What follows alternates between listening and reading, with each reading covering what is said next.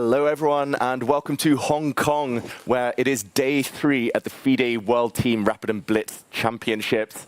It's a big one. Today world titles will be decided, the Rapid champions will be found. Miro, well, David Howell, Yevgeny Miroshnichenko at your service. Miro, what are you thinking? What are we going to see today? Well, as I said, I probably have to change my mantra from it's a long tournament, anything can happen, to actually counting some points, because we clearly have a leader. The Dragon is still chilling, and it's not that many teams that can catch up with them. So everything's going to be decided today in those 4 final rounds of Rapid Team Championship. Exactly. So day 3 is going to be decisive. But what happened on day 2? Let's check out a video from yesterday.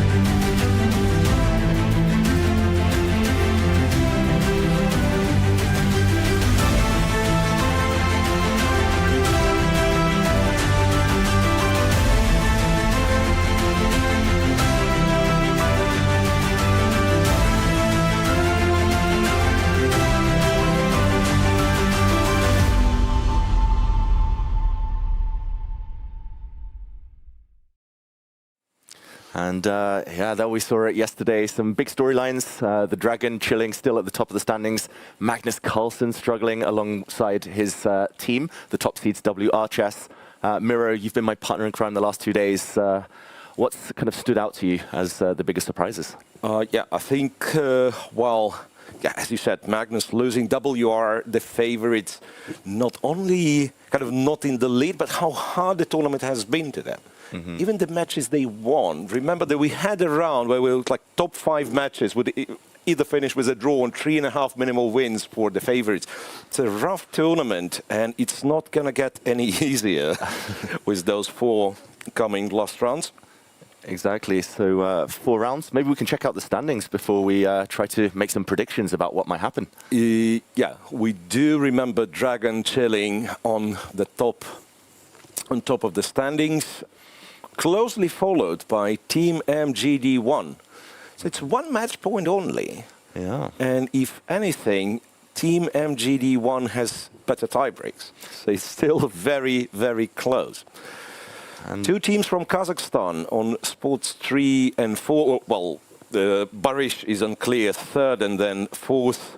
For the 4th place, it's a huge tie for Kaz Chess, Mr. Birdie and Friends, Hexamind, Endgame AI, Chess Gurukul, Chess United, and even Red Pseudo Dragon. Yeah, nice to see some familiar names that have been creeping back up the standings. Hexamind Chess team we haven't seen for ages, but yeah, the 2nd seeds did have a better day yesterday. Baris, we haven't followed so much. We've got some friends on the team, of course, but they've been creeping up 3rd place. I think they'll be very happy, but of course it's all about the race for first. Dragon chilling. If they can keep it up, they win. The fate is in their own hands. But the likes of Arjun Erigaisi with Team MGD1 will have something to say about that. Miro, there's a lot on the line, of course. There's prize money, but I think everyone wants the world title. Absolutely.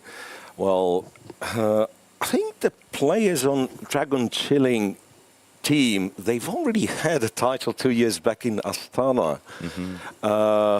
That's not exactly the same composition, and the team had different name back then, but yeah, but I think Ding Liren already has this title, and he wouldn't mind adding another one. Yeah, Ding, I know, has a lot of fans here in Hong Kong. Every time I see him, he's getting cheers from the crowd. So yeah, I think nobody would be upset if Ding were to guide his team to victory. In the meantime, we saw a glimpse of the playing hall, players getting set. I'm going to send it to Charlize to see the atmosphere down there. We are live in the playing hall for the final day of the FIDE World Team Rapid Chess Championships. And what an exciting day it's going to be. We've got really, really cool board 1 pairings for this first game of the day. Of course, we've got Pragnananda versus Hans Niemann, Arjun Erigaisi versus Alireza Firouzja. And right here, we've got Jawahir Sundarov versus Magnus Carlsen, who has not been having the best event, but we still have 4 more rounds to go. Of course, we know, though, it's not just about board 1. The 6th board, the recreational players, are so crucial to the team's results. So far, we've seen happy smiles and energy from the teams, but as we inch closer to them fighting for this world titles, I'm sure there are going to be a bit more nerves. In any case, it's going to be an exciting day for chess, for spectators. Stay tuned. Back to the studio.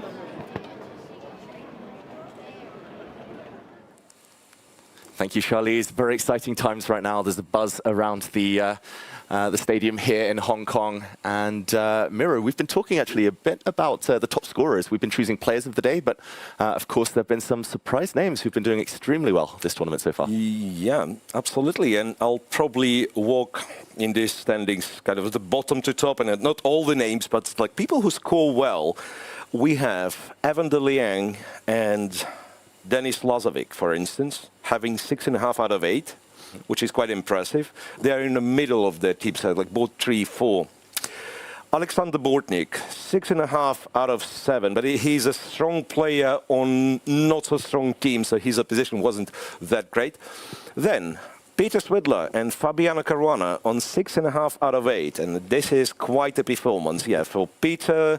For Fabi, after losing the game against Peter in the last round yesterday, he's still on 6.5 out of 8, which is impressive. And that would be the top score. But now, because we have Ning Yin Long, which is, I believe, the last board from Dragon Chilling, and 7 out of 8, tied with Volodar Muzin, okay. 7 out of 8. And our best scorer ever is the recreational player for MGD1. Aryan Abhijit Shah on 7.5 out of 8. So the only half a point he dropped was this dramatic rook endgame we've witnessed live against Dragon Chilling team. Yeah, not bad at all. So nobody's going to be perfect, but still some very, very strong scores. Let's check out the pairings for today as we get ready to kick off round 9. And here we see Baris, the team from Azerbaijan, and the likes of Peter Swidler that you mentioned. They'll be up against Dragon Chilling, trying to take down the leaders. MGD1 playing Hexamind chess team. Back on board 2, finally, those second seeds after a bit of time outside of the top. Red Pseudo Dragon against Kazchess, Chess Gurukul against Endgame AI, Mr. Birdie and Friends against Chess United. And yeah, maybe we can go into the playing hall because yeah, this is going to be a crunch round. It's 12 rounds, everyone. For those of you just joining us, if you are just joining us now, where have you been the last 2 days? But yeah, this is the final day, the final sprint. And something that we did not show, but on board 6, you would think, yes, WR, after having lost 3 matches, they have an easy pairing, but that is Magnus Carlsen against Jawahir Sundarov on board 1. So this WR on board 6, they are facing off with Uzbek chess. That is huge. Magnus yesterday, one of the big storylines that he lost 2 games in a row. Sundarov has been yeah, scoring decently, but his team have struggled. Here we see Arjun Erigaisi. This is on the second board. Some ceremonial first moves being made right now. I believe that was Mr. Rajesh Naik, the Consul General of India. And there we see handshakes. There was also a first move made on the top board by Mr. Baozan Dozmanbetov, the Consul General of the Republic of Kazakhstan. So, okay, games have started. Round 9 is off. Here we go. Yeah, and where do we start there? Because obviously Dragon is chilling, but board 2 or match 2 is also a big one, having a clash between Erigaisi and Firouzja on the first board. Yeah, that's a big one. We have to try to cover both matches, I believe. Exactly. We'll work our way up then. We'll start on board 2. We see the 2 players in front of us, Arjun and Alireza Firouzja. It looks like a Queen's Gambit declined. Both players have been very impressive. Yesterday was actually Alireza's birthday, and even without knowing that, we voted him Player of the Day. So, yeah, great birthday for him. Yeah, 4 out of 4, which is yeah the best you could. He could not possibly score more out of 4 games on his birthday. Normally, there's a birthday curse, right? Like you struggle to focus, and birthdays. Chess players don't normally want to play on their birthdays, but Alireza, he laughed at that, and he won all his games. Here we see Queen's Gambit declined, an exchange of pawns, I believe. Just bishop e7, c takes, e takes, and then bishop f4. Okay. Okay. And I guess this cuts out certain variations with early c5, so at least, yeah, nowadays everyone's taking on d5 early. When I was young, I was told, just never take, the black light squared bishop comes out. But this is trendy stuff. Yeah. So I guess once again we have to go like further and further, like in search for a tiny advantage, and it's not because the other lines are, oh, rather not because we are excited about these positions, it's because the other lines are like studied and worked out. There's worked out all the way to the draw. Knight h5, yes. Okay. You want a bishop on f4? How about no? Or if Knight you do, h5 and back to f6. Yeah. Ooh, mind games. Arjun repeating once. This is actually the second time now we've seen this. Bishop d2, knight f6, and Arjun e3. E3. All right. He was never going to repeat. He was never going to take a draw with white on the top board. But just like asking a question. So what do we have? So bishop's going to be developed to d3. I imagine queen to c2 something. Then ideally white wants to put the knight on e5, go f4, take the Pillsbury knight. And somehow you can get a very similar position from the one of the lines in the Nimzo, I believe. And I am not intelligent enough to tell who lost or who won, Tempe here. Yeah, I guess on paper white has won bishop to d2. Yeah, but there should be. I don't know how useful that is. I guess it's not the worst move to have. On the other hand, like the bishop went to an e7 in one go. So in Nimzo, you'd go bishop b4, and then somewhere later on you'd drop the bishop back. I'm not sure to e7 or d6, whatever. Yeah, so it's still a very sophisticated task to tell who's in front in terms of like tempi count. Yeah, I believe this last move is kind of newish, rook to e8, but this is the exact line that Pragnananda used against Vincent Keimer in the final round of Norway Chess. And Prag won that game, won the tournament. So Arjun trying to copy his countryman. Okay, rook to e8. Yeah, I'm expecting maybe white to castle or plant that knight in. Into the center on e5. And Arjun, very flexible position, castles first. Castles first.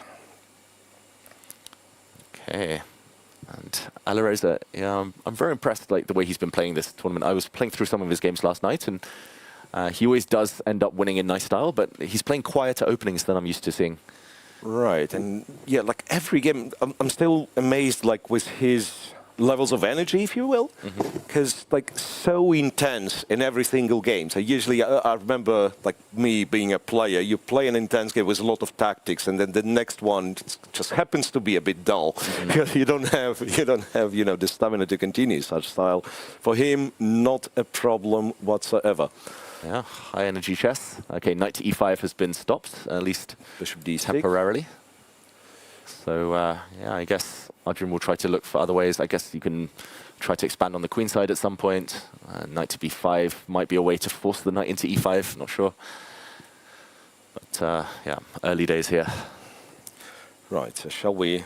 Let's move on maybe to board 2 of this match, where Levon Aronian has had an up and down tournament. There we see him take his seat again. He's playing against Nihal Sarin. And looks like a very typical Spanish set of knights have left the board. Yeah, for a change, Levon finds himself on the white side of I thought there was an attempt to play the Marshal. No, it was the usual Ruy Lopez, and an a4 here. Bishop d7 still looks like anti-Marshal with a4. Yeah. Bishop goes, b4, knight e5. That's like I don't have that much understanding of this one. I'm always tempted to say b3 should work, but yeah, it's not as easy as that. Yeah, it's not as easy as that.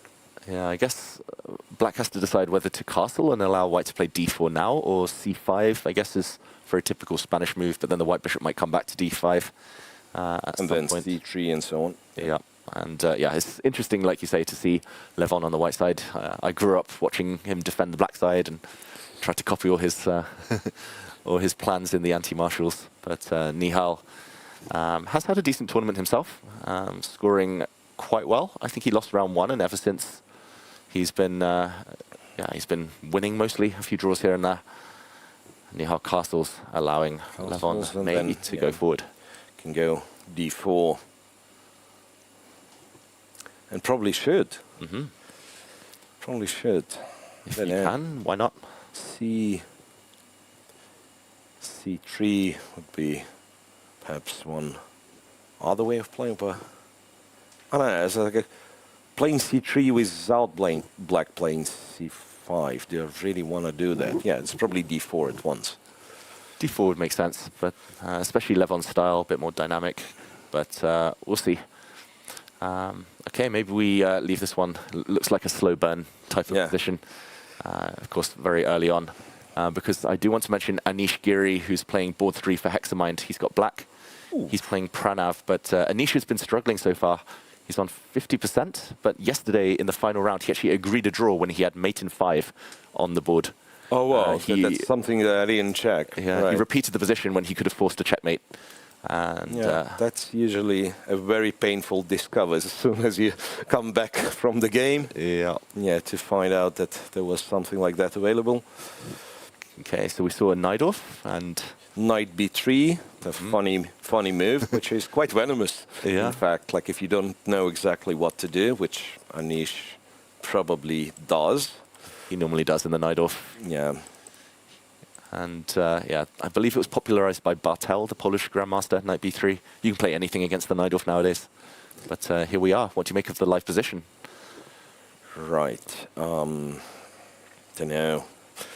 Whenever I see this, like b4, e5 happening, I'm scared with white. Because I've seen many times how this b3 knight being kicked around and ends up in some silly squares.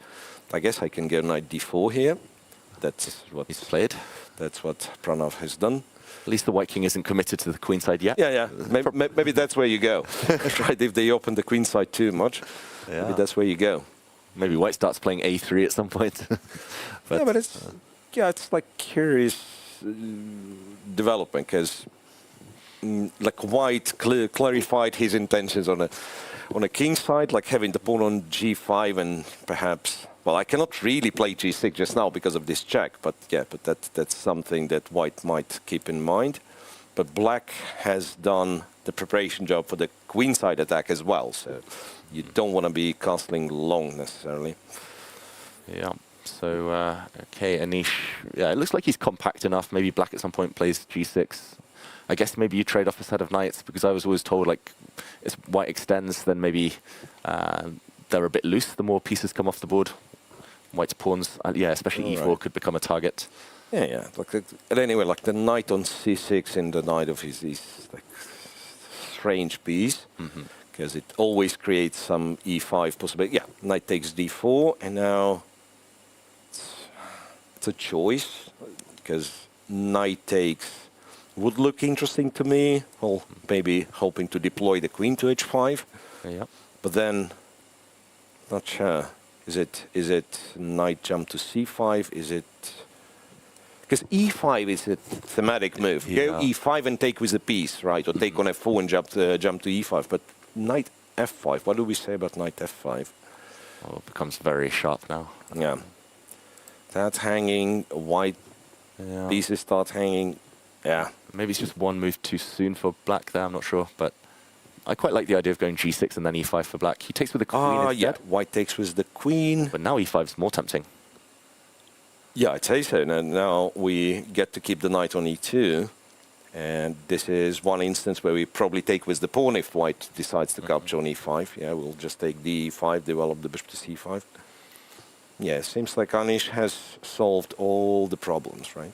Yeah. So, okay, looks like a decent Sicilian for Anish Giri on board 4 of this match. Just if we continue to move down, we have Volodar Mertzin, one of the highest scorers of the event, against Leon Luke Mendonca. And that is a flexibility and a half. Like not a single pawn being traded. And it all started with knight f3, knight f6, g3, b6. But this looks like a strange close Sicilian to me. Like having white knight on c3, pawns e4, f4 would, to kind of signify close Sicilian. But what is the knight doing on c4, if I may ask? I mean, it feels like white's had loads of moves. Right. And the knight goes on its journey again. I think he's just played knight e3. How did we ended up with knight d2, f4, knight c4, and knight to e3? That is strange. That is strange. That's quite a journey for the white knight. Not sure where it's going next or why it's on e3, but these positions are tricky. Like, if white doesn't get anything going on the king side, then black's plan is easy. Eventually, something like that might happen. Black can go e6, just cover those. Okay, mainly d5, I think. Yeah, because when white goes f5, the best you can do is just not react it. Yep. Very dense position, like a lot of stuff to calculate and so on. Yep. On board 5, clash between two ladies from India, Harika Dronavali against Divya Deshmukh. At least on the evaluation bar, this is the most dramatic game so far between these two women. I see white apparently has a big advantage, although it looks almost symmetrical. Looks like a bad Slav for black with a g7. And it started as something unorthodox, I want to say. Wow. Okay. So just played into this exchange Slav with g6, bishop g7, b5, queen b3, b6. Oof, losing a lot of squares. Rook c1, knight to c6. Okay. And I guess this is no. Not yet. No. Just bishop e2. So maybe the whole evaluation comes from just like kind of permanent weaknesses. It's not that white has anything immediately. It's just that, the bishop on g7 is not great in these structures. Plus the combination of moves b6 and the bishop on f5 do not go well together. Yeah, I'm not impressed at all by Divya's opening. It feels like she's trying to freestyle, but she's chosen the worst way to do it. She hits the white queen, which retreats. F5 and to d1. There was an argument to put it on b4, and if the knight returns, to put it on a3. So hence, kind of almost winning a tempo. But queen d1 should be good as well. Yeah, still much better for white. Okay, so looking good for team MGD1 on this board. Everywhere else looks still very early. Okay, maybe we can check out the recreational board. Where team MGD1 has the best scorer of the tournament. Okay. Yeah, and that is very professional. Yeah. Very, very solid position. Well, it wasn't the Sicilian, which I would think it was.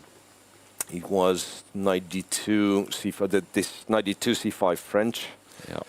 But after these knights are getting swapped, it could have come on a board from Taimanov type Sicilian, right? Yeah. This was very fashionable about 5-10 years ago. Yeah, rook e1, intending e5, of course. He probably will spot that. Probably supposed to go knight d7. Or e5 sometimes as black. Yeah, that's also an option. Something you do not want to be doing is taking here. That's known to be like this damage to structure is irreparable. Yeah, surprising enough, computer doesn't think it's that bad. Everything's fine nowadays. Yeah, c5, and I have one weakness. I can manage. But from human standpoint, that's kind of, that would mean admitting that the opponent did not go well, so you prefer to keep the tension with knight d7 or just go e5 in the center. Exactly, and I think this is one board that MGD1 will target because the player with white, Omarov, has been struggling a bit. And of course, Shah has been crushing. So yeah, this one, yeah, I have a feeling might be decisive a bit later on. It always seems like the recreational boards go the distance. Shall we move to the top match and see, and see a clash between Barish and Dragon Chilling? Yeah, we have Dmitry Andreikin in play against Ding Liren on board 1. It's nice to see Andreikin play again at the board. Like nowadays, he plays so much online. I rarely see him compete at these big events. Former candidate, super strong player, especially at Rapid, I would say these days. Yeah, there was something like he has some very original positional. I want to say positional understanding because I can constantly see him discovering some new positions that people just don't look at, and he happens to be right. Yeah, I'm not sure if he's right in this case, because black has gotten a lot of space here. Last move, knight to e1. I believe white struggles to develop this knight from b1. Yeah, and I guess the big question is whether white's threatening to take on d5 and win a pawn. His last move, is that a threat?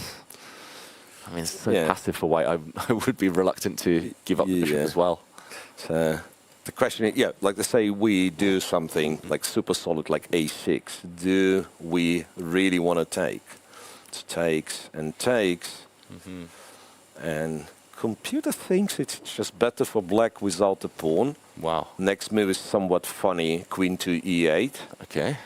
I mean, funny in a sense that it's not developing any sort of initiative. You just defend your knight on c6. But I guess the problem with the knight on b1 is still there, and knight a3 does not really develop the knight. Arguably makes it worse. They're fighting for the c2 square, which is sad. And then bishop f6. You target e2. I think a6 was played. Yeah, good call. a6 was played. So let's see what Andreikin comes up with. Yeah, and it feels like quite high pressure kind of position for white. If you don't do anything in the next 5 moves, you just get kind of squeezed. So, but he captured d5 and went knight g2, if I see it right. Wow. Okay, he wants to use his knight to eat up that pawn. Go here, go here. But yeah, Ding. Now Compi is screaming black is much better after b4. And I think Aronian's rook b5 thing. Put the rook on b5, that's probably the a5 just gets confiscated. So you better take on d5 now, or you'd be a pawn down, and then black goes rook b5, takes the pawn, and it's much better. Wow, he hasn't played it though. He hasn't played it. He went rook c8, which is still okay for black, but it's a missed opportunity. b4 was much stronger, keeping the knight on b1 and everything. Yeah, but Ding, I think it's a positive sign for all his fans that he's playing quicker today. Yesterday he really struggled, and the day before with black. He lost a really long game. For anyone who wasn't here, you missed a 177 move game that Ding lost. But yeah, this position looks much more kind of, it kind of flows with black. Yeah. Like, once you get your pieces out now, the bishop on d7, e7 probably both move, rook on e8 at some point. Yeah, this looks really beautiful for Ding. Right, so moving to board 2, where Wei has the white pieces against Peter Swidler. This is, looks, don't know if like fully balanced, but looks reasonable for black. Okay. So there was bishop's opening, they call it, right? Bishop c4, d3. Yeah, just avoid the Petrov at any cost. d3 and the check. That's a funny line, if I remember what. Yeah, a5. What was? There was like, again, I've probably shown it a million times, but I think there is this funny. No, it wasn't knight d2. I think it was queen d2. Queen d2 was the funny line, right? Yeah. Queen d2 was the funny line. That, castles, and that. And winning a pawn temporarily. And when they go queen e7, you'd go queen f4, and if they go knight h5, you'd go here, and if they are trying to be clever, you are you happen to be more clever. So Wow. Queen G3 was the move. I do not know. Again, it's some bit of random knowledge, but basically, yeah, Knight G6, and White wins. So that's why, like after Queen G3, Black has to take on F7. White's better with the Rook and a couple of pawns against two minor pieces. But yeah, that is like some random line. Knight D2 is much more natural, of course. And we've gotten here where White tries to make an argument that, yeah, perhaps E4 is a bit overextended, maybe. White gets a square on B5 here. Yeah, and just while we look at this position, a quick update that Arjun Erigaisi has made a draw against Alireza Firouzja. So a game we saw earlier. That's confirmed, yeah? That's what we were being told. Yeah, we'll get to... Yeah. Okay, we do have confirmation that that is a draw. The players have left the arena. So that's on the second board, or the second match at least. We'll come back to that one a bit later. Maybe we continue down here. I also see down on match number 6, Magnus Carlsen has sacrificed his queen against Javoskia Sindarov. Oh, do we have it? Because that's something, yeah, I understand it's like board 6 or match 6, but it's Magnus against Sindarov. How often do we see that? That's true. Yeah, there we are, and I'm bringing this one to the board. So it happened, it was a Catalan from what I understand, right? Knight takes C4, Queen H. Hang on a second, I think I had this position once. Wow. I think I had this position once with White. Okay, not exact this position, because I didn't find Knight C4 or something. I had to prove that I have enough. After Queen B5, A6, Queen to B7. You've had this, by the way. You have. I can see the game. Yeah. In 2005. Oh, with Black, right? Not with White, with Black. You had it with White against Michael Hoffman. That's impressive. Yeah. 21 years ago. Bishop takes B7. Rook B8, check, King F8. It's interesting how the engine doesn't think it's good for White. It's a queen sacrifice for two minor pieces, after all. Yeah, well, let's say some discoordination. Magnus loves giving up the exchange. He loves giving up like queen for pieces, though. Like, this is Magnus just in the last few years, I think, trying to entertain himself. And King to E7. All right. But I'm not sure, like how.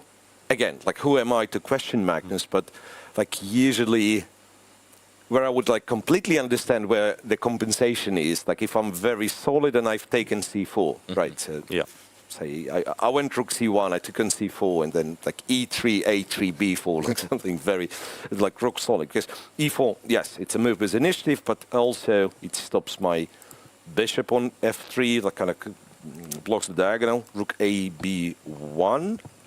I guess A, B1, FC1, and still trying to win the C4 pawn. Yeah, if he gets 2 more moves, Magnus, he's probably doing very well. But I don't think Black's ever really in trouble. Like, yeah, that's the feeling. In order to win this with White, Black has to commit a lot of stuff. Yeah, for example, if Black can ever trade on D4, somehow get the dark squared bishops off, I think it's a 2-result game. Yeah, that's a good one, by the way, I think, because after, say, Rook C1, Black gets to play takes and takes on G3. And then, in case of a check, we drop the bishop back. That'd be Black be winning in this case. White has to address this threat. White has to address this threat. D5, I guess Queen to B5 or Queen to B4, intending to play Bishop C5. Yeah, so it could be that Magnus got over-optimistic here. Yeah, the question is, Miro, is Magnus on tilt? He's lost 2 in a row.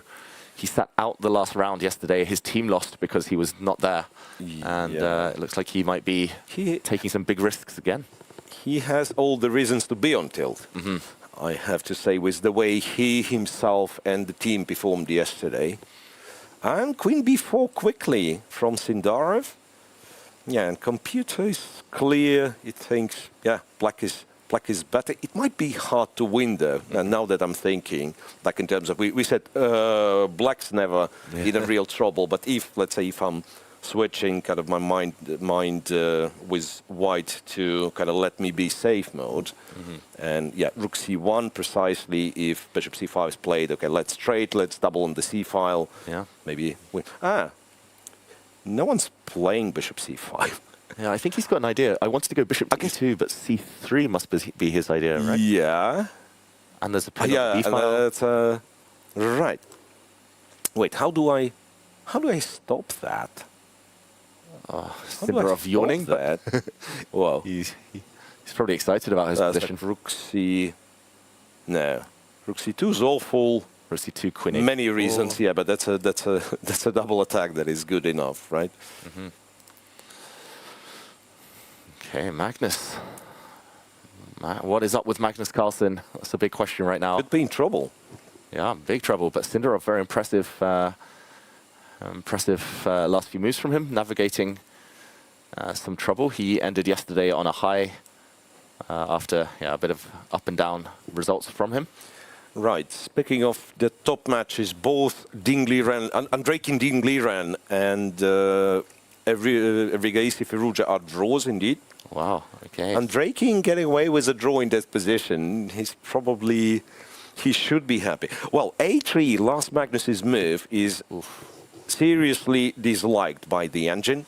Queen b3, and now c3 looks unstoppable. In case of bishop d1, Compi recommends to go to a2, which is maybe not obvious, but if you consider this one, you understand, yes. The queen cannot be trapped, b2 cannot be defended.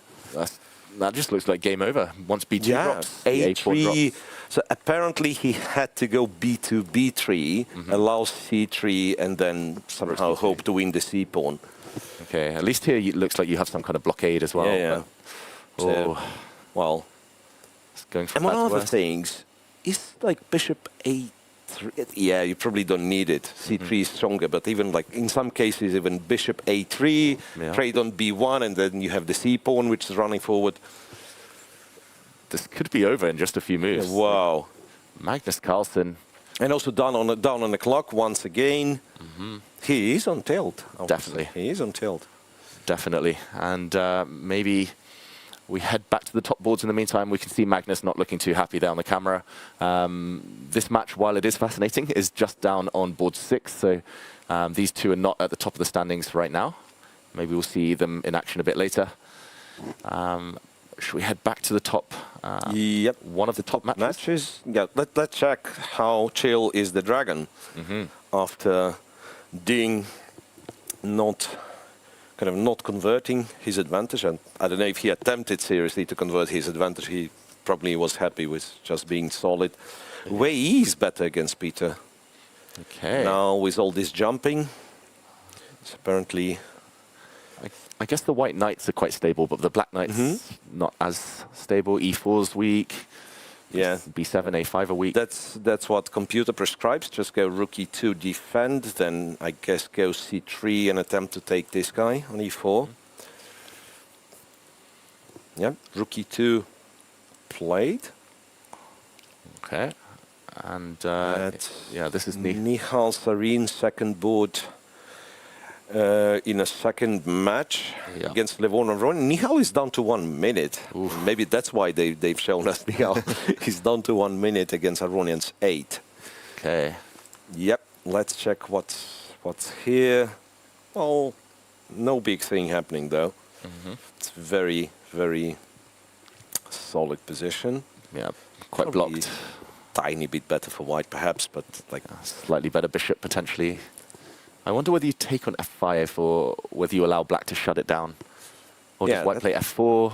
If white plays f4? That's a good question, because, I keep saying like the better bishop after f4 and bishop on d2. Yeah, it's not clear if this kind of quote-unquote good bishop is any good. They're both terrible, the bishops. Right. Now, I can say Compi goes bishop h6, and I guess in this case, white takes, and it's very hard, surprisingly very hard to get back this pawn. So rook f7. So that in case of bishop f8, just goes to c1, and I guess f4 in some.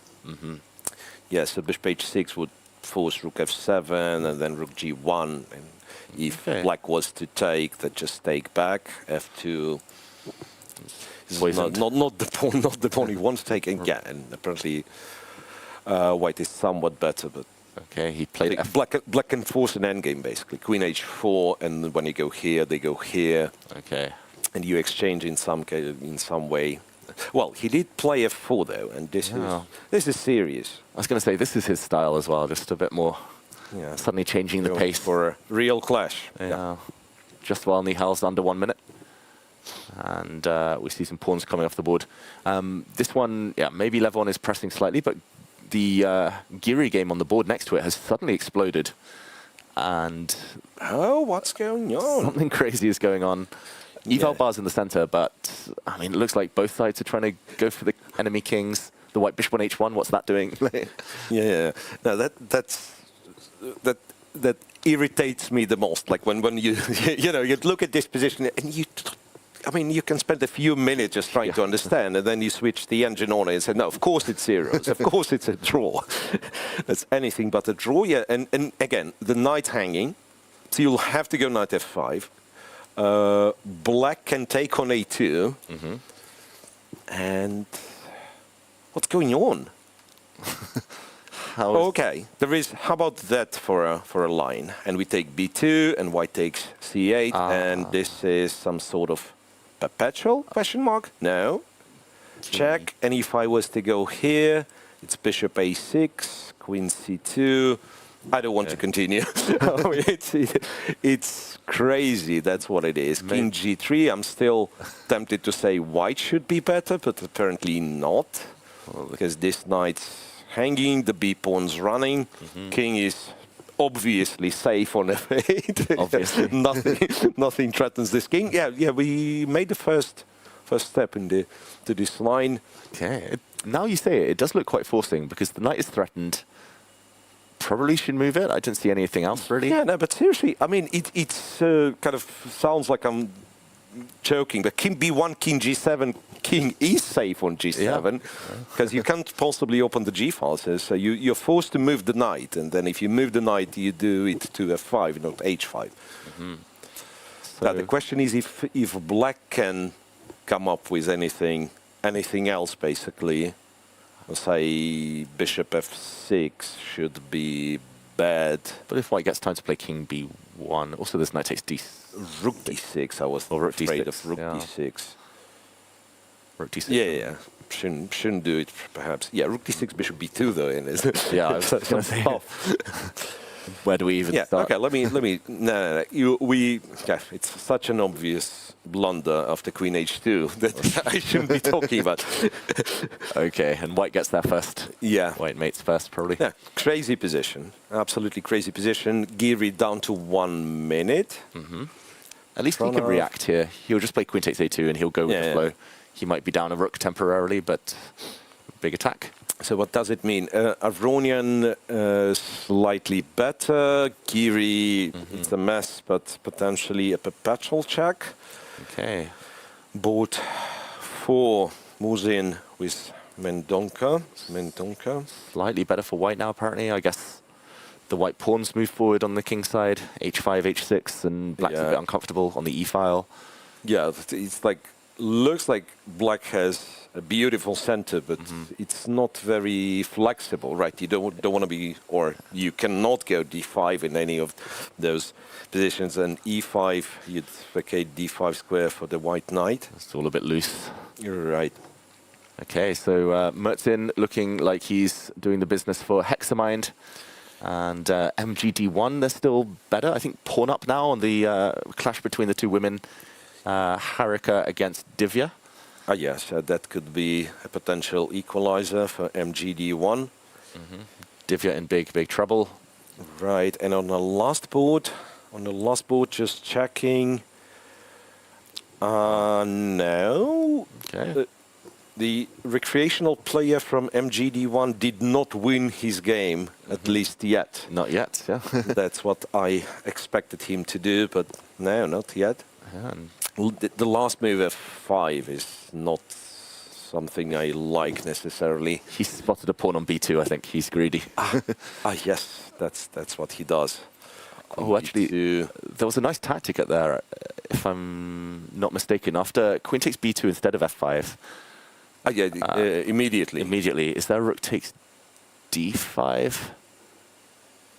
Oh, it doesn't quite, or does it work? I'm not sure. Rook takes d5. No, it doesn't quite work. Take. Yeah, I wanted to give a check, take. but then maybe just rook f7. Check and... Oh, wait, just king h8 actually.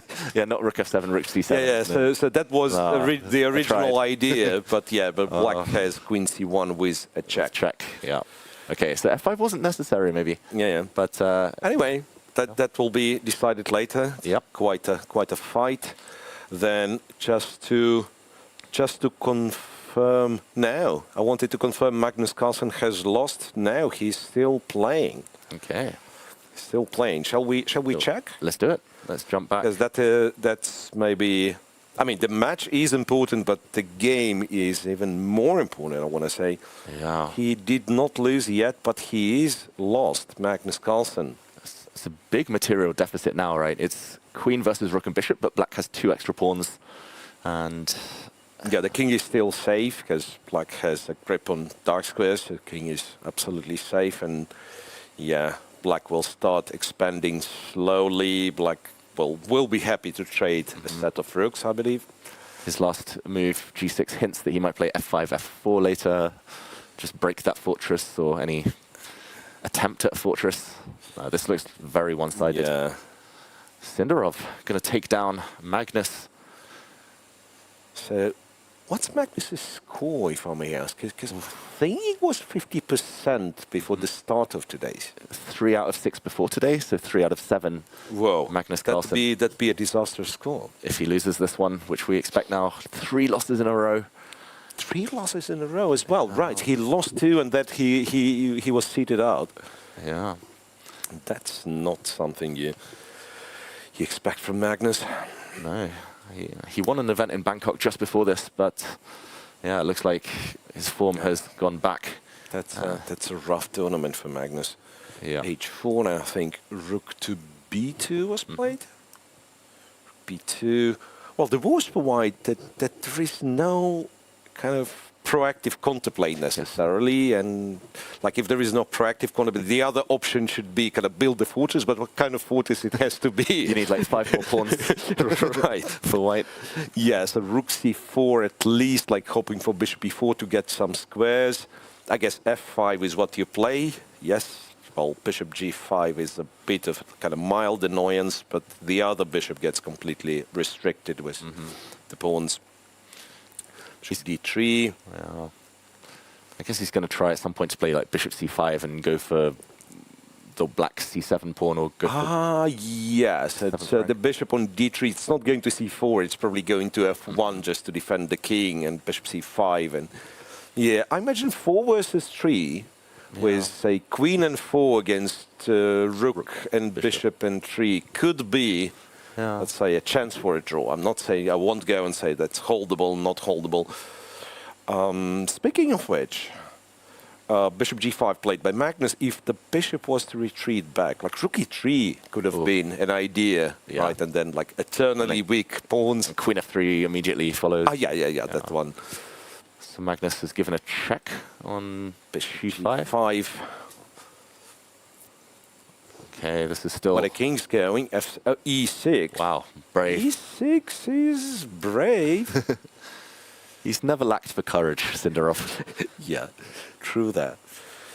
But yeah, it does still look very good for black. White's rook and just wants to be off c4. If the bishop could land on c4, suddenly it's game on. But yeah, no chance. But what he did, the bishop's attacked, and yeah, the problem is bishop f1. Black can go rook b1. Exchange a set of rook. Yeah, so bishop gets to c2 and rook back to b2. Yeah, you're right. If one set of rooks comes off the board, it's just over. I think it's over, yeah, because there's no potential attack against the black king, and then black just converts easily. Okay, and In the meantime, it looks like Levon Aronian has got a decisive advantage against Nihal Sarin now, mainly due to the clock. I think Nihal making some mistakes back on the Hexamind match. Elsewhere, it looks like the exact line we predicted has happened on Anish Giri's board and the forced draw. Oh yeah, they did make a draw, Anish. Right. On in the top match, Dragon is chilling again. They are in +1. Baijin Shi won against Ramazan Zhalmakhanov. And elsewhere, things looking in the balance pretty much. So Dragon chilling look like they're doing very well. And of course, Sindarov looks like he's doing very well. Yeah. Well, c3, king d7, bishop a4, king e6, bishop back to c2 will repeat the position once. So that is... He won't let Magnus off this easily. No. And yeah. Yeah, still needs to find this decisive, I don't know, blow or just like way to simplify the position. Just to mention, WRChess have lost on board 6, the recreational board. So if Magnus loses as well, Magnus's team could meet their 4th match loss already in the event. The top seeds, they're also losing on board 4. Maxim Vasiligrov in big trouble against Madaminov. Madaminov happens to be the man of the man of the hour, I wanted to say, but it's more than an hour. Exactly. Like crushing this UZ chess tournament. Good few weeks. Yeah. Good timing as well. Just before the Olympiad, he's trying to play his way into the top team. Yeah. I guess there will be a few of them. Bishop G8. Okay. Okay. Bishop is getting to some pawns, but that gets Black a chance to go rook b1.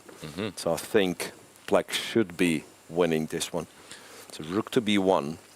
Okay, so he's forced off one set of rooks. Magnus had to allow one exchange. King g2. F2 feels very weak.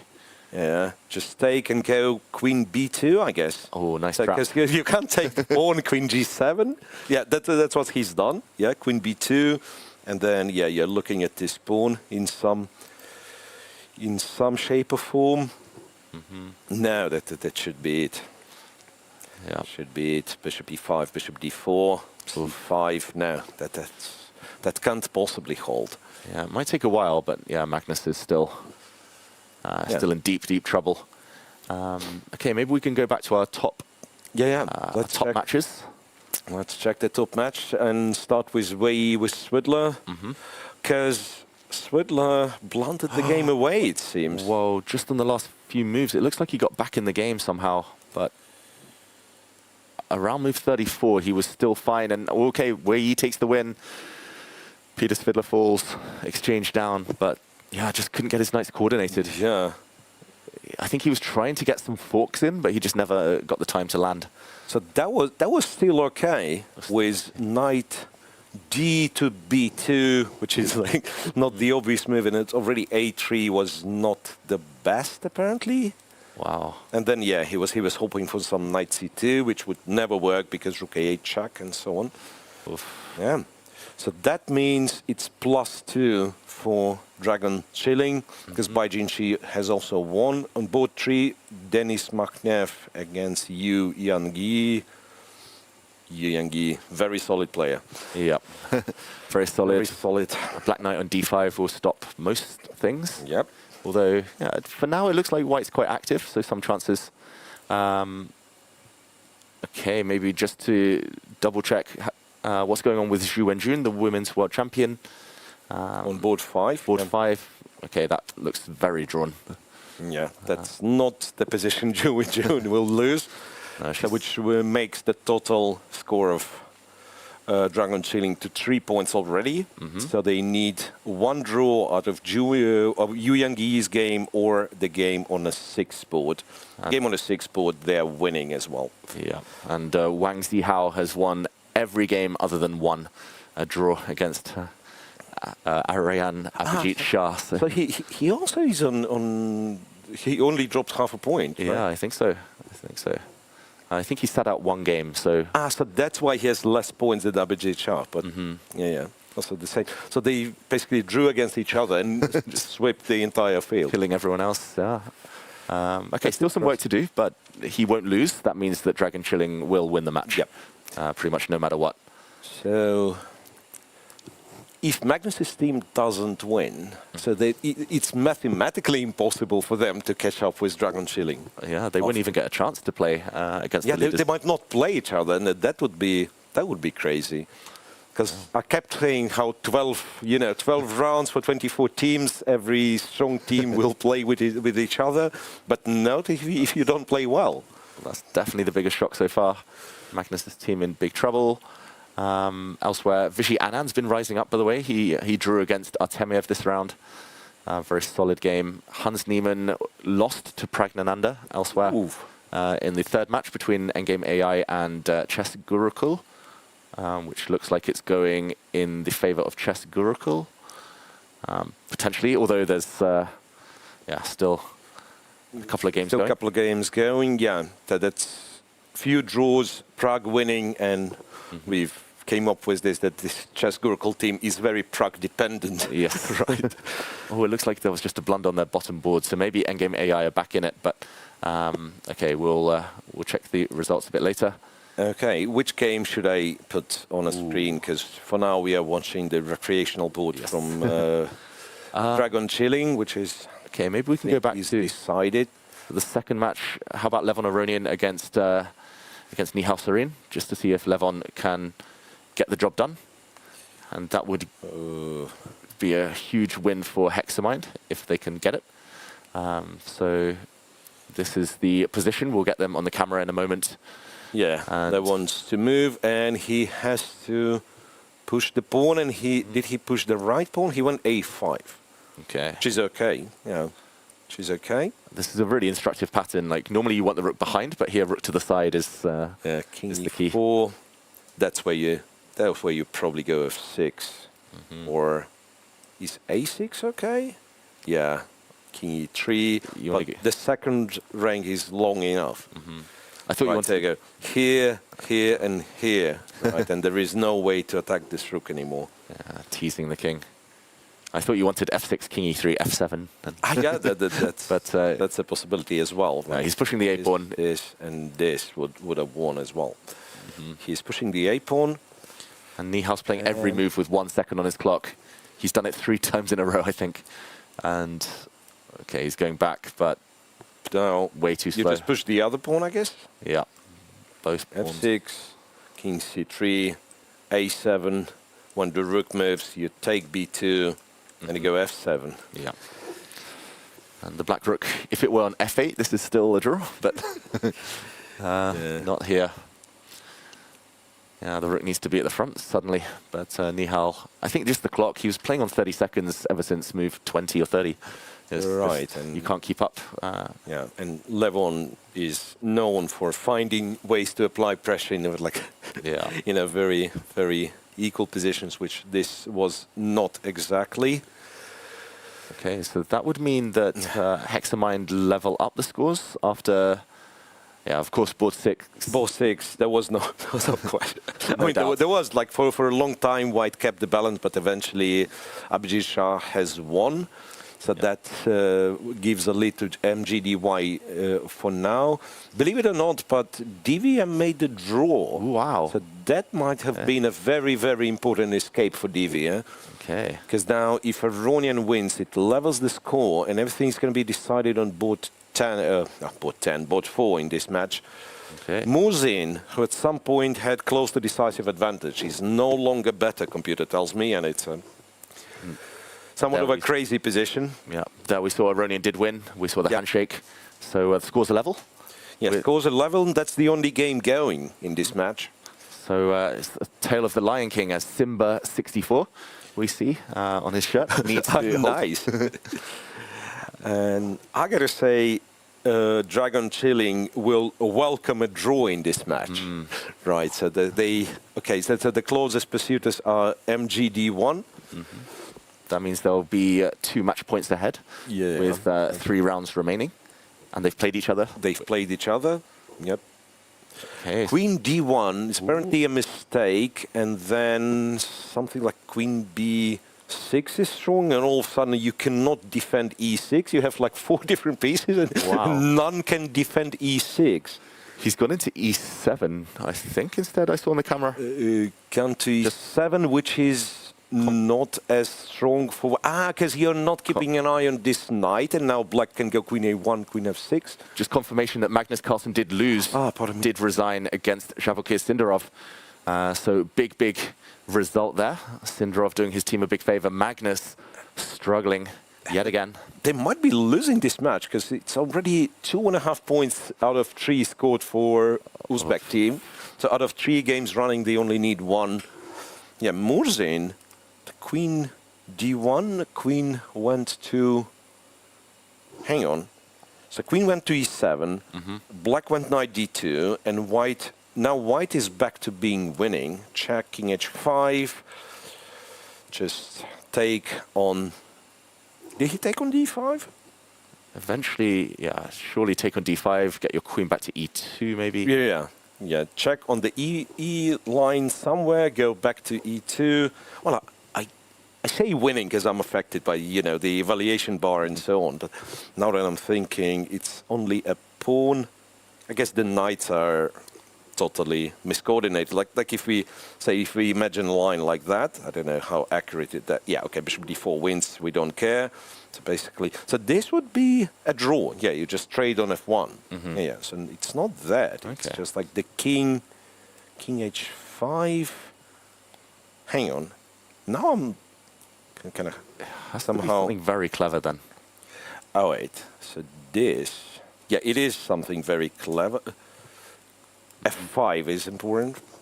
Okay. I don't know if it's possible to find. So he went queen c6. Yeah, and in the meantime, confirmation that Dragon Chilling have won their match. Wang Zihao on board 6 wins again. So they have locked in 4 points with 1 game still remaining. Okay, it looks like 4-2 Yu Yang will drop. Wow. Well, Murzin finds it. So he brings the queen to h1, and this is where he goes f5. Now you cannot, I guess, go to g7 because bishop d4, right? No, it's queen b7. b7. Queen b7, and if I go here, queen d5, and I'm forced to the dark square, and then eventually bishop comes in from d4 and c5. Wow. That's a... He's in top form, Mertzin. Like, what is it? 2 draws he's dropped, or Yep. a couple of draws, and he's won everything else. He's on a roll of 4 wins on the bounce. So this will be a 5th win in a row. 5th win in a row, which will win them the match, it seems. Which is once again, from Dragon Chilling point of view, it's irrelevant as long as MGD1 doesn't win. Yeah. So that means they extend the team match points lead to 2 points. Yeah, but probably they would prefer MGD1 to draw rather than Hexamind to win because they did not play they Hexamind. haven't played Hexamind yet. And All right. And Hexamind somehow, they were not performing well on day 1, right? I think they finished on 50% after day 1. But now they're back in the equation, not that far off from the leaders. And if it's if they win the direct encounter, all of a sudden everything is messed up. Everything is up for grabs. So this looks like a forced checkmate somehow. Yeah. Put the queen on e6, then put the bishop on d4, c5. Queen g6, bishop b4, yes. Mertzin wins. He pointed to the clock, but he was about to deliver checkmate anyway. And he gets a big congratulations from his teammates. One of the heroes of Hexamind so far. Absolutely. That was very, very important win. And it's much sober. Yeah. Red Pseudo Dragon on board 3, knight h1 against Rapport. Wow. 2 next games were draws. So shall we check this match because we might see a surprise there as well. Let's do it. The one on the camera should be won by Barris, but Dragon Chilling have won the match anyway, so less important right now. Let's go to one of those other matches. As we see the crowd still gathering. It's almost the weekend here in Hong Kong. Lots of fans out there today. There was also there were other events earlier this morning. There is no games in progress, so that's why we are not going there. Okay. Because there are no games in progress. The match is concluded. I just can't understand the score somehow. On third match. The third match, it was won by Kazchess 3.5 to 2.5. They won boards 5 and 6 after Rapport lost on 1. A bunch of draws. Yes, so they still won the match. Yeah, so the red pseudo dragon not breathing fire. Right, Niemann has lost, but And his team have lost. His team lost as well. Yeah, Chess Gurukul winning. They scored 3.5 to 2.5. Denis Lazovic keeps winning for Endgame AI, but not enough.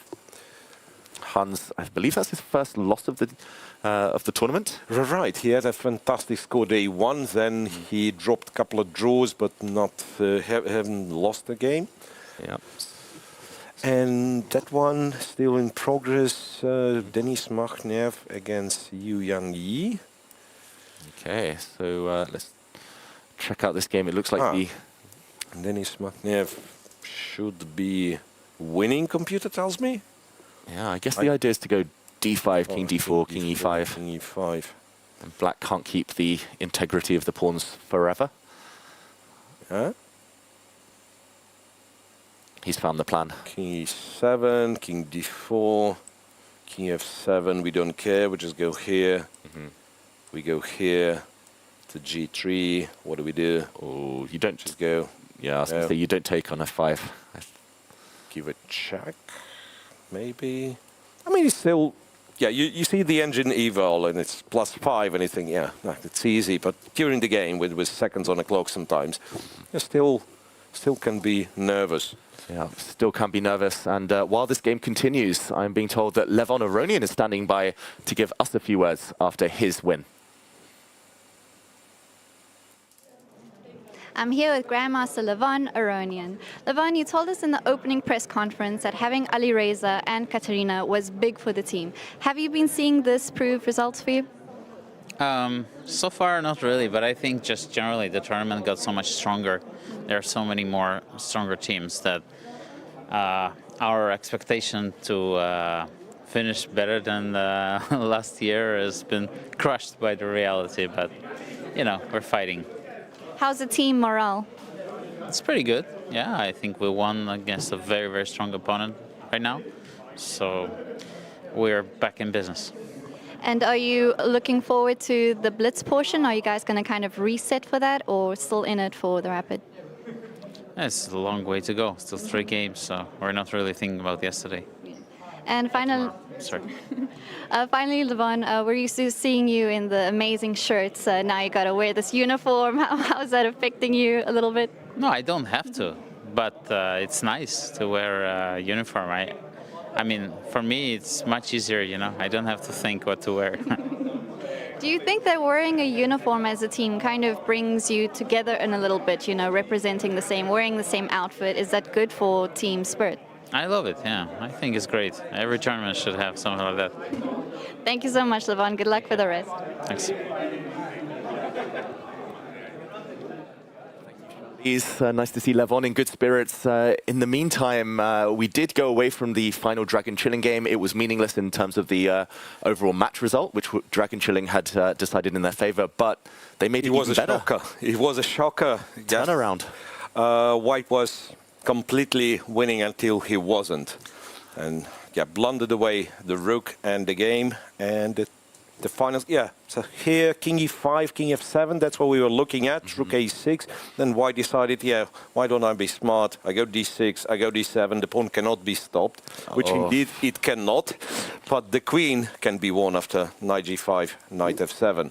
So there was a terrible blunder, which luckily does not affect, well, luckily, probably a wrong word, but it does not affect the match result anyway. Wow, a big shock. And actually, I think the winning variation was quite difficult, so we shouldn't blame Denis Makhnev too much. But of course, losing the game was unnecessary. I think after rook to a6, g3, White can take on f5, and after g2 has to flick in a check, very importantly. Because when the black king goes after rook a1, at first I thought knight g3, knight f1, and black is back in business, but now White has king to g6. King to g6, threatening White is threatening a checkmate. And if it was king e8, it would be king e6 and so on. And rook g1 next wins the game. That is not easy on short time control. Oof. drama, though. Yeah. We see turnarounds on many boards, but ultimately, Dragon Big Chilling. win. Yeah, it's a big win. It's all the way to 5-1, right? Is Wow. it? 5-1. It's 5-1. It's a huge win in a match that wasn't as easy for sure. I mean, their tie breaks have surely been boosted by that. But Barris, after getting a chance to play the top dogs, I guess disappointment for them. And I don't know if we can recap some of the results from this round. But yeah, this is, I mean, Magnus's team did hold on 3-3. That's just off this top 5 boards. So WRChess holding on against Uzbekistan for a draw. But at the top, Dragon Chilling 5-1 dominant. They are huge favorites now for the gold medals. Hexamind eking out a win against MGD1. Red Pseudo Dragon losing narrowest of margins against KazChess. Chess Gurukul beating Endgame AI. Mr. Birdie and Friends beating Chess United. And Miro, it's just like you were saying yesterday, lots of the matches now really, really close. But Dragon Chilling, they're the ones who are standing out. Yeah, absolutely. And so what do we have? We have 3 rounds left. And if I'm not mistaken, it's almost guaranteed that Hexamind's going to be playing Dragon Chilling the very next round. And that'll be a big one. There'll be a big one, because if Dragon Chilling wins, that probably mean they secure A medal at least. yeah, well, the medal they might have secured already, but yeah, winning the next match for Dragon Chilling will be crucial. In case they lose, all of a sudden, not only those 2 teams, but probably that gives hope for someone else. Exactly. Suddenly it might come down to tie breaks. Suddenly Dragon Chilling, like, it's all about momentum, right? Team tournaments. Suddenly they'll get nervous, and this probably is their biggest match, at least left on paper. Like, other than that, they'll be playing lower seeds. So yeah, round 10, though it's coming up soon, is going to be deciding a lot. Be crucial. Yeah. And yeah, we saw Levin Aronian winning his game. Sounded quite quietly confident, I was going to say, that the team Hexamind is still in with a chance. Yeah. So checking some other games from, I'll say, first boards. Seems like Arkady Naidic has won a nice game against Rapport. They finished quite quickly, so yeah. Rapport, he's a bit up and down this event. Yeah, Rishi, he either plays brilliancy or he doesn't play brilliancy. Denis Lazovic won another one. Yeah, Lazovic has a fantastic score, I believe, on board form. Yeah, Denis Lazovic, one of the standout players so far for Chess Game AI, but his team did just lose in round 9. In the meantime, we have a live interview with Charlize. Wait. Does it With mean Carissa Yip, another member of Team Mr. Birdie and Friends. We've interviewed a few of you, heard a little bit about the name, but let us hear your side of the story. Sure. So Mr. Birdie was my best friend's pet bird who died a year ago today. And yeah, when A Wonder was forming the team, he was like, guys, what should we call it? And Artie was like, oh, we should do something like involving friends. I was like, friends, man. I miss my good friend who passed away a year ago, Mr. Birdie. So we named the team after him. And yeah, I'm not wearing the uniform right now, but we have the bird as our logo. And it actually looks exactly like Mr. Birdie. So shout out to our designer. The and friends part of the teammate, I think, really resonates with you guys, because you seem like such a friendly and a happy bunch. Tell me about behind the scenes. Yeah, we bring like a very good vibe, I think. I mean, Mr. Birdie and acquaintances just doesn't sound as good, right? So we had to force the friendship. Yeah, but luckily, you know, everyone's easy enough to get along with. So I could count them as my friends, I guess. Do you know a bit about how the players were selected for this team? I know A Wonder is the captain. Did you have some say in this? Yeah, of course, Wonder is like one of my best friends. And we were like, oh, it'd be so fun if we formed a team and played in Hong Kong. So Lim was his coach at Webster when he was studying there. We thought that'd be a good pick. Sam is also one of our friends, U.S. represent. And then we were like, our last guy, who should we get? Eventually we were like, Artemyov. Because, I don't know, it brings a good vibe. Strong player, of course. And yeah, our average rating is kind of low, but I think we're a very good team and definitely fighting for one of the top places. The results definitely are showing on the chessboard. As friends here, the team is doing very well. Tell me, outside of the chess, are you exploring Hong Kong a bit? Have you been enjoying the city? Yeah, actually, my dad's side of the family is from Hong Kong, so got to see them a few days before the tournament. And otherwise, yeah, it's a good vibe. The day kind of finishes late, but usually, you know, we all go out to dinner. Afterwards, we might play like some Blitz just to hang out and stuff. And yeah. Taking a break from the chess with more chess, huh? Oh, you know these guys, they're so obsessed with the chess. Not me, though. Not playing any any Blitz. Okay, well, thank you so much, Carissa, for joining us today. Good luck for the rest of the events, and I hope you continue having fun with you and your friends. Thank you. Thank you, Charlize and Carissa. I must say, Carissa is one of my favorite players to watch. Her games are always very exciting, so great to see her in good spirits and to hear the story behind the team name, Mr. Birdie and Friends. In the meantime, we're joined by Angelica here in the studio. And Angelica, you've been watching some of the other games that we didn't manage to follow so closely. Absolutely, I did. But also, I realized that the highlight of today's round is the match between Uzbekistan and WR Chess. You mentioned the first board, and you mentioned the results 3-3, so it was a draw between them. But like to go on other boards, here we see Nodirbek Abdustorov played against Wesley. So result we already see, Wesley won. But how? Here in this position, he played Rook H4, attacking the bishop. He's not attacking the knight because the pawn is there, but apparently he wanted to sacrifice his rook. And the idea is that after pawn takes, rook takes, now pawn on e4 is being targeted. So in this position, black is having 3 pawns for exchange, but after bishop f6, looks like there was a doubled pawns, but we can see that Wesley So continued the game and converted this to a victory, which was kind of impressive. And in the game of Nodirbek Yakuboyev, everything actually decided in the opening. After knight b5 in this position, I don't know, some strange glitch happened and knight e5 was played by Nodirbek. And can you spot the move, David Miro? What was played from white? No. No. Bishop d6. Yeah, I bishop, can see. Bishop d6, okay. The problem is that bishop c7 is a threat, as well as if bishop takes e5, you cannot defend from 2 threats at the same time. So bishop b5 had to be played, and Nodirbek had to give up his queen. And later on, as we can see, Fabi continued on to winning this game. And what can you see from these examples? But also, despite these 2 major victories for WR teams, they didn't manage to win the match. Yeah. WR really struggles. They're suffering on board 1 and board 6 every round now. Magnus is in bad form, and unfortunately their recreational board has been struggling as well. So, I mean, these guys needing to win. I mean, Magnus sacrificing his queen is one thing and losing, but Nodirbek there, I guess, forced to sacrifice his queen in that example. Yeah, what a match that was. And you know, it's pretty impressive. You know, there's such a strong team, as we can see now, round 10.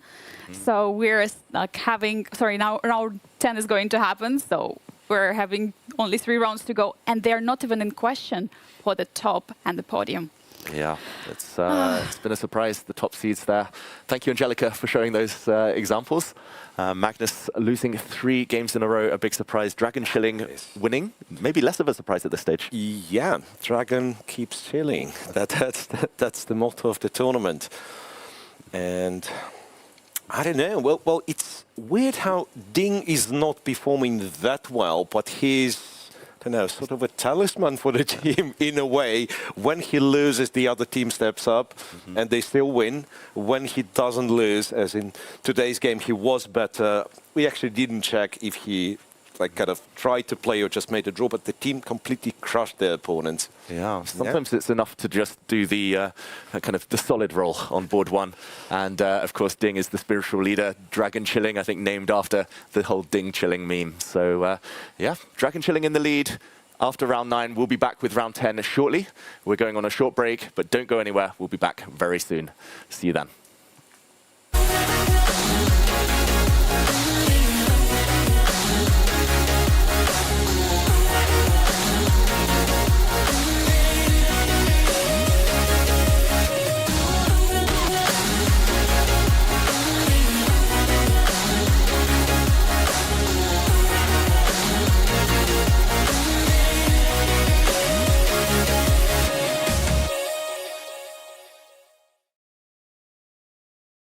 Freedom begins with a choice. In 2008, we made ours. Freedom knows no borders. Step by step, we became part of the global financial system. In 2019, we went public on NASDAQ. In 2024, we built a digital ecosystem. Fintech, lifestyle, telecom, everything comes together in one unified digital space. Today, Freedom is a system that shapes markets. $2 billion in annual revenue, $9.3 billion market capitalization, 11 million customers, 11,300 plus employees, 230 offices worldwide. Freedom begins with a choice, and every day we make it again. Freedom Holding Corp. One ecosystem, many possibilities. Every year, Hong Kong plays host to spectacular international sports events. Our elite athletes compete for honors with other leading sports stars from all over the world. Join us in supporting our athletes.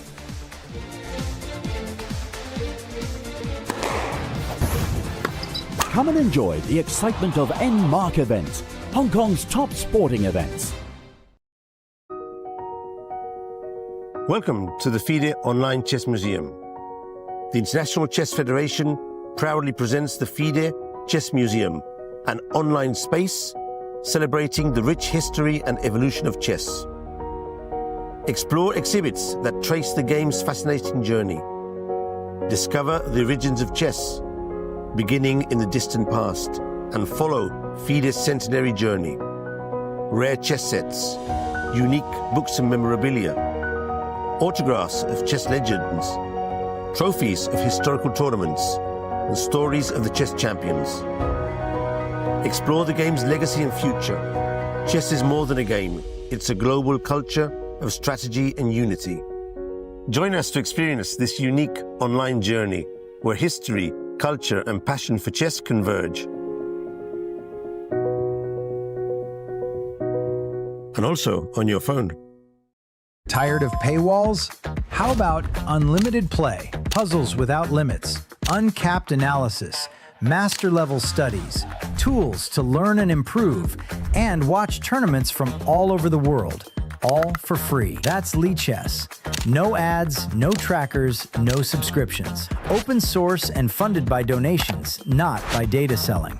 Our focus is just on chess. Find us at lichess.org or on the app stores.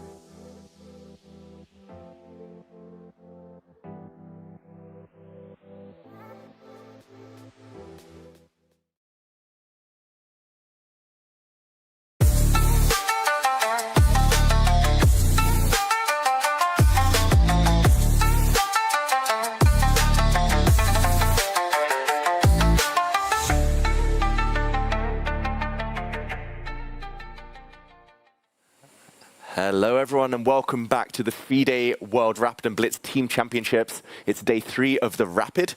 It's the decisive day and only 3 rounds remaining now, Miro. Dragon Chilling are at the top of the standings. And at this point, it's going to take something magical to displace them. They're 3 full match points ahead. Absolutely. So it's getting less and less rounds, and the distance is more and more points. Right. It was very close before the previous round, but now it's 3 full match points. They're ahead of 4 teams, if I'm not mistaken. If we could take a look at the standings after round 9, so Dragon Chilling on 16 match points, and we have precisely 5 teams on 13. Hexamind, Cast Chess, Mr. Birdie in France, Team MGD1 and Chess Goryachkina. WR Chess finds itself on 11 match points out of 18 possible. So yeah, not the result they were hoping for sure. Exactly. The biggest team, the biggest budget, the top seeds, and they're just in 10th place.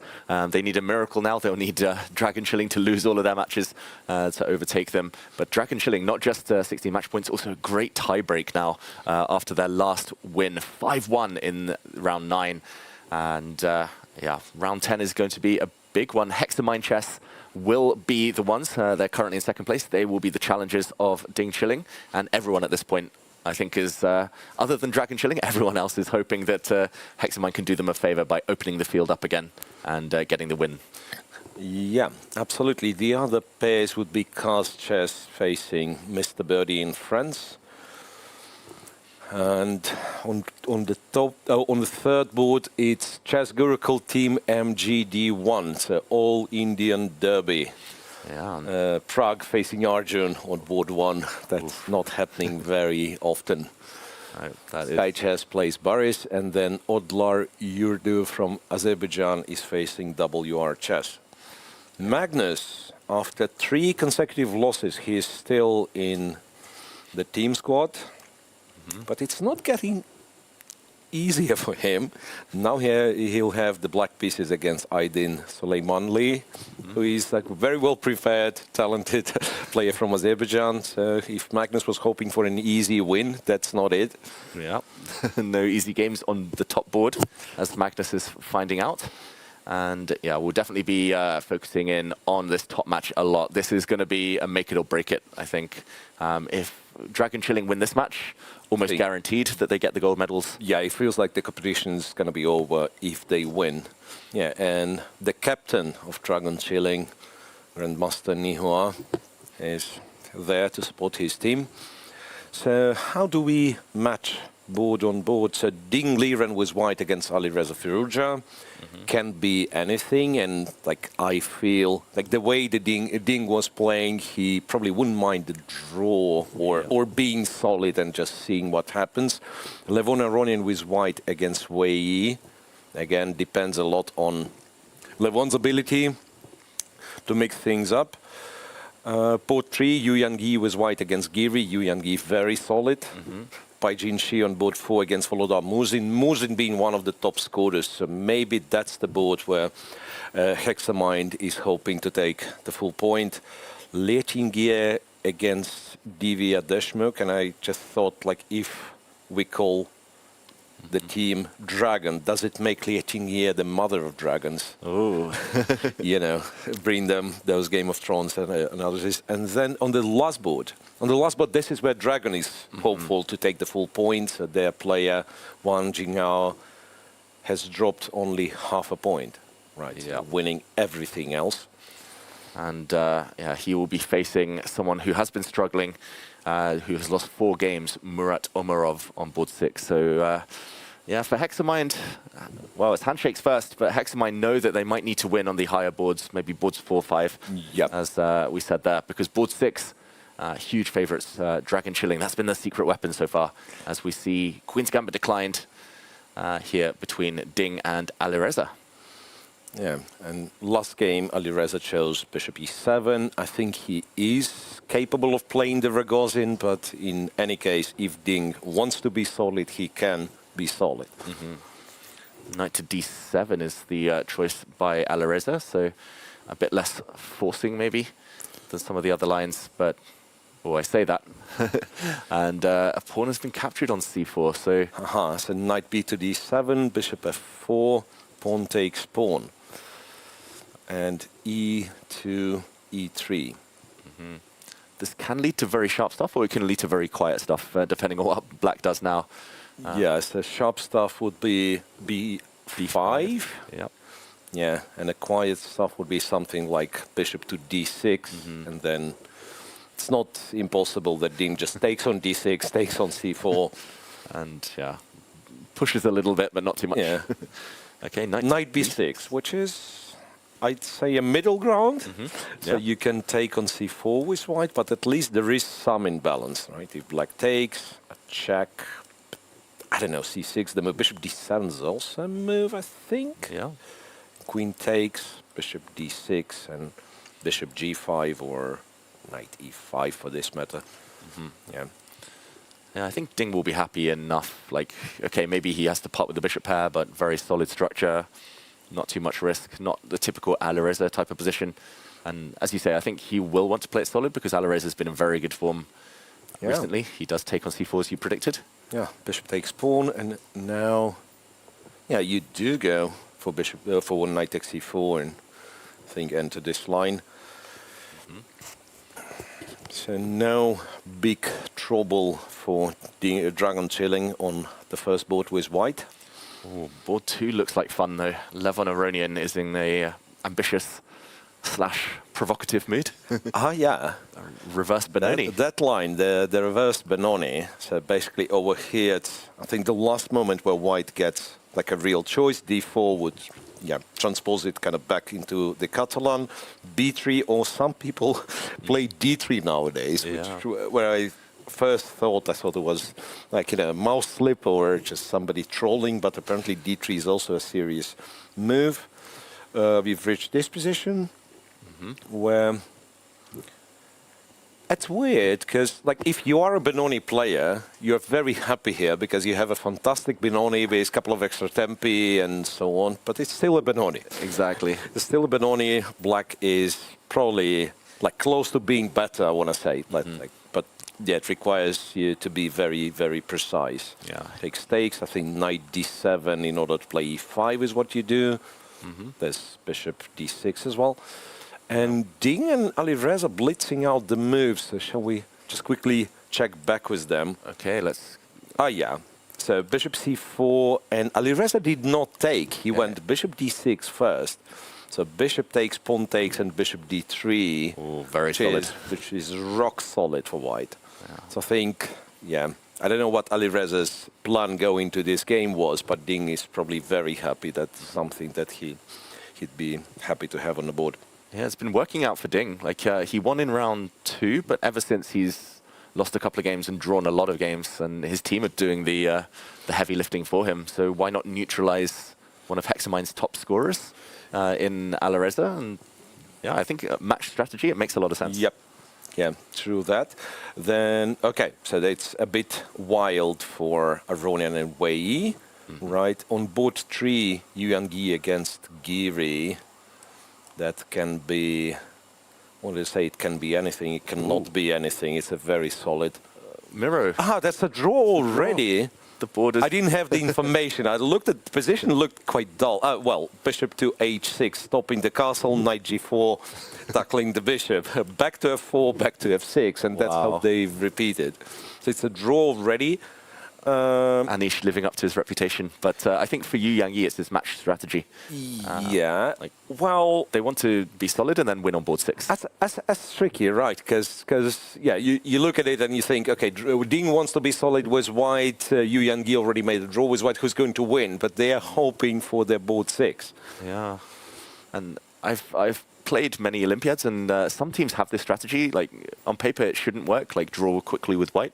But Greece, every time we play Greece, they just try and draw with white. And actually, it adds some psychological pressure to the opponents. Suddenly, I mean, here, for example, Levon Aronian, he's going to be thinking, okay, I need to go all in. And he might play a bit more loose and a bit more aggressive, and it could backfire. So right. Then, okay, on board 4, in terms of top scorers, Volodar Murzin with white against Bai Qinshi.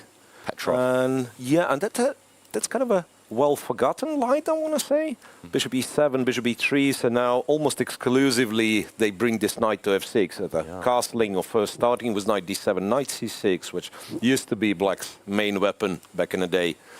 Queen d2 and bishop to f5, not e6. That's, yeah, I guess that exists, but like what I remember mostly was bishop e6, queen d7. Castles, queen d7, bishop b5, and takes on c6. Okay, so the question is, does black take with the queen or the pawn? He's been thinking a little bit, I guess.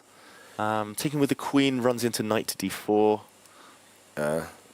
So knight to d4, queen d7, still doesn't look like much.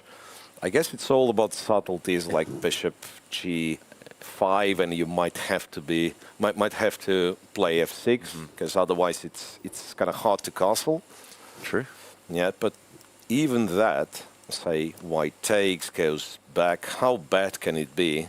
Like it's fairly simplified. Yeah, the bishop is not great, but you go rook e8, you go bishop f8, you swap them, and yeah, probably going to hold. Just another update. Check it out. Ding against Alireza. Yeah. Ding against Alireza is a draw as well. I don't think they required the repetition. It was just a quiet position that they thought was no point in continuing. I have a feeling that they made eye contact at some point, and it looks like it was Alireza who offered the draw. Ding very happy to continue his draw streak.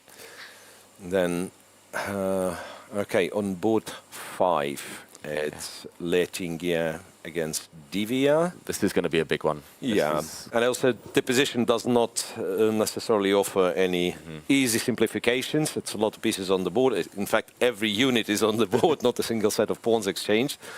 Yeah, that will be one of the deciding boards for this match. And finally, on board 6, has taken a look into this line recently. I'm not sure what the conclusion was. Yeah, there is like an old-fashioned way of playing it for black. It's the famous pawn sacrifice line as well. Yeah, so after h6, a to d1, thing is the line. e5, bishop to e3. And after black takes on e3, white can take with a pawn and pretty much win the d6 pawn by force. Yeah, and they go bishop e6, queen takes, and rook c8, if I'm not mistaken. It was like this. I think Fabi played it and Magnus played it, potentially with both colors. Probably. I think they're happy, the top players, with black. They're just pawn down, but everything else is perfect. Pressure on the c-file, nicer structure. And, but again, a recreational player choosing this line actually suggests that they are very experienced amateur. And look, AD1 was answered with E5 with no hesitation whatsoever, which is incredible. Incredible indeed. And he's just looking so impressive. Wang Zihao, he is 16 years old, 15, 16, but very underrated. Yeah. So here, there's not much to say yet, but that's one of the boards where Dragon Chilling perhaps looking to take whole point. Muzin with Bai Jingxi looks balanced, right? Aronian Wei can be anything, and then Ladies Game can be anything. Yeah, I think boards 2 and 5. That's where Hexamind really want to strike. Strike. And we should mention as well, like Dragon Chilling drawing 2 games with white, they're probably happy with 3-3 because and they take out or they stop one of their main rivals. Yeah, so they hold one of the main rivals for the draw, and even if the others win, it's 2 rounds left, and they have a boost of 2 match points. Yeah, and they've played most of the bunch as well, who are chasing. So it's going to be interesting that last few rounds, but this is how things stand. I think we'll definitely spend more time, so maybe we come back to this match a bit later. We'll spend most of our focus here when the games get more lively. Hopefully no more quick draws. Yeah, bishop c1 was played on that board, so it could be that Murat Omarov is not aware of bishop e3 line, because after bishop c1, black's position looks very comfortable to me with simple moves like bishop to e6. If you need, you can go rook d8, defend the d6 pawn. You can castle. Yeah, be no problem whatsoever. I like bishop e6 because it threatens bishop c4. Nice, yeah. Like say, white plays some prophylactical move, and then there's bishop c4 winning an exchange, because if you take, it's bishop f2. Yeah. Right. That's easy to blunder. White could play h3, white could play knight a4 or something, and walk into that trick. So, okay, Wang Zihao, yeah, he's maybe the one for dragon chilling.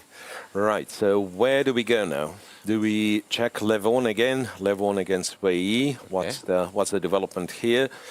Levon is on more time that he started with, and he's pawn up.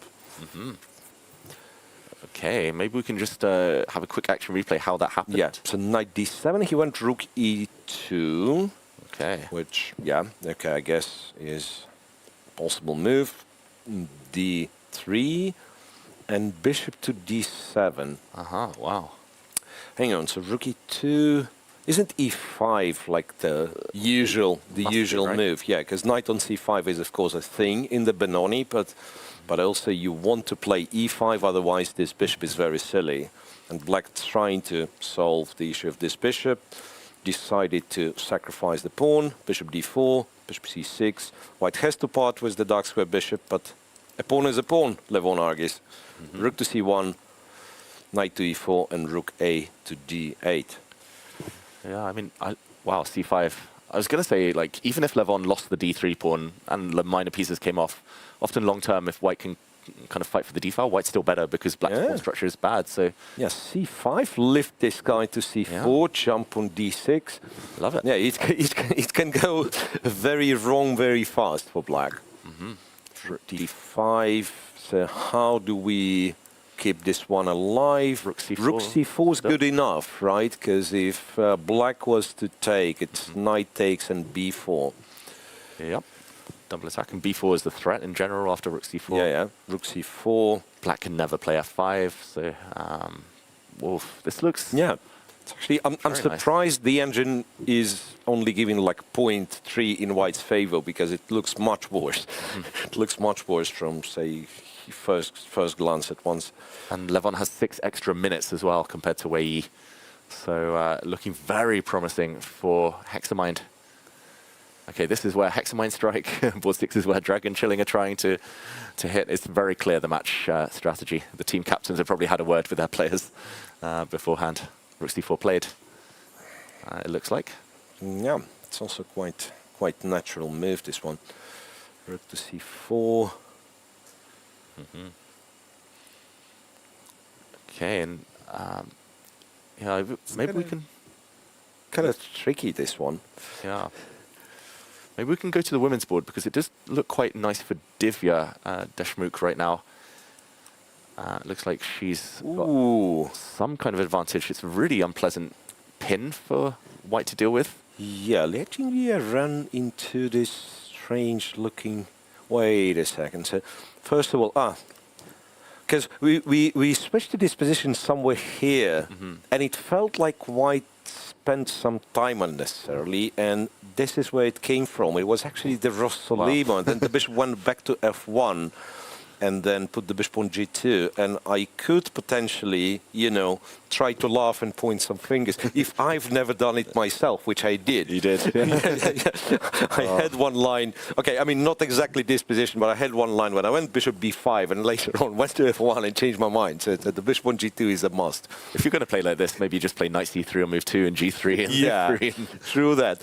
And yeah, bishop d8, rook c1 is another mysterious move. After knight d4, white went rook a1.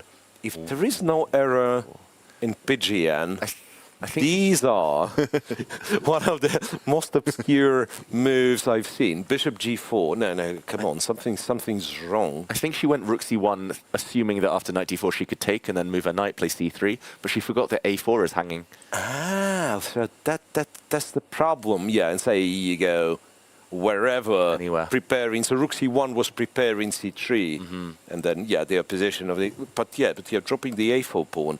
So she went back, and after bishop g4, it's really hard to unpin the whole thing, because when like h3 can be taken, but also if the queen is not on c8, there's still knight f3, bishop f3, bishop h3, and bishop e3, and there's more pins.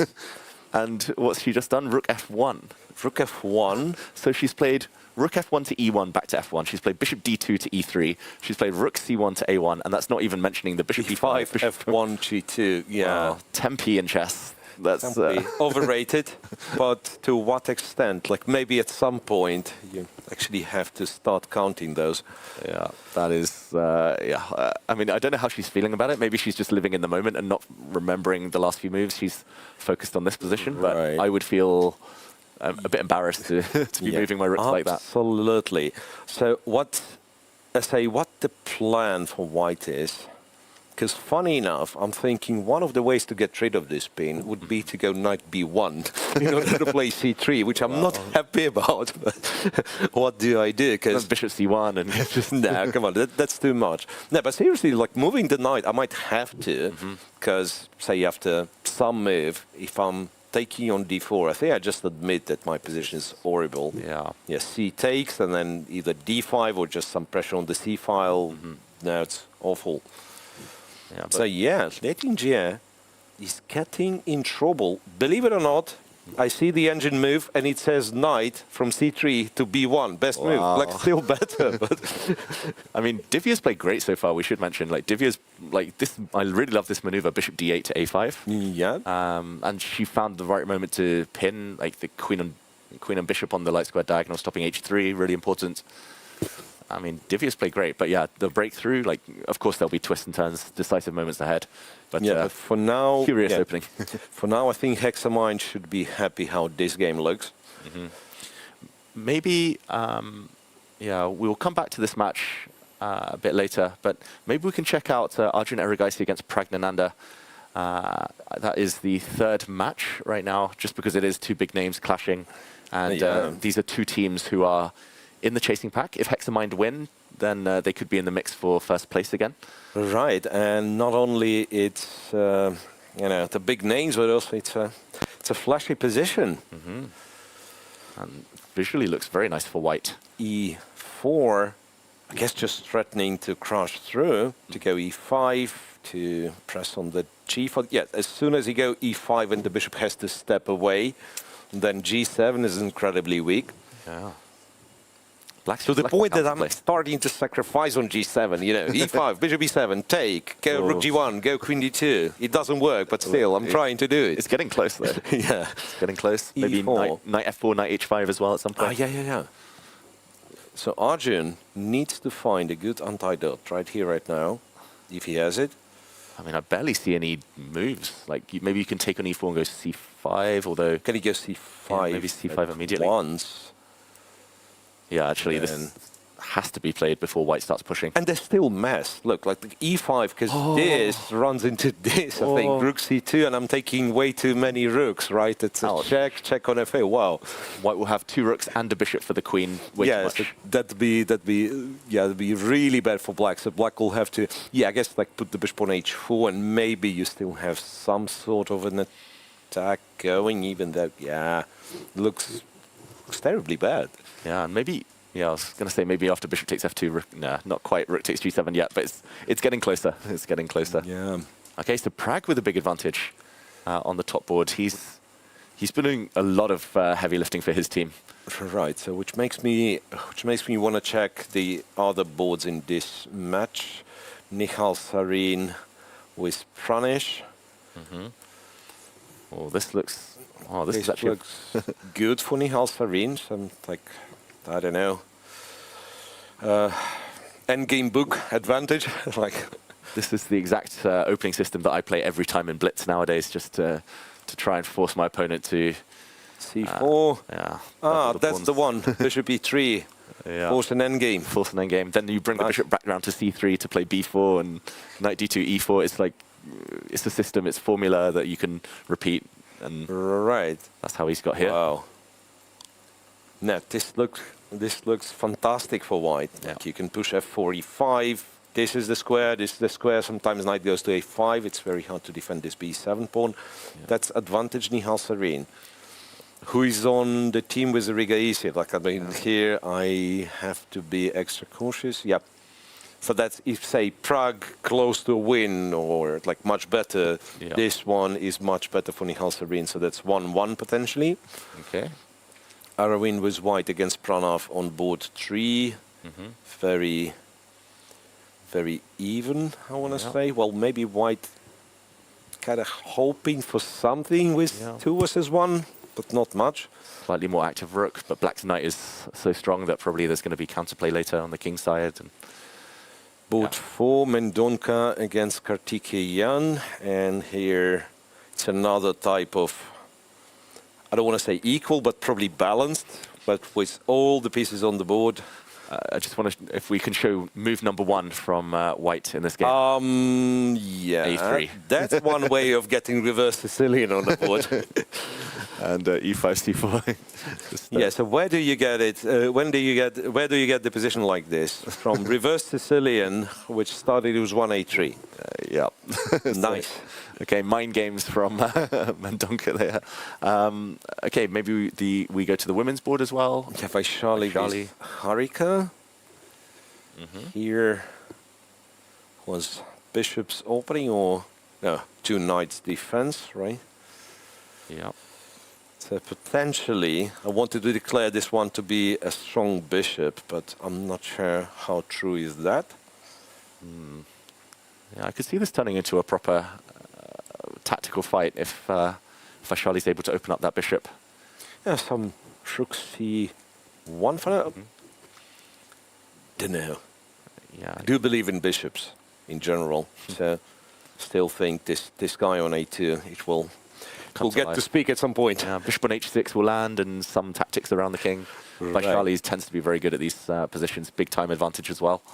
Yeah. And then on recreational board, that's a secret hope for MGD1, or maybe not so secret, because Abhijit Shah on pretty much all the points he could score, apart from that one draw. 8.5 out of 9 so far. 8.5. Yeah, that's crazy. The position is, again, like probably balanced, and strangely, I'd say it's not so much about the king side attack, or not so much about the attack on the king, but yeah, like and as long as you don't blunder a checkmate in 1, you can return the knight to d4 if needed, and g4, d5. Maybe. h5, h6. Maybe white is actually the one with more potential. Yeah. So he just went knight f5 though, which probably wasn't the best, but still seems like white is in full control. Okay, so maybe a small favorite on this bottom board. And yeah, that tends to give team MGD1 an advantage, even if Adrian Erigaisi is struggling. So, okay, looking like a very close match there. Maybe we can check out our second match as well, just in terms of title leaders or kind of contenders. Right. Rapport against Artemiev. So what kind of Richie Rapport we are dealing with in this game? Not the punk Richie Rapport, but very classical Richie Rapport. Exactly. It always depends. In my eyes, it's like how he wakes up, like which side of bed he gets out of. I once played Rapport for England against Hungary, and he turned up 59 minutes late because he didn't know the start time of the round. Back in the days when there was a 1-hour default time. But unfortunately for me, he woke up on a very aggressive side of bed and just wiped me off the board 1 hour down.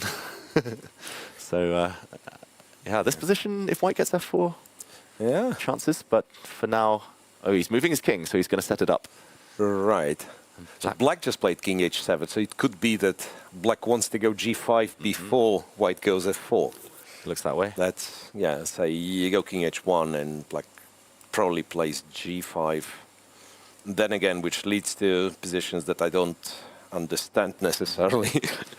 Yeah, it's kind of, I'm not sure whether this was a anti-Berlin or Spanish or Italian. Yeah, but it was anti-Berlin, but yeah, that's precisely, it's like Gioco Piano Italians now these days. Eventually white tries to get d4, but black is advancing. There we go, g5, maybe rook g8, h5. Okay, this could get exciting, but just to point out, Artemiev, as usual, under 1 minute against 10 minutes. Whoa. No, I mean, he keeps doing it and he keeps getting away with it, but at some point it just breaks. Yeah. And when he gets to like 40 years old, he can't do this anymore. yeah, that's what happened to Alexander Grishuk in Classical. Yeah, because he used to be the man who, for 10 years or more, has spent like he's made the last 20 moves in half a minute, right? And just perfect moves normally. But yeah, hard to maintain over the course of a long tournament. All right, let's move on to board 2. Sam Sevian against Shak Mamedyarov. Sam having a fantastic position, it seems. Ooh, okay. The white king, was though. that like a upper pawn, c7 hanging. So the queen returns safely, right? Yeah. I mean, rook a7 is what computer has to say, but then, yeah, rook a7, rook a8, I'm not impressed that then white is just safely upper pawn. And I'd try to make something like that work and then just hope that I have resources to trap this queen.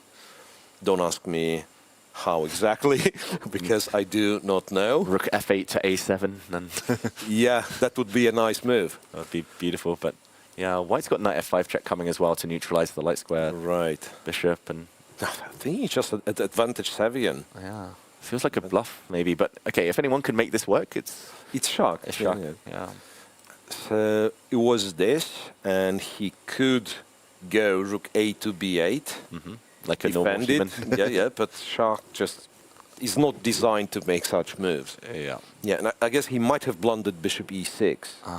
Because, yeah, you cannot take immediately. There's always rook f to b8, but yeah, then bishop e6 forces the queen back, and he takes knight e3, rook a7. Queen will go to b5. And yeah, this looks very, very good for Sam Sevian. Okay, so good news for Mr. Birdie and friends. On board 2, board 3, it's that other time travel addict, Alexander Grishuk. Against Liaquan Liam. He's actually up on time. So while Artemiev is already practicing for the Blitz event, Grishuk is actually trying to speed up here. Yeah. And that is Okay. trying to make sense of it. It looks symmetrical. Symmetrical, equalish, I'd be tempted to say. But the eval bars on white side, I noticed. Eval bar is on white side. And I'm guessing white might have some sort of a threat, which I'm struggling to identify. You want some like bishop somewhere, knight e4. And, yeah. A5. And I was thinking, could it be, say, this? And if queen h5 all of a sudden takes here, and go knight e4 and play on dark squares, and like this one. Well, there's also a queen trap, right? Like bishop e7, knight g3. Oh, that knight g3, there is not a single square on a fifth rank. Yeah, we control everything. So tactically and positionally. Yeah. And in fact, a5 was, okay, maybe not the, no, it wasn't the safe square because there was b4, but still. Yeah. Still, like, taking away a5. Right. a5, rook f e1, very calm move. Makes sense. Also very strong. If black couldn't find anything better than a5, then why not improve the rook? Yeah. No, and I think the position is actually really bad for a practical game because it's already better, and the best move for black is apparently bishop to h8, which I cannot even read what it means. It's probably like escape some knight e4 with a tempo and so on. This is never going to be played. Never. And yeah, it's just, that's the most frustrating type of position when you're close to equal, you think, oh, it's symmetrical, I should be fine, but you can't find a move. No way to swap pieces, no way to... Precisely. Like you find out how unpleasant it is, and then, yeah, it's very often that you try to make something work and it makes the situation even worse. Exactly. So, okay, good news here for Kaz Chess, Alexander Grishuk. So maybe boards 2 and 3 balancing each other out right now. If we keep moving down the line. On board 4, Evander Liang, who actually has a very good tournament, or had a very good tournament. I don't know how his last couple of games went. He's on 7.5 out of 9. Wow, So quite 3 impressive. draws. +6 with 3 draws. And yet again, seems to have a very, very comfy position. I think the whole question is, like, if you can organize f2, f4. Yeah. And yeah, rook f1 is a clear hint at f2, f4. He's not being subtle. Yeah. But So the question is, like, how bad is something like g5, or does it? Yeah, the funny thing is, it apparently doesn't stop f4. ooh, wow. And Knight takes. I mean, again, I don't know how easy is that, but g3. Yeah. Well, that's not so easy. But yeah, in general, G5, I think in a rapid game... Yeah, you don't want to be playing g5, I agree. G5, because yeah, it weakens too many squares. Queen e7, let's be reasonable. Yeah. Eventually, white will play, like, I don't know, G3, H4, F4. Or maybe no, H4, G3, F4. That's this type of position that white normally enjoys a lot, right? Yeah. It's white who has the keys to pawn breaks, is f4.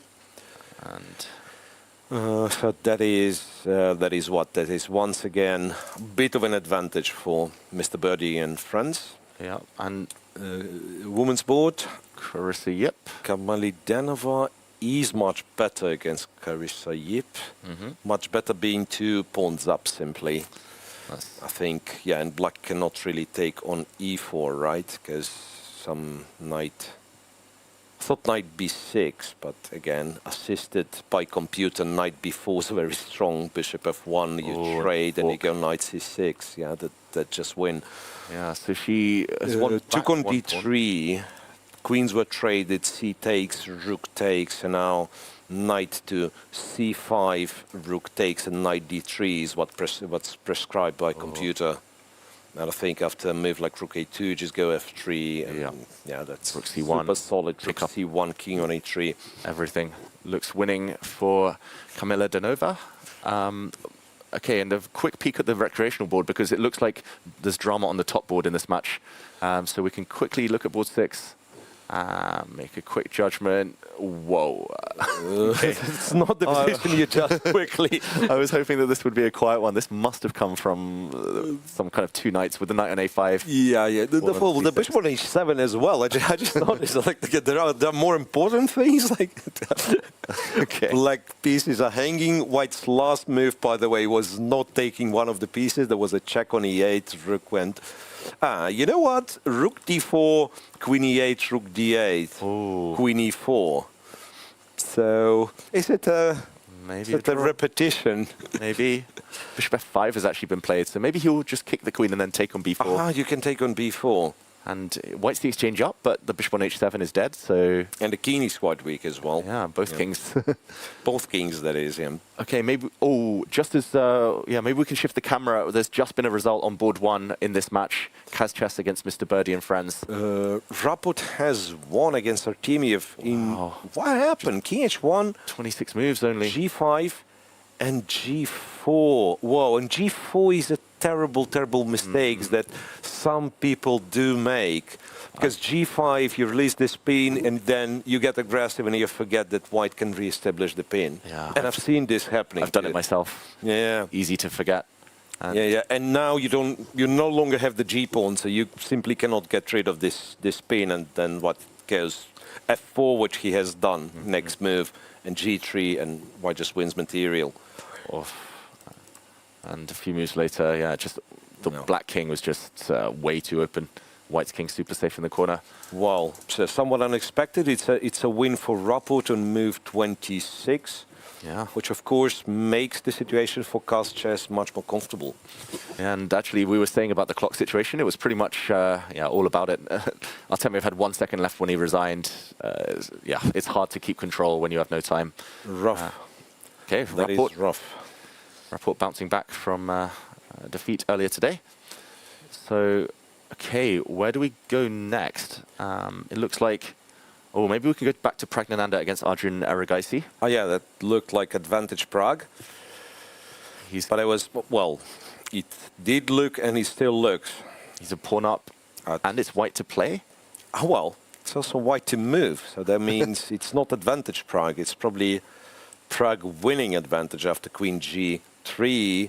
And you cannot play rook g8 because knight takes, right? So it's like queen g3, g6 Arjun had to play. Then I guess we take the pawn, or what do we do? Could go knight e3. Both look But good. yeah, why not take the pawn? Yeah. Threatening knight takes f7, threatening to just blow open the whole king side. Knight takes.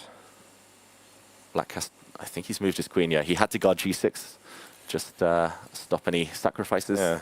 And of course we know Arjun is very, very resourceful, but it's not the position you can find a lot of tricks in. Like, black will have one check on e4, but then what next? Like, yeah. And again, forward. computer being brutal just says f5, crush through, white wins. Yeah, you can even sacrifice some stuff, like f5, whatever black threatens. Just fg, just keep going. Okay, it looks like Pragnananda is going to take down Arjun Erigaisi. And that for at least Chess Gurukul, f5 on the board, is good news. It feels like all of these matches, like lots of decisive games, it's just Dragon Chilling are trying to neutralize everyone else. Okay, actually, maybe we can go to that top match. Let's go back, because Levon Aronian has defeated Wei Yi. Wow. And that extra pawn happened to be one move blunder as very well. important, and it's a very end. Yes, white was already better, but then somehow this is beautiful. C7. C7, and when you take, they take. Beautiful from Levon Aronian. Check on a8 and check on e4, and picking up the rook.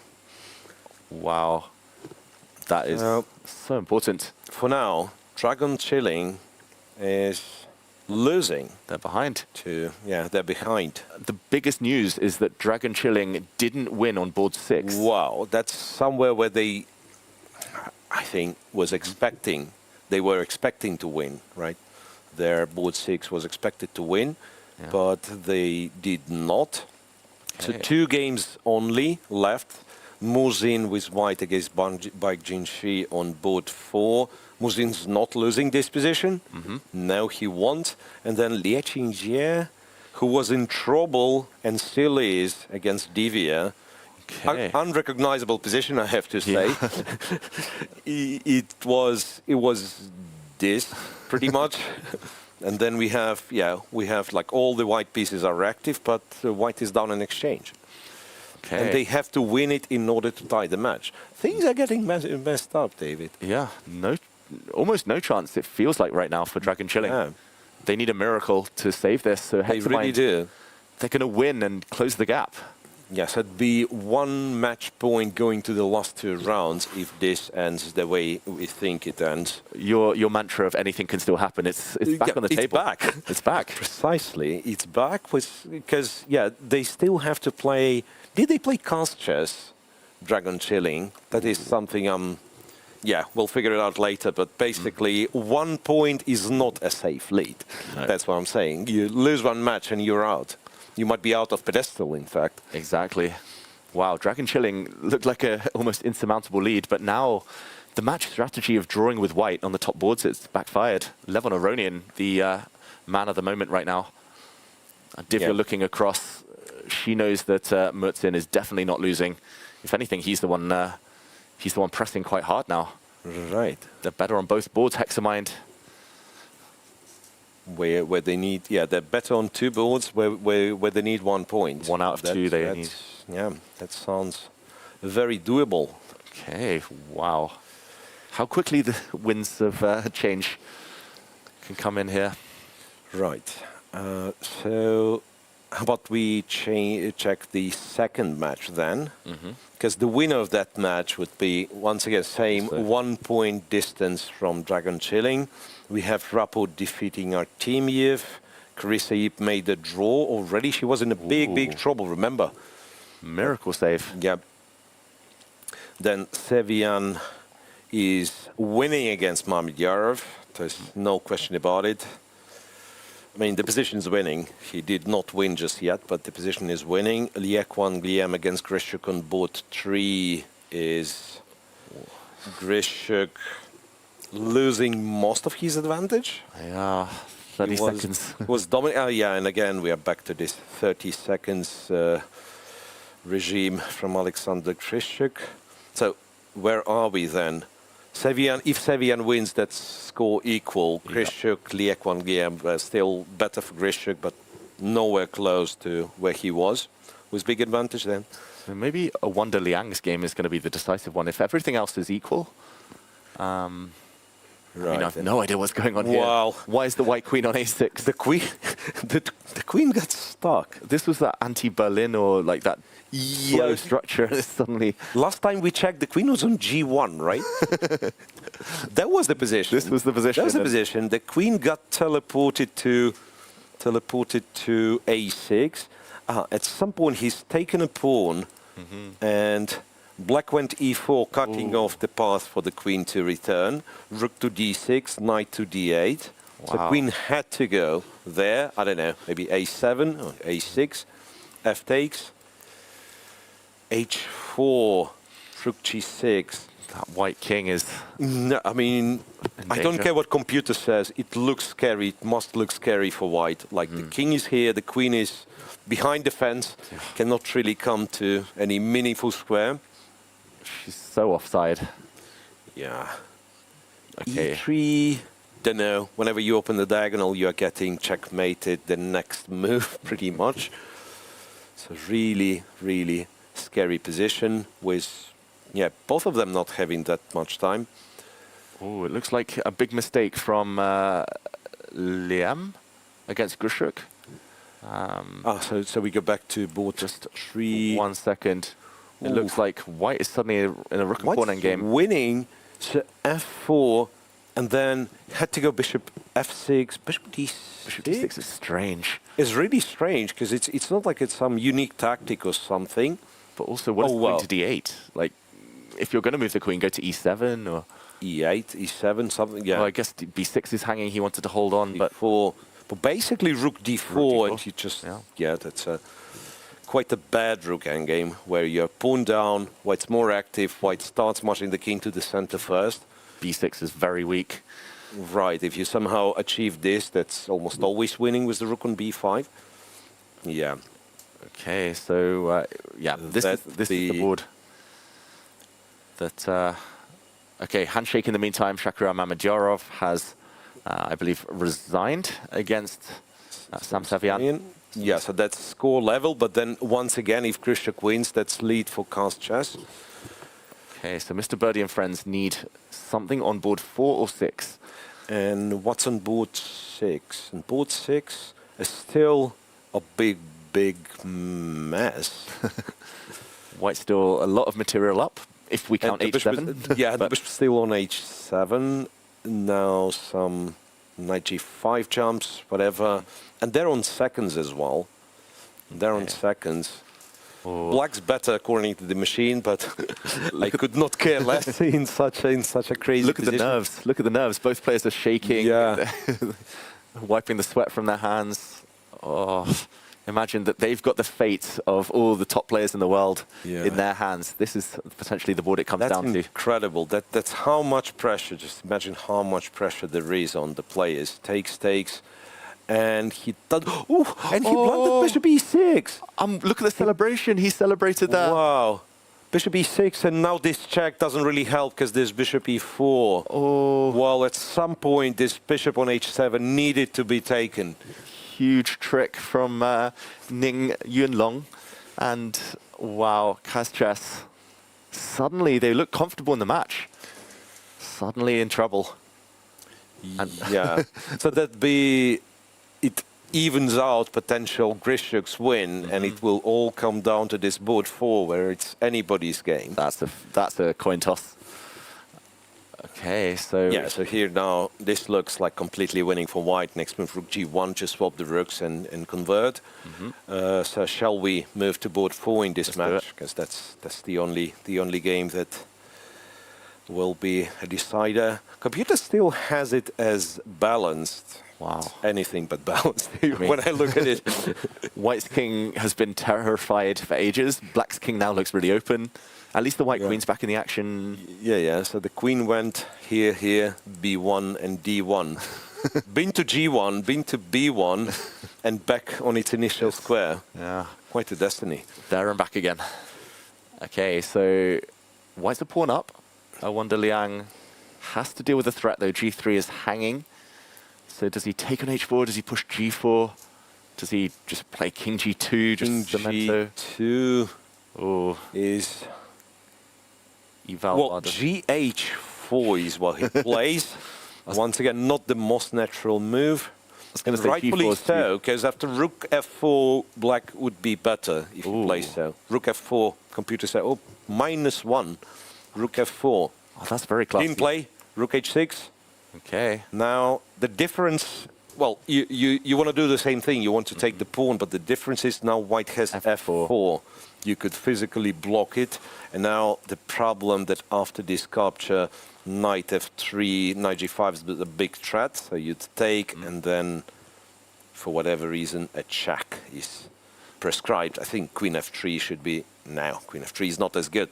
Okay, never mind what I'm saying. I'm just reading out loud the engine lines. Okay, in the meantime, Volodar Mertzin has won, confirming that Dragon Chilling have been taken down. So they've lost their first match in this competition, and Liechingye against Divya, even though the game goes on, will not change the outcome. And yeah, that's a huge win for Hexamind. Volodar Mertzin is one of the players of the event so far. He's been winning nearly every game. Just dropping a couple of draws. So look, David, f4 being played, and knight c4 happens to be a mistake. So now, apparently, the line is rook to d7, force this, go queen e2, hit the knight, and in case of knight f6, knight g1 to f3 is the key move. Using the pin, and then you defend h4, the knight starts having access to all those squares, and that would be devastating for black. So important. Without that, black is coming with knight f5, taking on h4. Absolutely. All that, yeah, we have, it's a current position, so queen e2 is what he has to find. Meanwhile, Grishuk has won. Grishuk has won. Grishuk has won. So what's the score in this match? I'm getting confused. Raput won, Mamedyarov lost, Grishuk won. So that's +1 for cast chess. Yeah. Last board is still in progress, but this is where Mr. Birdie and friends winning. On both boards, it looks like Mr. Birdie and friends. Wow, this board suddenly is totally winning for Wanda Liang. Oh, well, f6. Black had to take because queen f7, queen g4. Ahmed is winning. It was a bluff f6, right? Because yeah, more or less. He could have survived by taking it.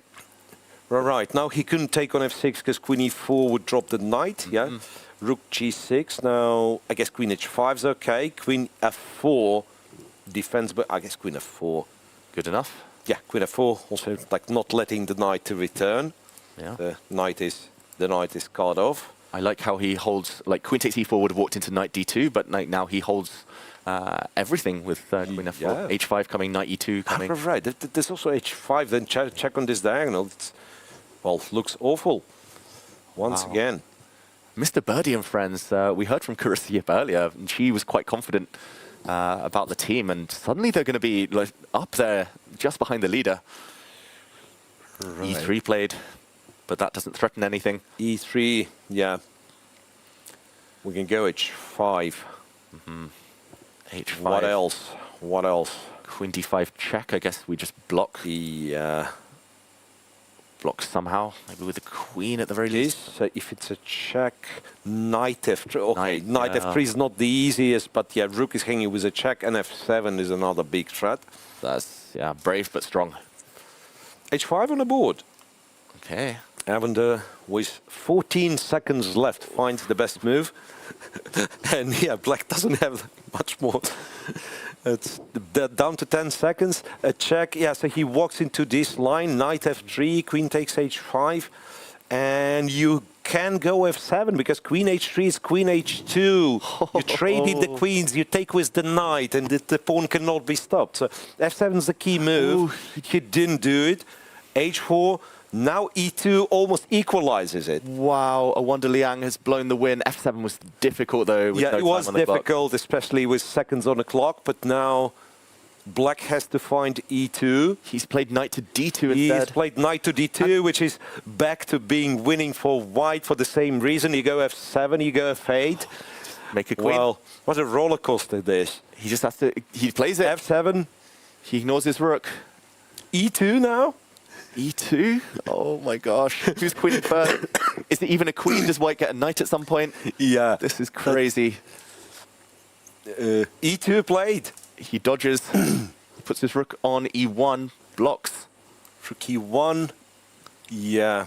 And okay, the best black has apparently is like take on f3, trade the queens, take on e1, but white will be winning this one. Oh, he doesn't want to go for that. He tries rook to g4. Very interesting move, but can white make a new queen, first of all? Is there something better? I think the answer is yes. Well, again... Well, he's reaching for his knight. He gives a check. Knight g5 check. Even better. Which is the best move. Now, king g6, maybe you promote to a knight, and that feels like checkmate. Can you promote to a knight now and mate the black king? Mate knight, king g7, knight fe6, a couple of checks, and it's a checkmate in 3. Yeah. So f8 knight would be a spectacular way of finishing the game, but queen d6 is just as strong because f8 queen comes with a check next move. Yeah, and it was played. I wonder Liang. A wonderful result there. Winning the game, and it all breaks down to the last board, which is still in progress. It's 2.5, 2.5, and the last game is still going. But this is totally a winning. Lot of pawns. Mr. Birdie and friends. That is a lot of pawns for Mr. Birdie and friends, right? So they do win this one. Yeah, 4 pawns up. This was such a nervy battle, could have gone either way earlier, but now he's not going to promote to a queen, he promotes to a knight on this board to avoid the stalemate. So the queen was not possible, the rook was not possible. And it's a handshake, he takes the win. Ning gets the congratulations of all his teammates. Oh, heartbreaking stuff. It's 3.5, 2.5. Koscheck gets defeated. And Divya is still playing her game against Ling Ting-ye, but yeah, that one, the match has been decided. Third match. Prague won against Rigaisi, but so did Nihal Sarin against Pranesh. Aravin beats Pranav. Okay, and there's one game still going, so the scores are level. The scores are level because Abhijit Shah won on the last board, unsurprisingly. One game, which is Mendonca Kartikeyan on board 4, right? Which is winning for Mendonca. Yeah, looks over. That is MGD1, right? Mendonca's playing for MGD1, right? So MGD1 will win the Indian derby. And we can stay with Lietingye and Divya. Where Lietingye makes a draw, or Divya decides that she had enough, simply takes the knight, and it's a draw, which seals the deal at 4-2 in favor of Hexamind. Big win, and that will help their tie breaks as well as the tournament situation, the match points. Wow, we're seeing... Look, like their tiebreaks, everybody else's tiebreaks. And Miro, we haven't spotted it because there's been so much drama, but Magnus Carlsen has lost a 4th game in a row. I told you it wasn't an easy game. Wow. Magnus Carlsen, I don't believe he's ever lost 4 games in a row. No. And look, I mean, we don't have the time to run through the entire game, but the final position looks like he got destroyed. Yeah, Magnus, he's doing strange stuff. He's sacrificed the exchange really early in this game, and I don't know why he's doing it. He sacrificed his queen in the previous round and didn't get enough. Sacrificed the exchange in this game. Yeah, so the tilt exists. He is human. And yeah, that means that did they win the match, though? Lost their match to Odla Yurdu. Lost their match. Wow. That's crazy. The top seeds. That's crazy. The top seeds, after 10 rounds... They've lost 5 matches? They're on 50%. They're on 50%.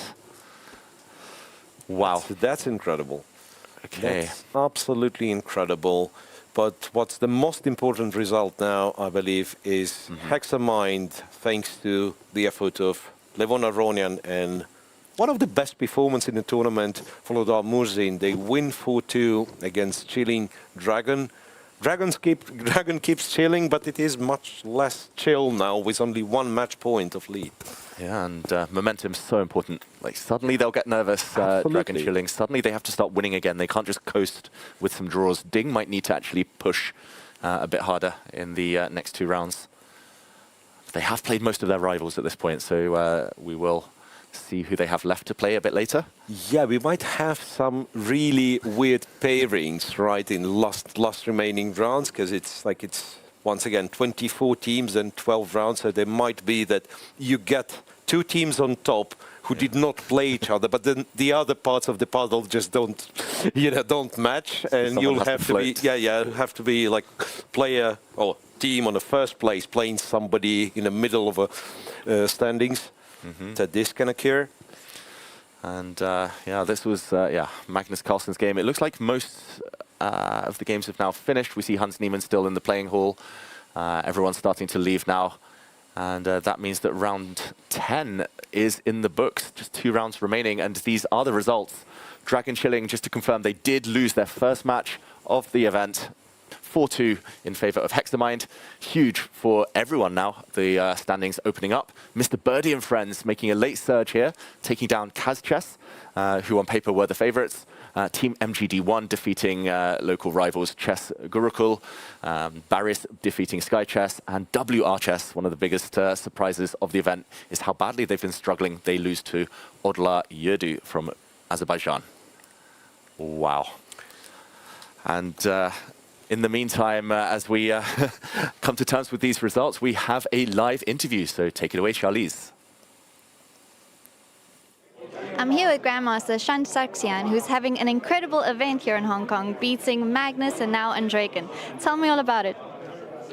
Yeah, I'm feeling great. I think it was a really good game today. From the opening, I had good position. Maybe I missed something then, but I think it was a good game. And how do you feel being board 1 leading this team? Oh, it's very good. Unfortunately, we lost this match. I think we had great chances.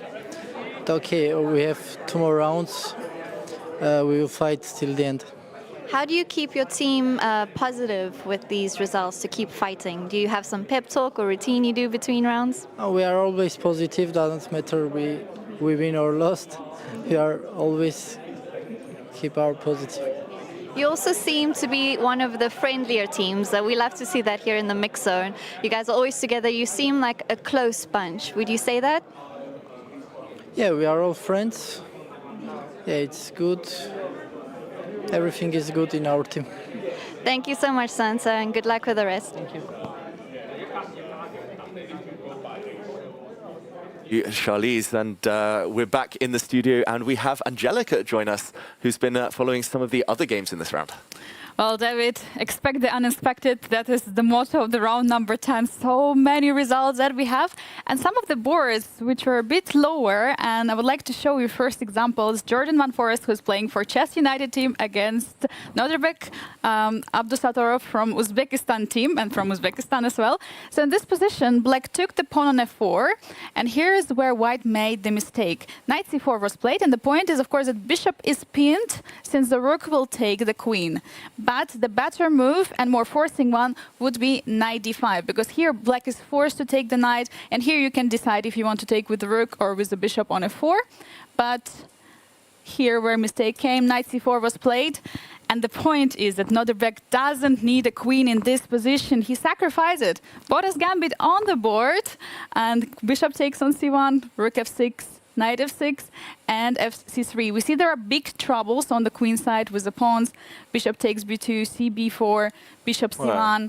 So it looked like huge domination. What would you say about this position? I mean, yeah, I think like the cool thing that you could literally stop on every move, because bishop b2, it's actually kind of beautiful sacrifice. He could blunder. Yeah, bishop b2, you can take on b2, and then I imagine c takes, and the fact that the queen got stuck on h3, right, the pawn's promoting. You don't need the queen anyway, right? Yeah, that is amazing. And he went on to win in great style. Absolutely, he went on to win. Very important for his team. The other game which I would like to go on with, and I would like to start with the opening. So what I know is that White played here English opening. But I would like to ask you, what did Black do? What is this opening? Do you know, David Miro? Well... No. I have no idea. All I know is that this actually, it's kind of like a reversed opening, which they call the North Sea defense or the Norwegian rat, where after e4, g6, d4, black plays knight f6, provokes white to come forward, and then puts a knight on the side. And I think white's done this with reverse colors, right? I would say that was played in 1926, this one, by Reti Alechin, the famous Alechin's longest combination ever, except c4 and h5 was not played. It was g3, e5, knight f3. No, I've never ever seen the combination of moves like that after 3 moves. Yeah. But let's continue. You know, of course, the idea is for black at some moment to push for this h4. So here, of course, the pawns only 5 was under attack. So e4 is played. So it is the red. Knight h4. It is the red. Yes. And now the point is, of course, h4 is never going to happen. And according to the, so to say, theory and other games which have been played, bishop e7 is the main move here. So we're attacking the knight. But here, knight played b5. Oh, wow. Nice. And according to computer, and also we can see the first mistake because, okay, first of all, he's continuing pushing with the pawns. He's opening the diagonal and targeting the pawn on c4. But what happens next? d3, now targeting the pawn on e4 because it's already expanded too much. Black spends so much time opening the diagonal from h1 to a8. Nice. Now d5. When you said A and H and E, you might as well say B and G. What's going on? Knight f5, knight is stepping away forward. Now e d3, another pawn move in the position, trading the pawns. Now bishop d2 coming with a tempo on the rook. Now d5, stopping. I mean, you said so many pawns, so why not to push the d pawn, right? It's a central pawn. Knight e3. Knight e3. And now bc4. Wow. Bishop d5. c6, and this is the final pawn move, which is number 9. 9 pawn moves in the row into this position. Of course, like also getting really, really bad position. Later on, white continued to convert. Your thoughts on the opening from black? I mean, firstly, don't try it at home, ladies and gentlemen. But also, it's very cool. It's very cool. I don't care it's bad, but it's very cool. They're both rebels. They both broke all the rules in this game. Right. And yeah, white went on to win. I guess just peace activity. And wow, what a game. Thank you, Angelica. That was the most fun opening that I've seen. Very entertaining. Yeah, absolutely. Thank you so much. And Angelica, we've seen some big surprises. Now the field wide open. What are your predictions? Who's going to win the event? So tough, you know. I was always looking at this Ding chilling, dragon chilling team, but now they lost. I mean, suddenly so many teams are up, and also we have MGD1 who are defending champions. They also won their match. I think it's going to be really tough, but I feel like MGD1 are in the good spirit. Okay, so Arjun Erigaisi maybe going to lead his team to victory. Thank you, Angelica, for breaking down those games. And yeah, we're going to go on a short break. There's 2 rounds remaining, everyone. Big questions remain. Will it be dragon chilling? Will it be Ding with another world title? Or will they have lost now the momentum and will other teams strike back? Hexamind are in the flow suddenly. We're going to go on a short break. We'll be back with round 11, 2 rounds remaining, final sprint. Don't go anywhere. See you soon.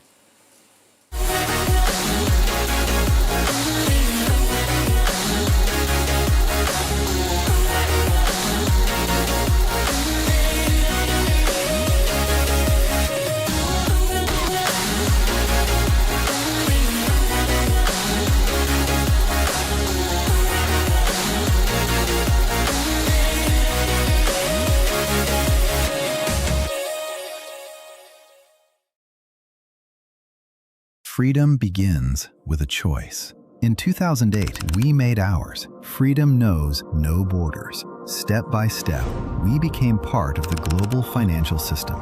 In 2019, we went public on NASDAQ. In 2024, we built a digital ecosystem. Fintech, lifestyle, telecom, everything comes together in one unified digital space. Today, freedom is a system that shapes markets. $2 billion in annual revenue, $9.3 billion market capitalization, 11 million customers, 11,300 plus employees, 230 offices worldwide. Freedom begins with a choice, and every day we make it again. Freedom Holding Corp. One ecosystem, many possibilities.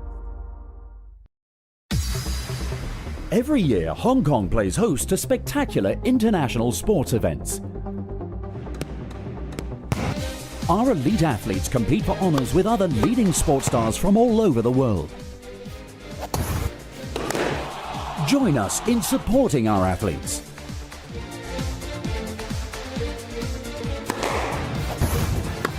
Come and enjoy the excitement of N-Mark events, Hong Kong's top sporting events. Welcome to the FIDE Online Chess Museum.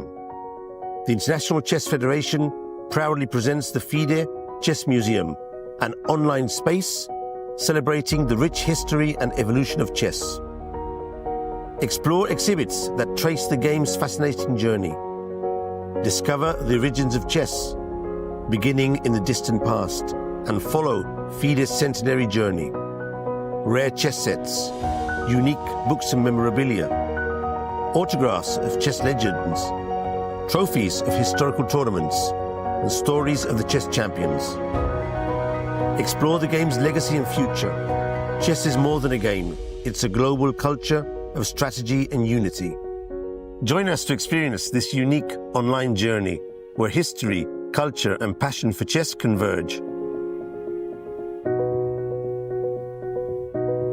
And also on your phone. Tired of paywalls? How about unlimited play, puzzles without limits, uncapped analysis, master-level studies, tools to learn and improve, and watch tournaments from all over the world, all for free? That's Lichess. No ads, no trackers, no subscriptions. Open source and funded by donations, not by data selling. Our focus is just on chess. Find us at lichess.org or on the app stores.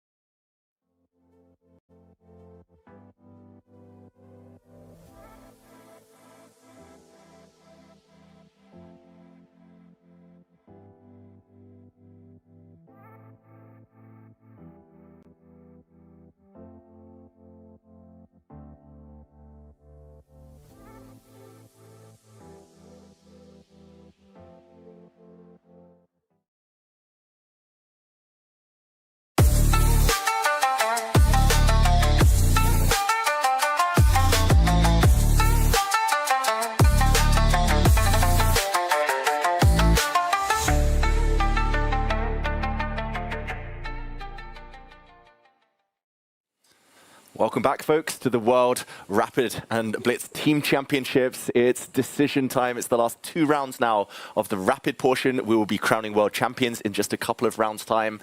Grandmasters Howell and Miroshnichenko at your service. And Miro, Dragon chilling, it's not easy for them anymore. No, they're still on top of the standings, but they are no longer chilling after losing this last match and being closely followed by 3 teams.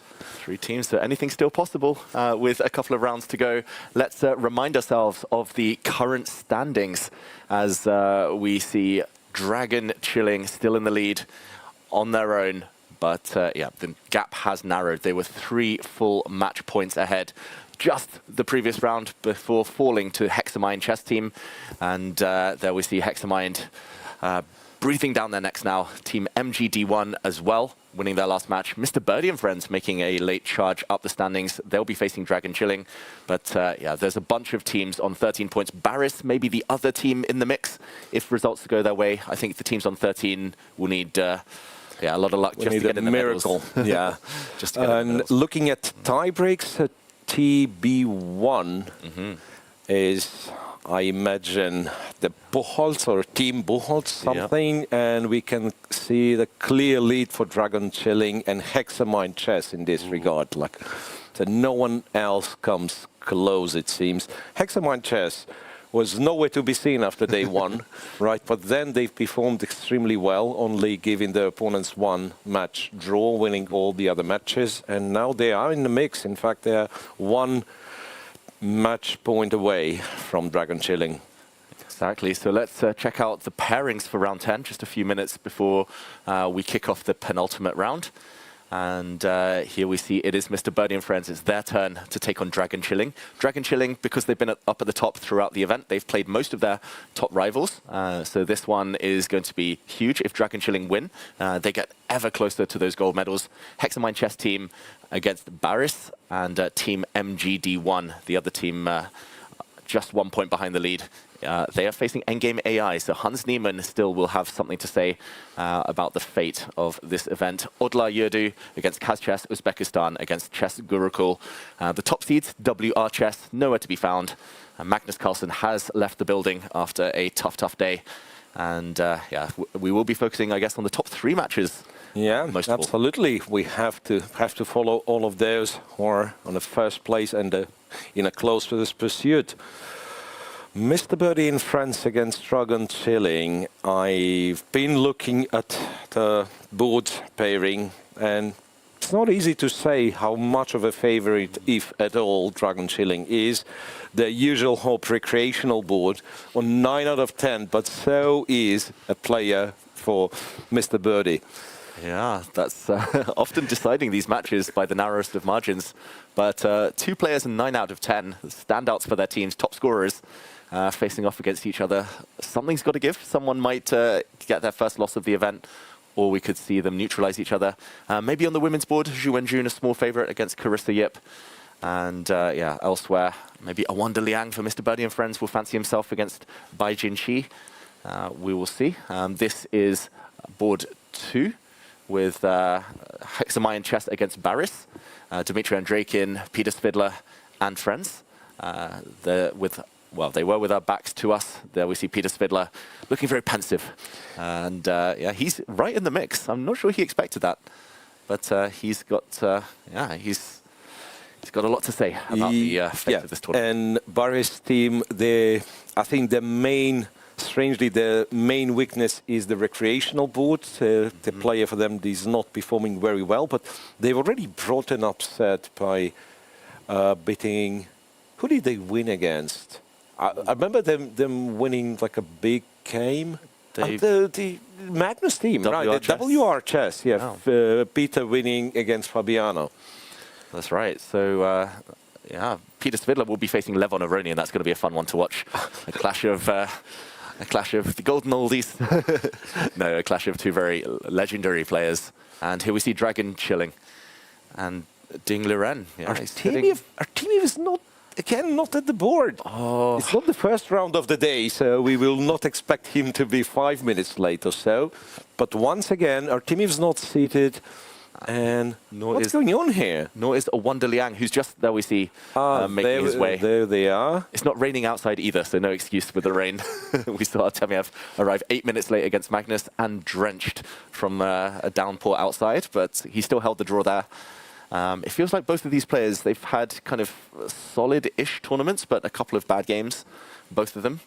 Artemiev, his main weakness has been the clock, so he should be moving faster. Okay, I think, yeah, maybe a draw the most likely on top board. If both players it feels like with both players being like very solid and not in their top form. D4 from Vladislav Artemiev. Right. And I'd say, if anything, I would think colors kind of favor Mr. Birdie and Friends having Carissa Yip with white against Zhu Wenjun. Because Zhu Wenjun with white would be a bigger of a favorite, I think. That's true. Other than that, Le Quan Guillaume with white against Yu Yang-yi. Again, very, very solid pair. Bishop B4. Dean going for the Ragozin. And Queen A4 check with E3 is a very reliable positional system to face the Ragozin, not allowing any craziness. Very trendy stuff. This is being played a lot lately at the top level. The white queen going back willingly, so losing a move, but the black bishop now going back. Knight and C6 can be misplaced. Yeah, bishop D2, bishop goes back, and Yeah, got to be careful. You can take d5, you can go a3 to stop any knight b4 nonsense, in which case I think black might consider going e5. Okay. Bishop e2, knight b4, willingly jumping here. And I think c5 is the next C5 move, which leads to... Okay, first to capture. To capture first, so that the knight can go to d5 if needed. Wow. Bishop takes, and b7, b6. Ding speed. He's gained a minute and a half almost since the game began. Eyeballing Artemiev there. This must be prep, and that's good news for Ding Liren. Yeah, it's good to be in a prep against in such an important match. Yeah, the position though looks solid. Not very exciting so far. Very solid for both. Yeah, c5 will come and neutralize the center and maybe symmetry. Yeah, bishop a6, bishop b7. Yeah, it looks like Artemiev not really able to achieve any advantage in the opening. Right, and we move down to the second board, where Wei, arguably one of the more dangerous players on the Chinese team squad. But Sam Sevian, I think, has a fantastic tournament. Yeah, he won against Mamedyarov the last round, right? And then he has quite a few very important wins. Yeah, he's on a 3-game winning streak. He beat Dominguez, then Jordan van Forest, and Shakrur Mamedyarov back-to-back. Yeah, quite impressive.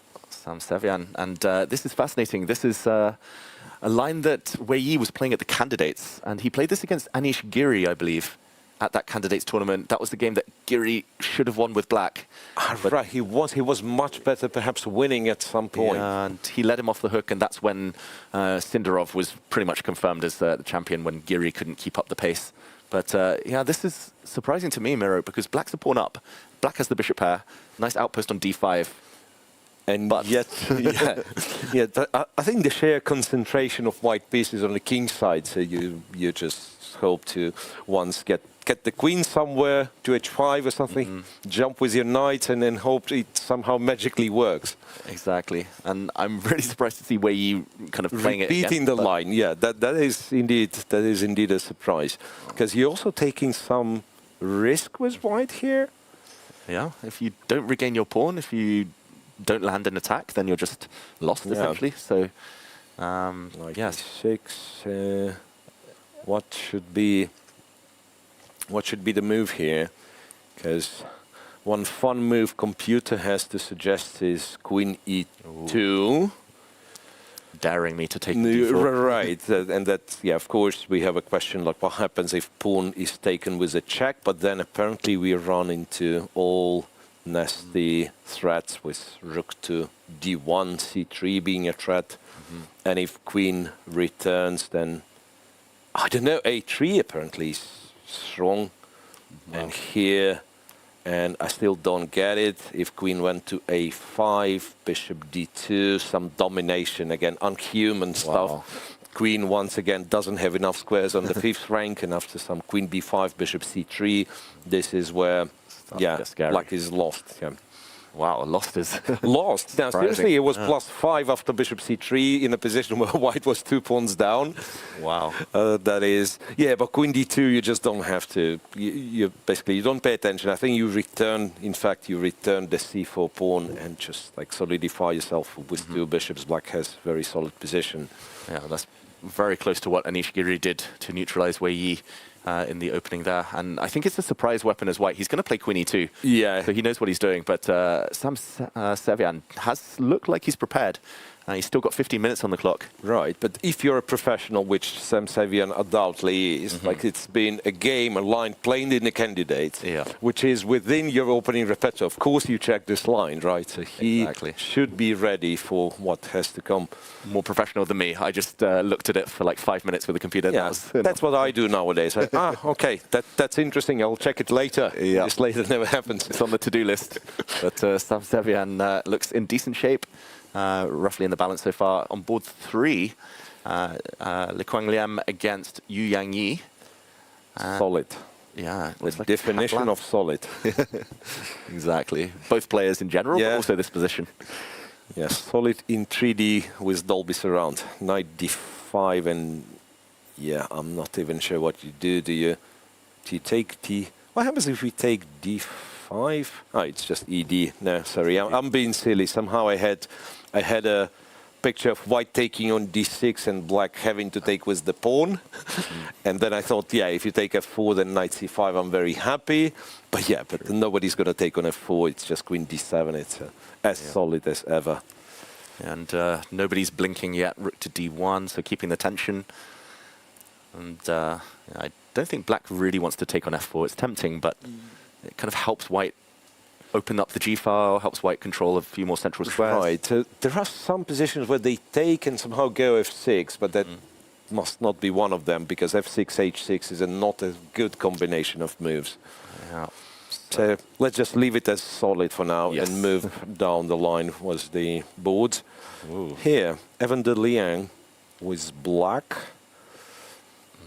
Bai Jinshi being, once again, being very solid. I think we've seen quite a few games with him going for double fianchetto. And yeah, slow positional, maybe not so slow this time, positional pressure. I recognize the line, by the way. There was a piece sacrifice just 2 moves ago. I think it is theory, but just to mention. This one, knight d7, rook e1, c5, e4, knight c3, knight e5. And just queen e2. Bishop c5, yeah, queen e2. And if you take, it's knight to d5. Yeah. Knight to d5, and white wins the piece. But, I mean, you also throw rook e1 in. Gain a lot of time. And then you take e5 or e7 and e5 in both cases, like white slightly better. So after queen e7, Compy wants to go knight a4. Okay. Go after the bishop, and like my reaction would be bishop a3, which is wrong, because then you take go f4, expand, and I think go f4, go e5, knight starting to jump. So in fact, if knight a4 is played, apparently the recipe is to take the knight on d4, which usually player with white in such lines is very happy with. That's the dream, like not much risk, bishop pair long term. Yep. Okay, so deceptively balanced, but maybe small edge for white. Yeah, could be something going on for Bai Jinshi. Okay, but early days, and okay, one of the ones we picked out beforehand as the games to watch, Carissa Yip with white against Zhu Wenjun with black. This looks less solid. This looks more fun. There was again one of those gioco pianos, and yeah, piano means quiet in Italian. It doesn't look any quiet, to be honest. Well, especially, as I've already said, the combination of moves g5 and then castle short right after it, that's something that still still confuses me a lot. h4, knight h2. Looks good for black, I want to say. But here, not sure if I necessarily agree with giving up the center, because knight g6 was perfectly sound. Takes c takes knight g6. Oh, see the now, yeah, this last knight g6 move apparently is not great because reasons. There isn't anything, there isn't anything tactical or so. It's just queen d2. Intending to go queen h6, where you have to react, and then a to d1, and I think you have to react again, because I might be taking this guy, attacking that guy. So it goes a4, and then white kind of starts to push in the center, and computer really likes it for white.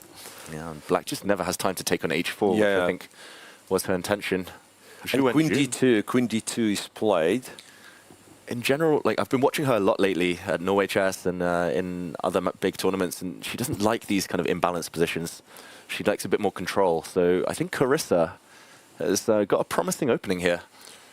It's very good news for Birdie and friends, for Mr. Birdie and friends. Yeah.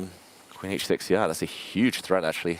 Well, queen h6, and I kept concentrating on this h5 pawn. Queen h6 also attacks the knight on g6. Yeah, so it feels like it absolutely has to be stopped, and then, okay, ad1 is one thing. Can I just like take this immediately? It's also very strong, because apparently black has to take, then it's queen h5, knight back to g6, up to +1 for white. even this one. I mean, it's a clear pawn, right? And Yeah, so queen d2 is the key move then. It's already a double attack on a5 and h6. Wow. And yeah, never mind trying bishop b6 because computer is in no doubt queen h6, white is winning. Knight takes h4, I just assume queen h6 wins again. Wow, okay, Zhu Wenjun maybe in a bit of trouble. Women's world champion against Carissa Yip right now. And of course, the star game, the most important one, is game 6, where we see the two recreational players, both on 9 out of 10, facing off against each other. Wang Zihao, we've seen a lot of him, but we haven't seen so much of Ning Yunlong. And okay, looking balanced, I'm going to say. Yeah, I'd say I would not dig too deep for this for board 6. It's just kind of balanced position with. Yeah. Looks like black's fully equalized, and we'll put a rook on b8 at some point. Yeah, like if very healthy. If anyone, it's black who's enjoying a bit more pleasant position, right? So this knight on d5 is very stable. White almost never wants to take, and you cannot drive it away with b4 being so weak. So that's like a fantastic knight on d5. You go king e7 or f7, whatever. Put the rook on b8 and just looks healthy. Just go on. And yeah, if this is a draw, I think that's kind of good news for both teams. But right now, I would say that Mr. Birdie and friends are probably the happier of the two, just judging by all the boards we've seen. Yeah, that's right. And once again, let's not forget that Dragon Chilling, they've lost their last match, right? So the confidence been shaken quite a bit. Yeah. It's one thing, like you're leading with a lot of match points, difference, undefeated, and so on and so on, and then you're playing this tough match right after a loss. Exactly, and once one player starts to get nervous, you kind of feel it among your teammates. Yeah, it spreads very fast. Yeah, something's in the air, and then it's like, oh wait, you can't trust yourself anymore, you can't trust your teammates anymore, and things spiral quickly. So, okay, we'll come back to this game, and maybe this match a bit later. Other than maybe Carissa Yip, everything else looks equal. So, okay, match 2, where Hexamind, the informed team right now, looks like they've got a fantastic position on board 1. Whoa, what happened? Alireza looks like he's crushing right now. Practically winning? Okay, so that's Sicilian Khan. Sicilian Khan, knight c3, knight to c6. So you can't take on g7. e5 is actively disliked by computer. Knight d5 must have been some sort of a mixed moves order. Knight g4 castles, knight e7 h3, knight f6, and this is where Compy says take the pawn, go to h6, and after knight d5 c5, knight f6, or knight e7, not sure, knight f6, could be bishop g5, so knight e7, bishop e3, and that, computer claims, is a big, big advantage for white. And Alireza does take the pawn, we see on the camera there. Yep. This is playing out. Levon Aronian and Divya look very excited about his position. Yeah. Honestly, if this happens on the board, I won't be surprised if Alireza just crushes through. Because not only it's a better position, but he'd be in his element with all the tactical, tactical possibilities available for white. Black's king's going to be in the center the rest of the game. I wonder whether you take on e3 with a pawn there with white or with a... Right, yeah, it could be just take f, e3. Yeah. Is there a way Andreikin somehow completes the development, plays for some sort of an attack, just trying not to take on d5 at all? Yeah, no, I don't think so. Bishop g5 is just a threat as well. So yeah. Might as well move the knight. Andreikin, it's not his type of position. We mentioned he's quite positional. He's got some quirky ideas, but I don't know if he likes being attacked this early in the game or likes it being this sharp this early.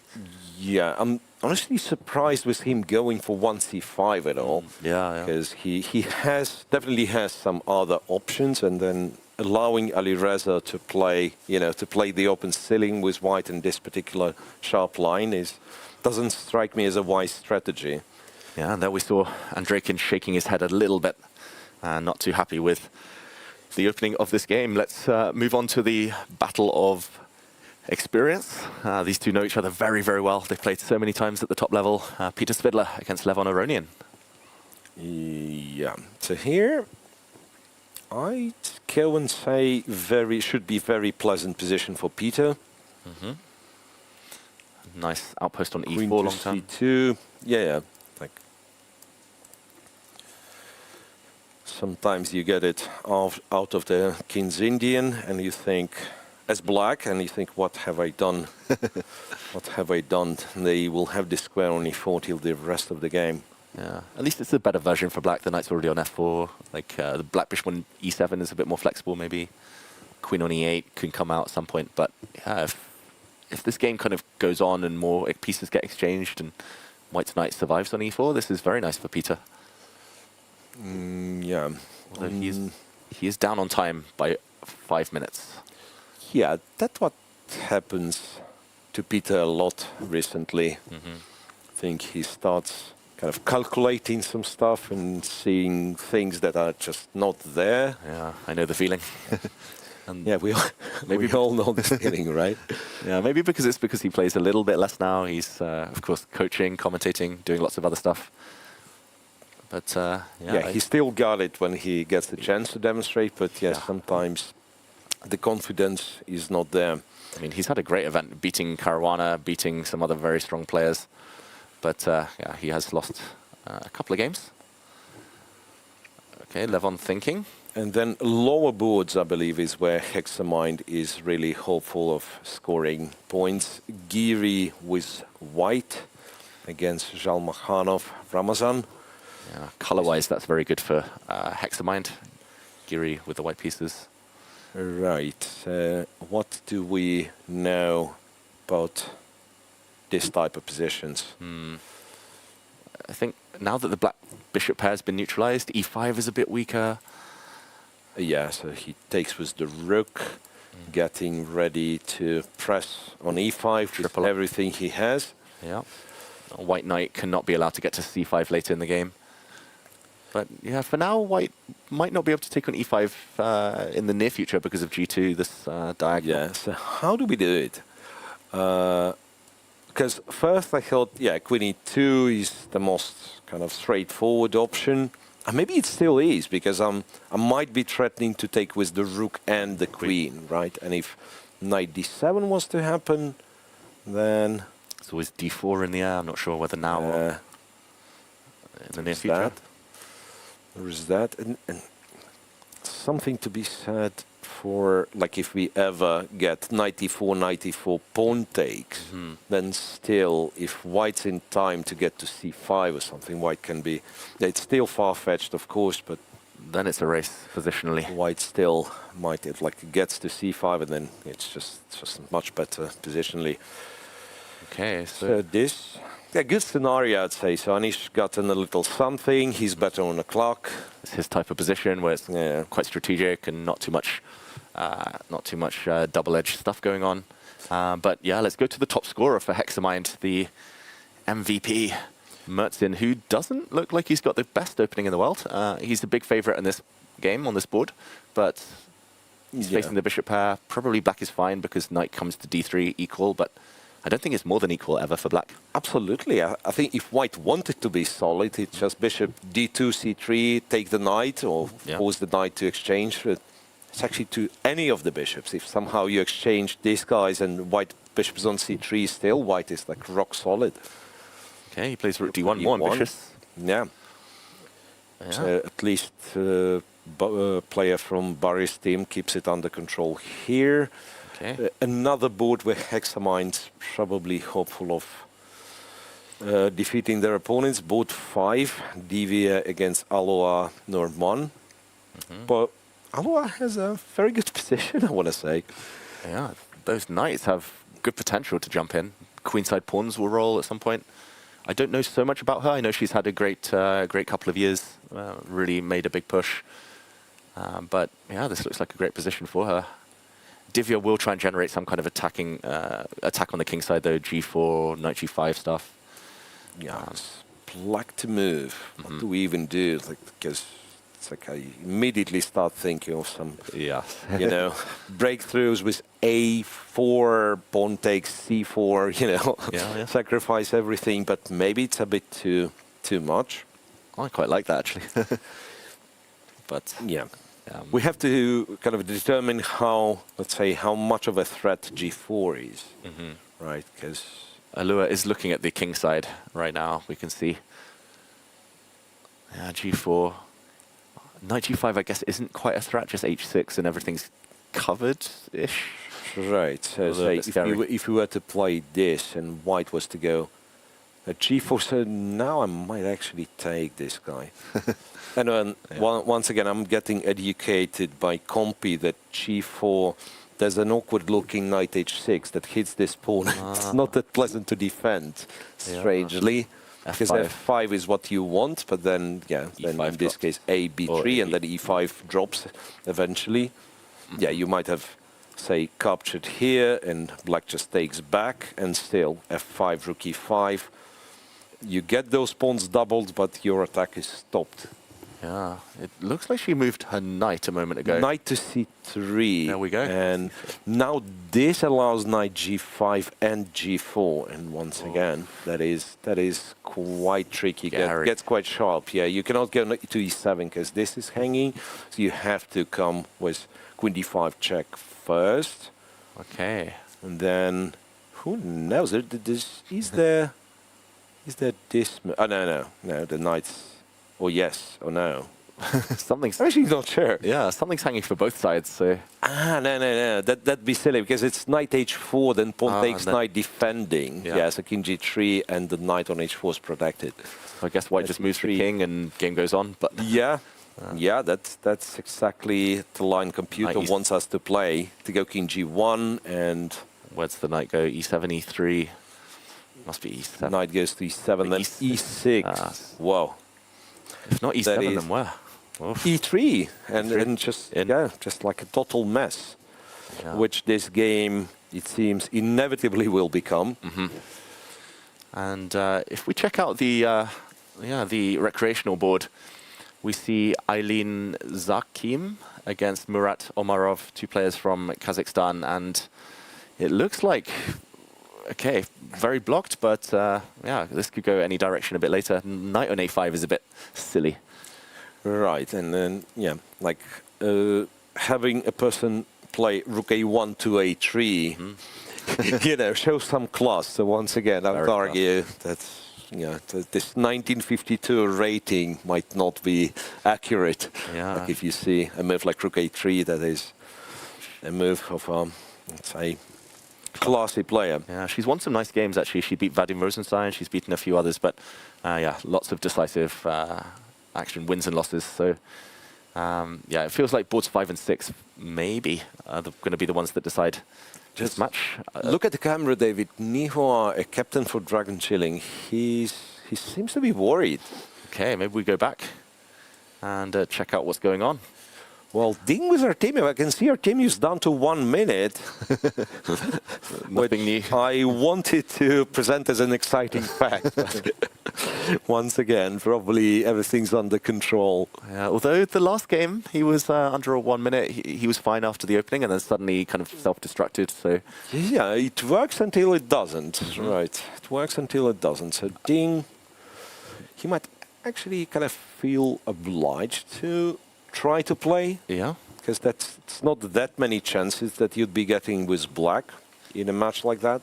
We see Sam Sevian getting up and looking at other boards, but his position, he's given back the pawn, much more stable, no attack.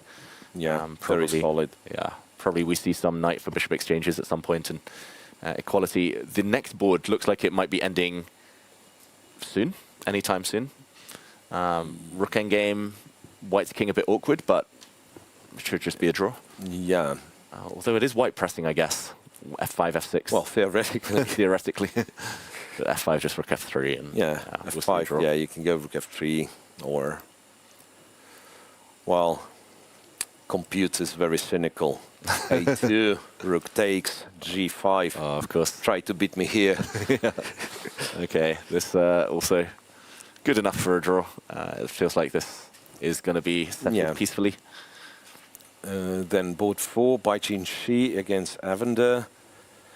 He did go knight A4, bishop B4, rook F1. And he did get to take the dark square bishop here. Okay. Knight c3. That's pleasant. Yeah, It's pleasant for white. It's not much. It's like never much. But at some point, white just, after a queen exchange, will play... Okay, he plays knight d5. knight d5. More direct. I was going to say he just goes like f3, bishop f1. Yeah, that's what we all love to do. Yeah, but knight d5, that's a good move. It probably forces black to change the structure. And not sure. Like... Bishop or knight. If bishop takes, pawn takes, I guess the fact that we cannot stop d6 is really irritating. Yeah, with this knight, say, being on d6, I would not be worried about white winning a pawn on e5, right? In some cases. Especially if you can trade off one bishop for knight. Yeah. But... what did he do? No, queen e3, rook e3. Nice. And it's still unpleasant. It's still, there's no solution to this problem. The knight on d5 is really, really irritating. You cannot tolerate it forever. Yeah, and there we see there was a draw on the third board between Yu Yangyi and Le Quang Liam. So no surprises there. Still level scores. So okay, Bai Jinshi with the advantage. Yeah, and what happens in Carissa Yip's game then? Oh, that was a wild one, potentially. Board 5, yeah, Carissa, when we left it, it was a serious advantage for her. Okay. Queen d2 was answered with d5. Wow. And then, believe it or not, but computer says e d5 plus 3. Wow, that also makes sense because bishop takes... Yeah, like you close the diagonal, but you'll go d5, d6 anytime you need. And you guaranteed your pawn up for life. And knight e3 always cements that. Queen h6 still a threat. Rook on the open file now. Actually opens the rook for yourself. Yeah. So bishop d5 allowed c6. It's not a bad move or anything, but c6, bishop e3, a4. The bishop gets distracted, and bishop d4. So bishop from a7, which is very often a problem, and missing defending the king side. Now it gets back into the game. Bishop b3, bishop g7. White still better pawn up, but now I think black kind of consolidates. The king's very safe. The b2 is pressed. Yeah, I think Carissa maybe didn't realize how much better she was. Yeah, that's always the case, right? So the d5, you think, okay, bishop d5, I'm guaranteed to win a pawn. Yeah. And no one tells you that you're winning a game if you take with the pawn. Yeah. Bishop e7, white just played e5, allowing the queen's trade. Yeah, makes sense though, to block the bishop on g7. Yeah, but still. Okay. Zhu Wenjun, I trust her not to lose this one. On the back foot, but yeah, much better than it earlier was. And okay, the recreational board, I see an evaluation bar, but okay, very pleasant for black. Knight on d5. Yeah. Knight on d5 is still there. Monster. And still cannot really be kicked out. White's b pawn is such a kind of Achilles heel, like, and the c3 pawn as well. Like both so weak and can't be touched. Yeah. Like b4 always drops the pawn. c4 might be even worse. Yeah. Knight c4 makes sense. Knight to c4, but then it kind of makes sense, but also drops the pawn, right? Rook to b3, knight e5. There's knight c3. Oof. Maybe he's just transformed it into a position where he's just losing by force. I was going to say it makes sense because you take one of the pawns, but white king's actually in quite big trouble. King f3. Wow. Okay, I mean, that could be a little bit tricky because king d3, you're supposed to go rook d2, and it's a decisive attack. But if you, let's say, if you do not recognize that, then rook c2 and white's back in the business. Rook c2, rook c1. So that's beautiful, actually. Rook d2, just to show that was the mating. So here, where was it? This like, knight e5. You might actually see it on the board. So check. Now, perhaps the best white has is like to take and accept the rook endgame pawn down. It's probably a lost rook endgame. And king f3, rook d2. If you capture, that's king f6. And doesn't matter what you do, including attack on the rook. White goes, black goes knight e4 and threatens a checkmate. Yeah, giving up the rook on b3 doesn't matter. You can allow a check on c6, doesn't matter. But Wow. Okay, so big chance for Ning Yunlong here. Yeah, And like just has to. He's taking the pawn. Calculate a little bit. Knight takes c3 check played. Wow. So now, what do you do? He was going And for King f3 is also such a natural move because you think, okay, that's I will never go into the first rank. No, I don't want my king to be cut off. King f3 looks safe for now, but then after rook d2 comes moment of realization. King f3 on the board. Wow. So if rook d2 is the only way to get that winning advantage, that would be so impressive. Like, he should be a grandmaster if he's playing rook d2 here. Yeah. Wow. But also for white to understand that how important the second rank is. It's not that white has a lot of other stuff to do after rook d6. Wait, and if knight c4, just rook d5. Yeah, the pawn's defended and so on. I was going to say maybe after rook d2, the best move is knight c4. Wow, he's played rook to d2. He did play rook d2. This is a hidden That's grandmaster. incredible. That's incredible. But yeah, that spells trouble for Dragon Chilling then. Wow. And shake of the head from Wang Zihao. Okay, this is Dragon Chilling. It's all falling apart for them. Even their most reliable recreational. So hang on. So if I go check King f6 and say take this guy, knight e4. Still knight e4. Still mate, no? Or, not knight rook e4. c6. Well, again, computer solution is this, which I guess it's fair. You start with the rook, and then if rook f1, this is where you go knight e4. And after rook takes c3, it's mate? Yeah, that is. I definitely need to check rook f2, rook g2, rook h2, rook hg2, and g. No. I mean, now I'm confused because Compi, first of all, it says it's a checkmate by force, but also it keeps giving those silly. I know. That's what I do. Look, here, and then here, and no, here. I get my rooks like this, and this is where I go h5. Yeah, but no, that's way too sophisticated. Difficult. It's way too sophisticated. Even though you understand, like when you see it on the board, you understand there's no stopping to h4. Yeah. Like you can go rook c4, it's g5, and then you run out of checks, and then you resign. No, but that's a very hard line to. Knight c6 check played. Okay. And it looks like this might be one of the most kind of dramatic games of this match. Maybe we can just go back to the other match for now. Everything else looks balanced other than this board. Although I'll keep a keen eye on this one just in case the drama happens. Alireza Firouzja looks totally winning against Dmitry Andreikin. He has an extra exchange now, rook for bishop. Yeah. I guess just block with bishop f. Okay. 5 and f3, I guess. What do we do? Just go f3, knight f3. Okay. Which makes sense. Yeah. Bit provocative. He's asking for some e4.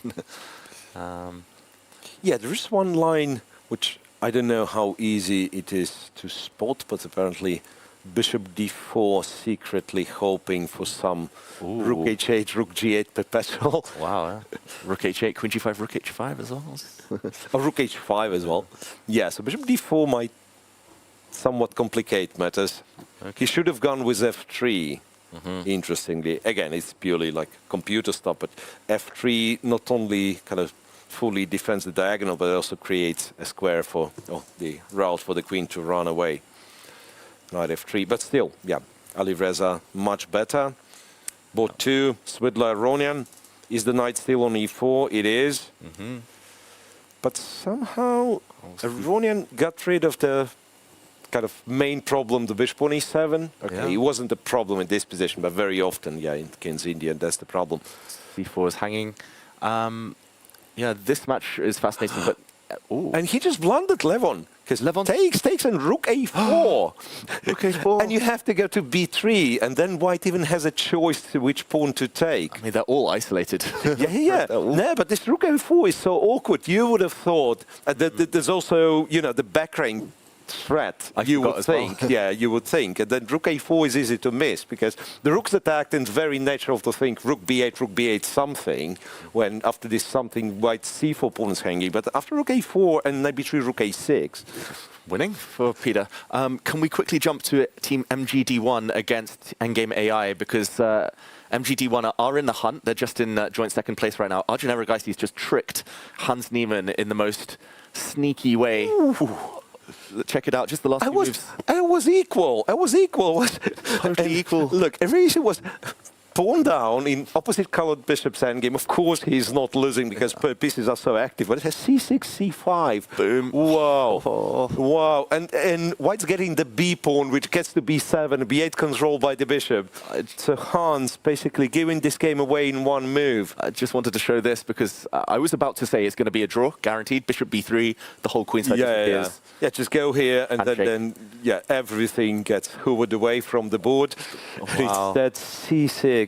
This is c5. Hans Niemann trying to win has been punished immediately. That's so harsh, but incredible from Arjun. The amazing spot. Absolutely. Immediately seeing this.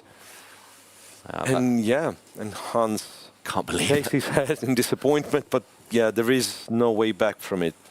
Maybe you can give up the bishop somehow for the b pawn. Yeah, like take this guy, go bishop a6. Rook a7. The answer is no. Yeah, rook a7. You don't even escape into another lost endgame. No, that's like totally lost. Wow. So quickly click through then, through this match.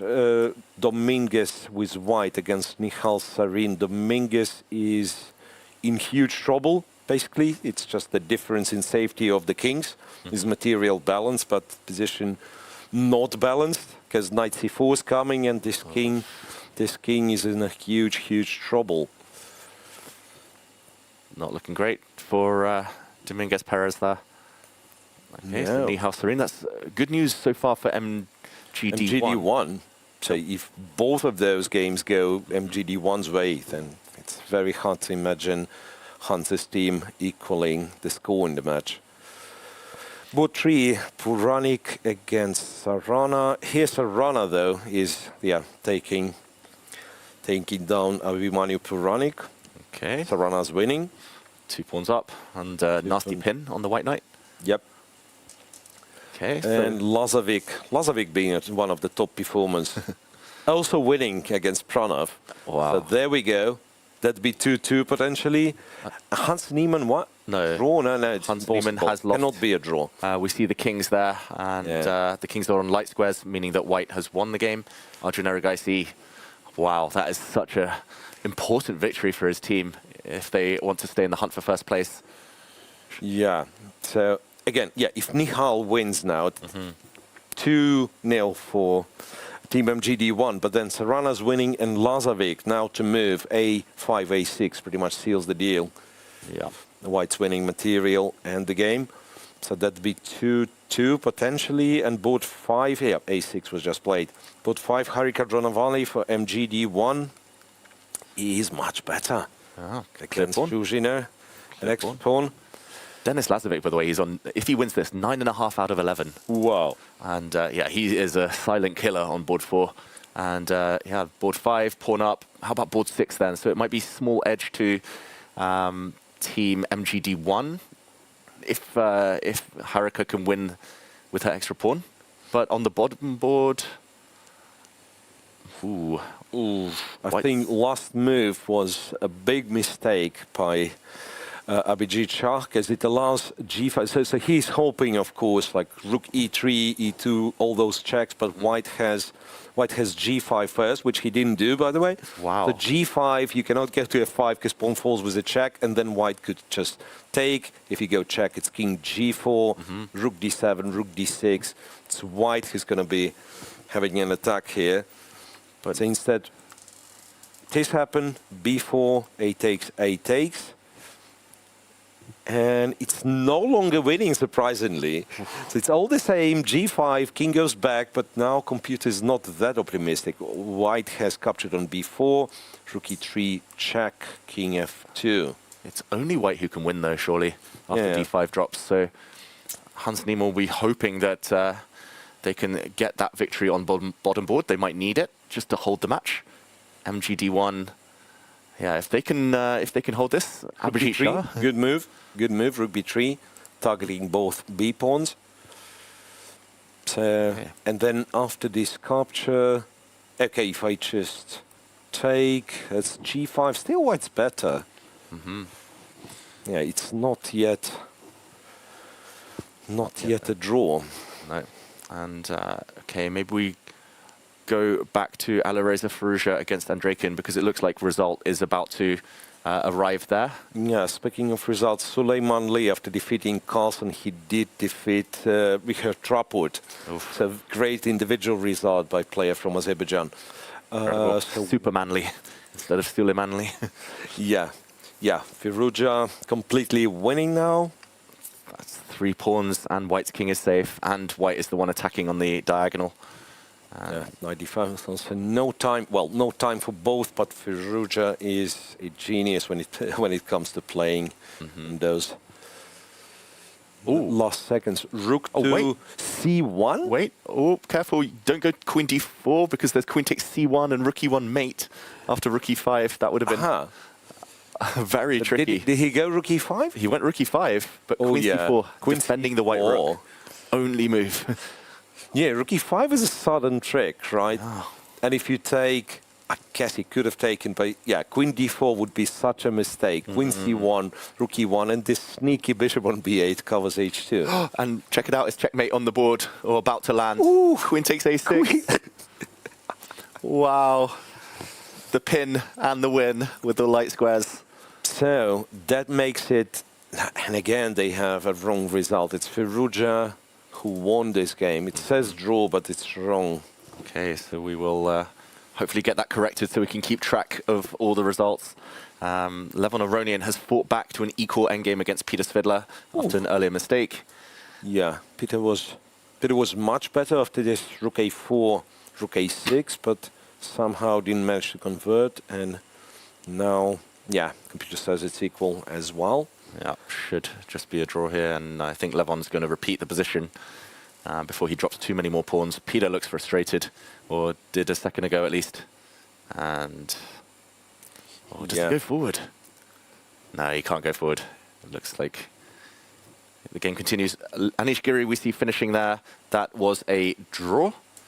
Anish, yeah, it's a draw, so that's still +1 for Hexamind. Aronian saving, and what happens in Muzin's game? Muzin's game, I don't think he's winning Muzin. If anything, he's got to be a bit careful.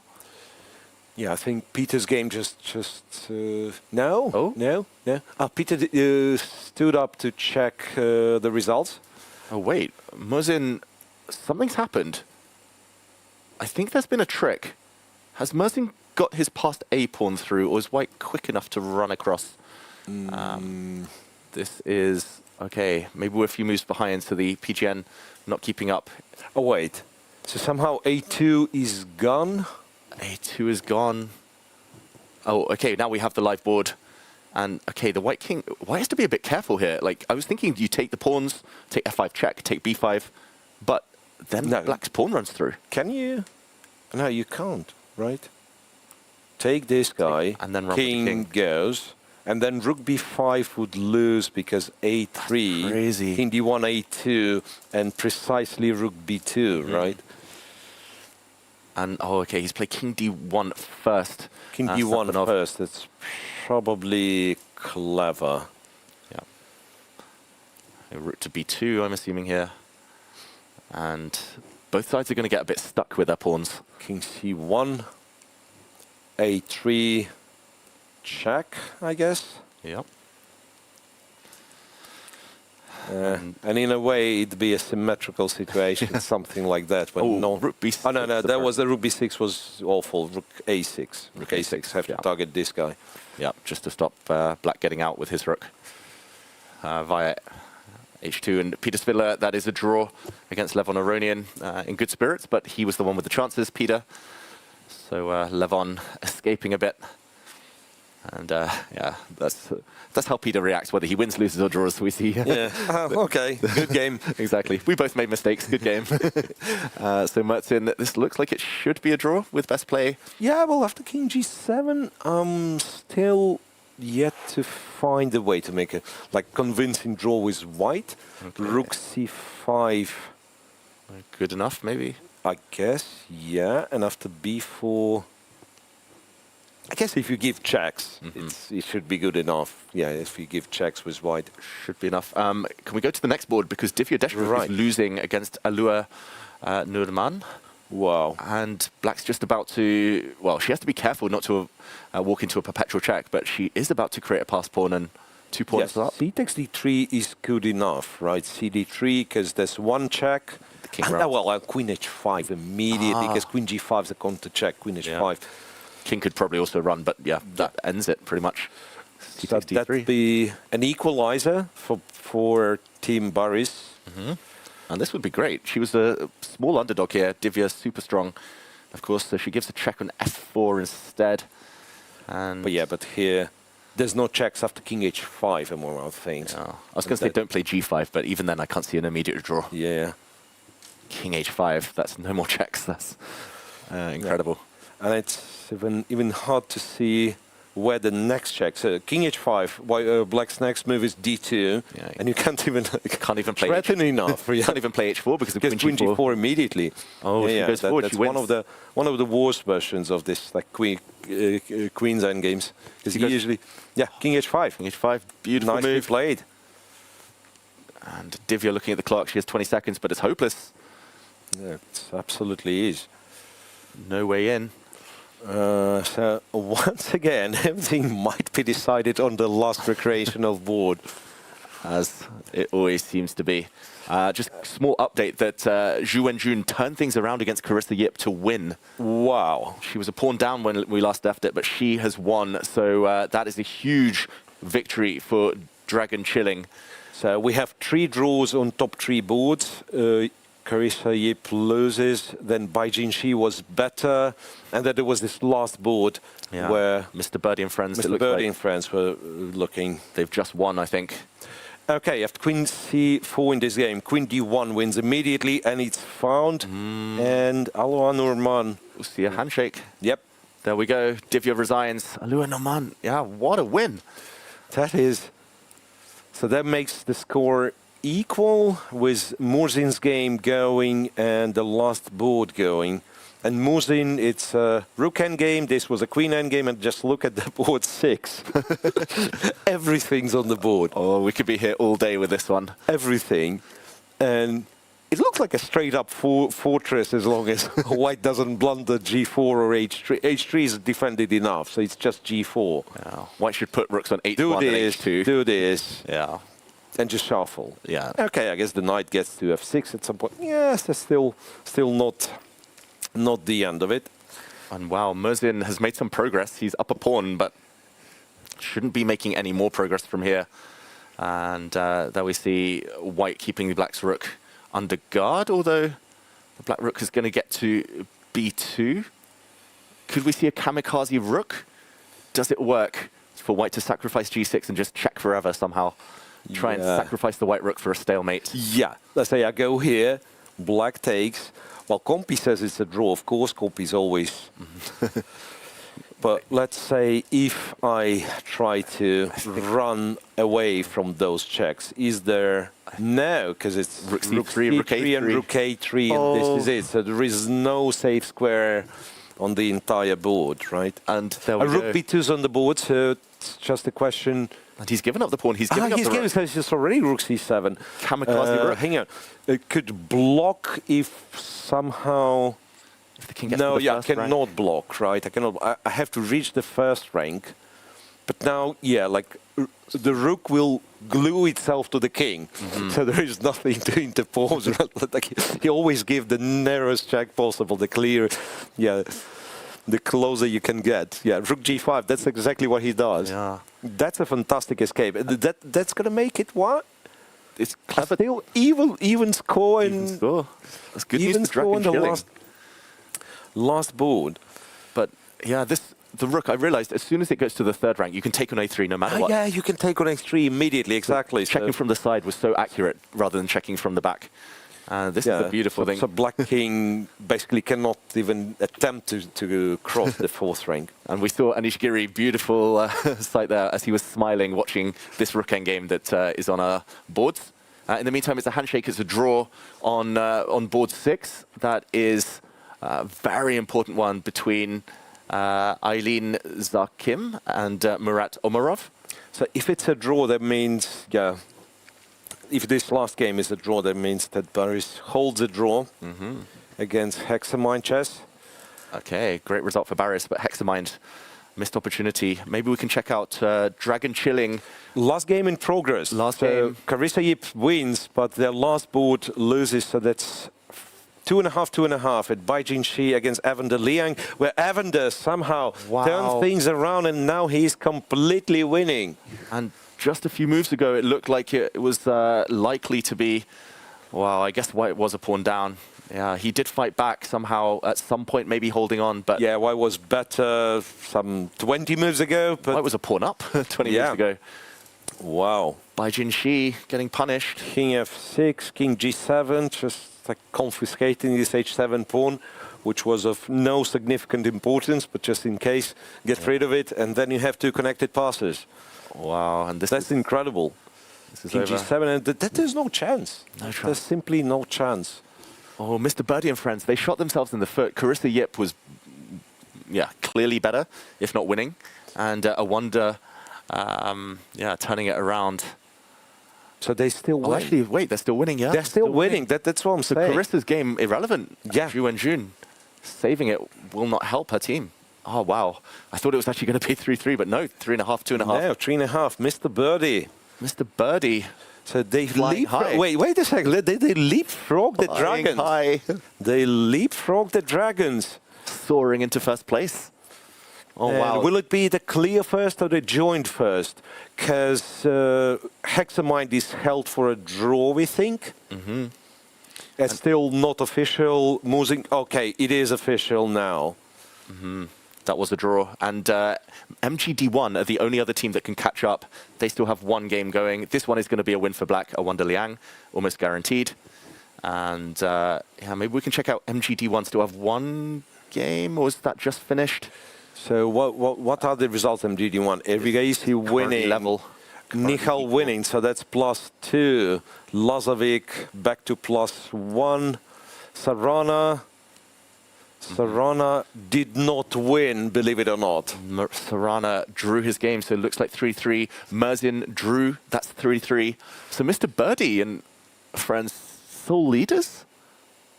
I'm tempted to say yes. Wow. We'll confirm, of course, after this game finishes. He still needs to put the finishing touches on. That is, what a twist, huh? Wow. What a twist. And Dragons do not have a good day today. Yeah, they've run out of fire. Dragon Chilling. Carissa watching, spiritual captain of the team. Yep. She was, for anyone just joining us, the team was named after her friend's bird, Mr. Birdie, and a Wonder Liang also in charge. And the pawn is moving, marching forward.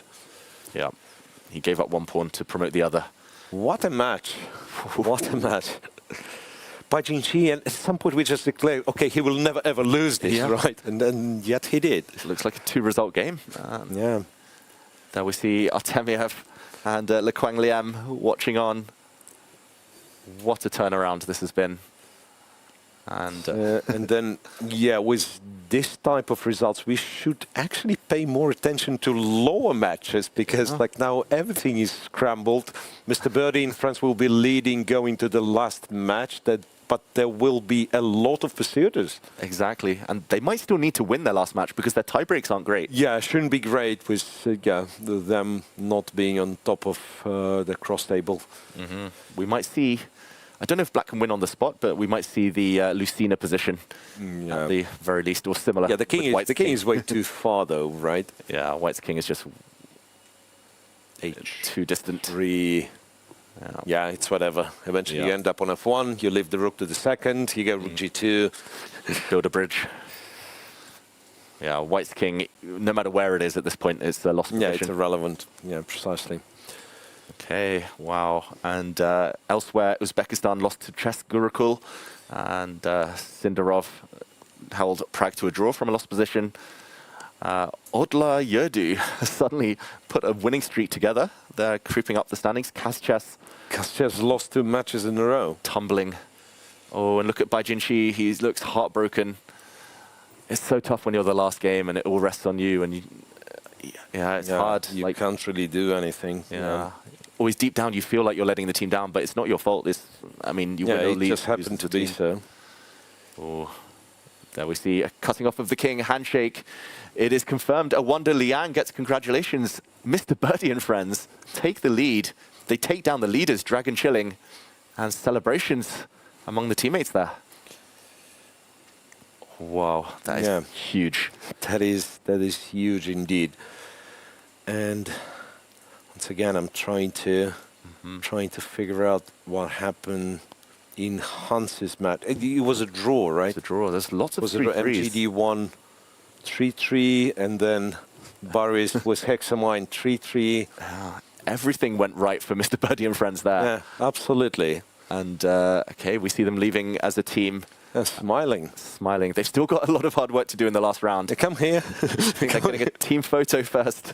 I'm not sure. Probably signing the protocol as he was the last player. Yeah. He's the team captain, I believe, Awanda Liang. He had just had to sign some score sheets to confirm everything. Some young fans. In the background, we see, I believe that's Victor Bologan against... is that Martinez? Jose Martinez? Right, yeah, they're still playing.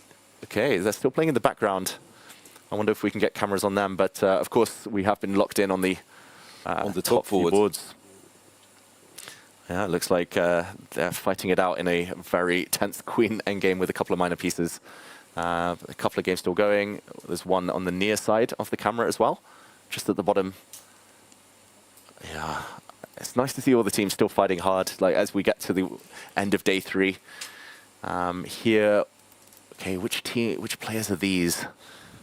Okay, we'll have to hunt these 2 down. Hard to tell. I don't recognize these 2 players. This is Bao Chilin against Manuel Pena Gomez of Spain. So. Yeah, it's the Chess Academy Hong Kong Team B, the longest team name, I believe, in the competition, against Kindness on Board Infinite Team, which, is the contender for the longest name. The runner-up in the longest name competition. And currently, the scores in this match, it is the Chess Academy Hong Kong team who are guaranteed to win, leading 4-1. But, okay, it looks like, hard to tell, but Black's got 2 queens on the board, so the 2 pieces on the far left of our cameras there are both queens. So basically the first rank, that is, like H1 and D1 are the squares that these 2 queens are. And Black somehow still has a pawn on E7 this late in the game. Yeah. It's nearly moved 100. Right, so Black's task is to run away with the king from those checks that White gives with his 1 queen remaining. And yeah, it will be the Spanish Grandmaster Pena Gomez, who wins most likely. I nearly made a pun about Bao Buns, Bao Chilin, but he won't be able to defend there. Yeah. Okay, this looks like it's the a couple of games still going, but in the meantime we have an interview. Charlize has caught up with Alua Nurman after her win against Divya Deshmukh. I'm here with Alua Nurman, who just beat Divya Deshmukh in a crazy game with time trouble. I mean, everything happened both sides of the boards. Tell me a little bit about it. Without getting into the moves, tell me about feelings. Yeah, I'm very happy. Yeah, it was an interesting game. In time scramble, I had to just focus and calculate everything. So yeah, I'm really happy and proud of my team because we're doing our best and we're playing for 100%. So yeah, we'll see. And how is it in the team? Of course, you're with legends such as Fiddler. Tell me about the dynamics. Do you guys talk a bit? Do you talk through the games? Yeah, we always talk, discuss about what happened, and yeah, our team is very friendly, and the atmosphere is very good. So yeah, I'm really happy to be among this team. And how stressful is it, especially being in a position you know is better, but you see your board one has lost, you need to get a result. Like in that moment, do you really feel the stress from the team? Actually, no, no stress because I didn't look at the results. So I think it's better to focus on your own game. And yeah, I didn't think about the result at all. So yeah, I just played. That's interesting. So you're a team member, you focus on doing your best instead of looking at the rest of the games. Yeah, of course, because I think it can be really distracting. Like if someone loses or wins, your thoughts are gonna go this way. Like, what if I win? What if I drew? What if I lost? So yeah, it's not necessary. I think. Yeah. That's such an interesting take, because I've been hearing from all the other players, they're looking at the other boards and playing kind of accordingly, but you're saying just focus on your own game. And then tell me, after the games, especially going into this final round, do you guys do pep talks? Like, what's the energy like in the supportive way? Yeah, we are very supportive of each other. Yeah, especially our legends, Peter Sidler and Dmitry Andreikin. Yeah, because they have very good experience, of course, and yeah, it's good that they share it with us. Yeah, it's always nice to talk about, and not only about chess, but about life in general. So yeah. That's quite sweet. And Alua, final question. What's your favorite thing about team chess? Of course, you've done incredible in the Olympiad before. You're doing amazingly here too. What do you enjoy most about this format? I enjoy most about this because team, it's always about friendship and always about the atmosphere inside of it. So yeah, I think it's very important to be in a good mood. So yeah, I think we have each other's backs. So yeah, that's really funny, and all the vibes here are very cool and funny because all of the other teams are also playing. So yeah, it's good to see them and talk to them. Yeah. Well, thank you very much. One more game to go. Good luck. Yeah, thank you so much. Thank you, Charlize. It was nice to hear from Alua there about the team mentality, the team spirit, but also about her great win over Divya Deshmukh. In the meantime, we've been joined by Angelika here in the studio. Angelika, what's caught your eye in round 11? What a penultimate round, you know, before the finals. I would like to go into deep detail of the game. You shortly mentioned it was a draw. Sarana was winning the goal game. That's what we know. But how did he do it? How did he get there? He was facing Puranik Abhimanyu on the board 3 of their team. In this position, he offered the trade of the rooks, which white should have accepted. But white played rook c1 and get into this very nice tactics. Now, knight a2. Look at this move. Taking the pawn, bishop takes. Now queen, oops, sorry, that's a bit of a spoiler. Let's come back up. So taking the pawn, bishop takes. Now queen is coming to a3. It's a double attack. Rook is hanging as well as the bishop. You cannot defend both, but white is finding queen c7, targeting the rook. And in this position, it looks like, well, you can play rook c8, but then after taking, you're getting into this position, and, well, white is saving the bishop on a2, and white is actually the one who is better. So here, Sarana found a stunning move, rook d7. Look at this, take my rook. I sacrifice the rook and give a checkmate. So that was a very important moment, because here, after stepping back, black finally took the bishop on a2, and here up a pawn. He continued on the better position, completely winning. Unfortunately, later on in the game, it was a draw. But, you know, what a find, you know, this knight a2, and then followed up by rook d7, sacrificing the rook. Yeah, incredible tactics. Reminds me of when I was young, I used to blunder back rank checkmates all the time. So that's the trick. Always play h3, and then these tactics don't happen. But yeah, there was a nice game. And I'm still surprised he did not convert, because at some point it did look completely winning for Sarana. Yeah, it looks like he blundered into a kind of drawing motif, 2 pawns up in a rook and pawn endgame. But yeah, in the meantime, Angelika, more surprising results in this round. Yeah, definitely. I mean, there has been one team who didn't have the top 2 boards there. Magnus Carlsen and Wesley So were not available for WR chess for this round. And we had Karana on the board number 1, and it felt like there is some kind of a curse for the team. Because look at this position, +10 almost, completely winning, attacking on the king side. What Fabi is doing here? He's playing queen h7. He blunders it after king takes bishop f5, there is rook g6. And he resigns here. He completely hallucinated. I mean, how would you explain this? Because actually one move before, he could have just taken with the rook and just checkmate. But maybe he wanted to make some pretty tactics. What do you think about this queen h7 move? I think it's an example of mass hallucination, because when you were pulling this on the board, I'm thinking, okay, now she's going to show this queen h7 beautiful checkmate. Blundered the same way Fabi blundered. Yeah, that is... It's just a glitch in the matrix, I believe. Yeah, it's definitely a curse, as you say, Angelica, because actually, if black hadn't played rook g8, this would have worked. Yeah. And, absolutely. So he set up the threat. He thought, okay, it's unstoppable. I guarantee mate. I'm a genius, but unfortunately, yeah. And look at this, also Maxim lost on the second board, and they have been playing with 2 recreational players this round, and they lost to Mongols at teams.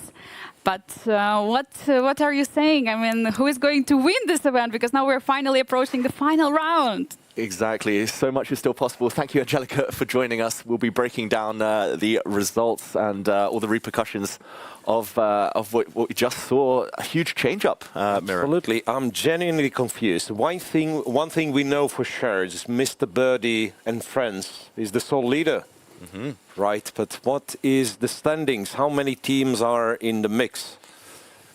Yeah, first the results from that last round. It is Mr. Birdie and friends who did leapfrog Dragon Chilling by winning 3.5, 2.5. Hexamine chess team couldn't break down Barris, nor could MGD1 defeat Endgame AI, 2-3 all draws there. Meaning that nobody's really that happy other than Mr. Birdie and friends. Elsewhere, Odla Yurdu did beat Kazchess, great result, and Chess Gurukul took down Uzbekistan. Yeah, so it brings us to the situation where we have Mr. Birdie and friends, 1 match point lead, but, well, they've improved their tiebreak, I've got to admit. But they are followed by 4 teams now.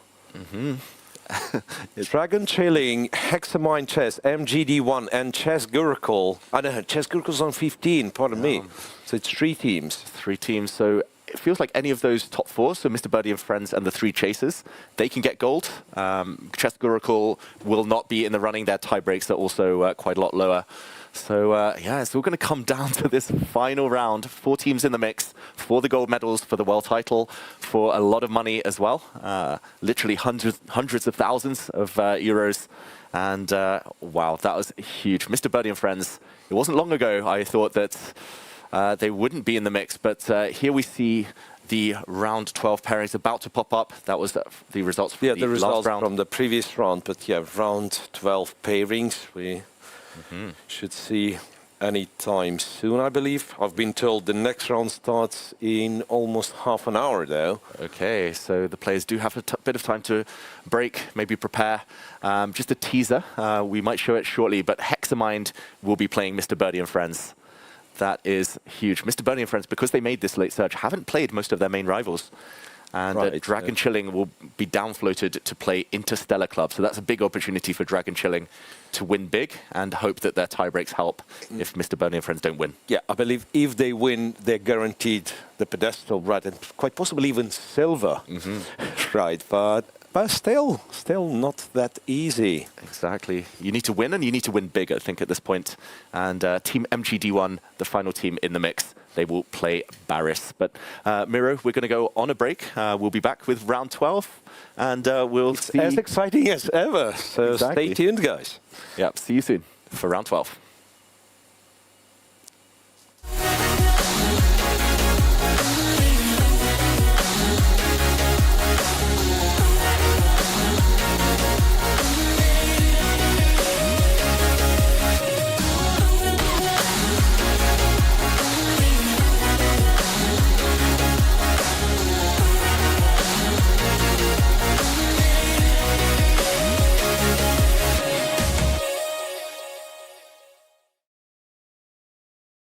Freedom begins with a choice. In 2008, we made ours. Freedom knows no borders. Step by step, we became part of the global financial system.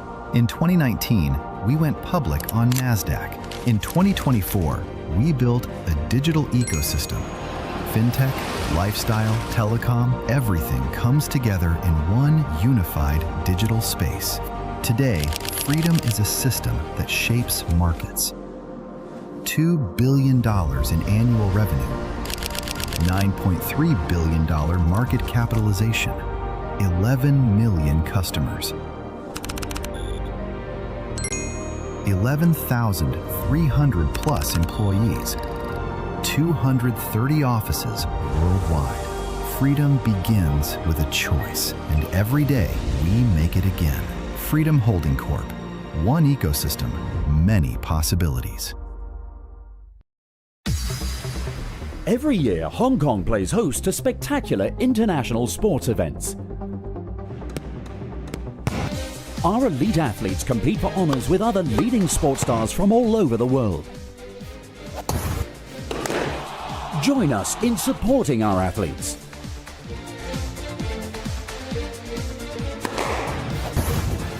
Come and enjoy the excitement of En-Mark events, Hong Kong's top sporting events.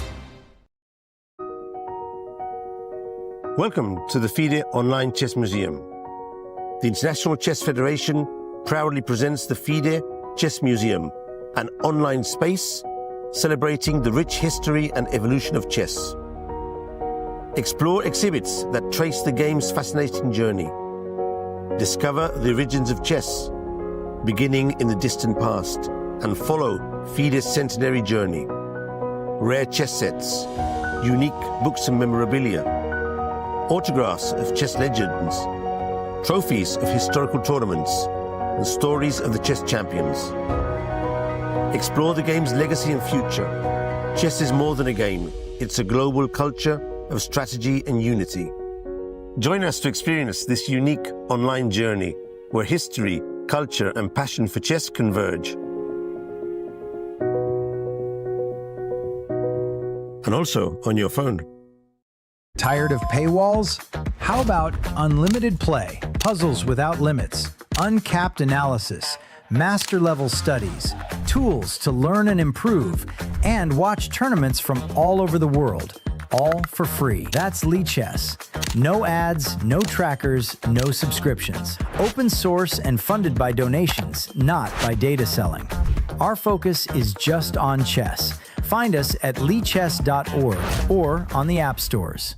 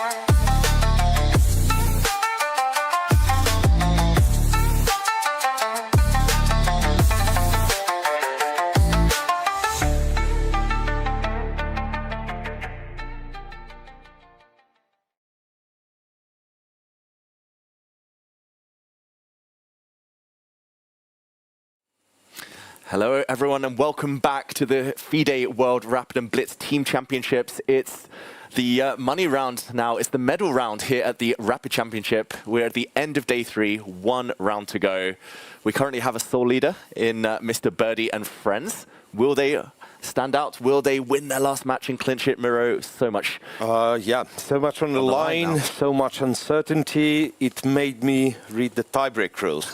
Basically, everything is on your screen right now. TB1, which is, well, let me call it a fancy word, a Buchholz tiebreak for the teams. And then the second one is the number of board points. Those tiebreaks will decide in case of a tie. There will be no playoffs for the rapid portion of it.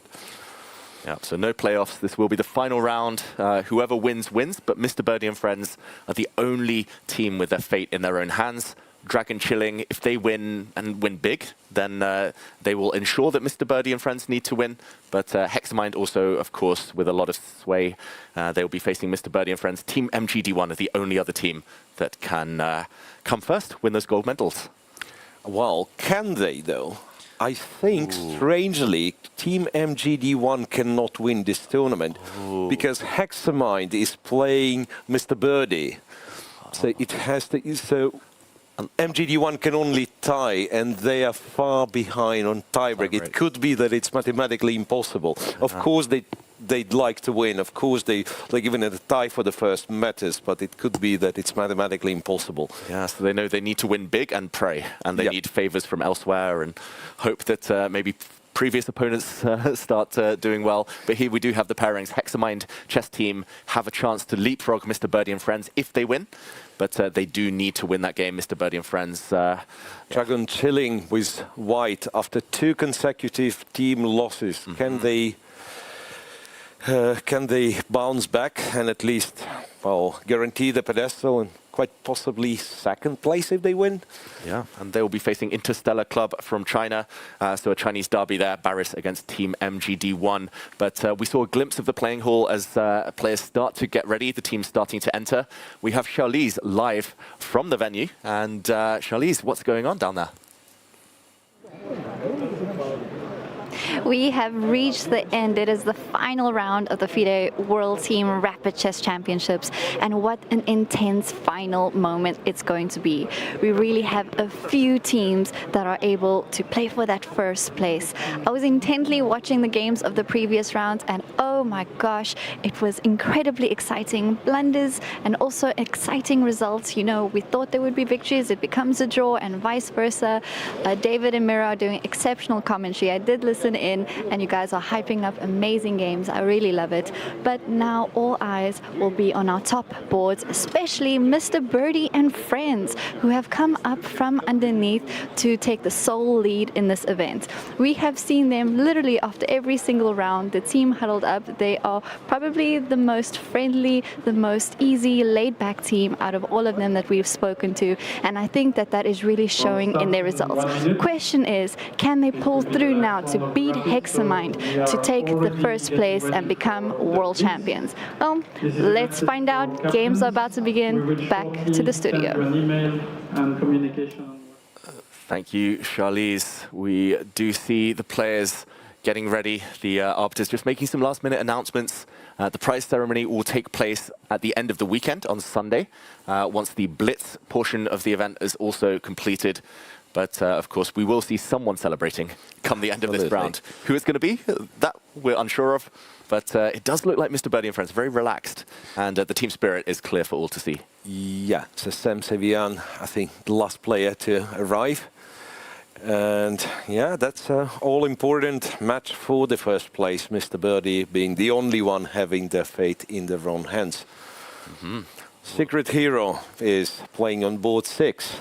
Yeah. For Mr. Birdie and friends, a person with 10 out of 11. That is Ning Yunlong on board 6. Other heroes include Awanda Liang, who's been scoring heavily, especially today. He's been winning all of his games. And he's facing Hexamind's top scorer as well in Volodar Mertsin. Elsewhere, we see Pragnananda representing Chess Gurukul.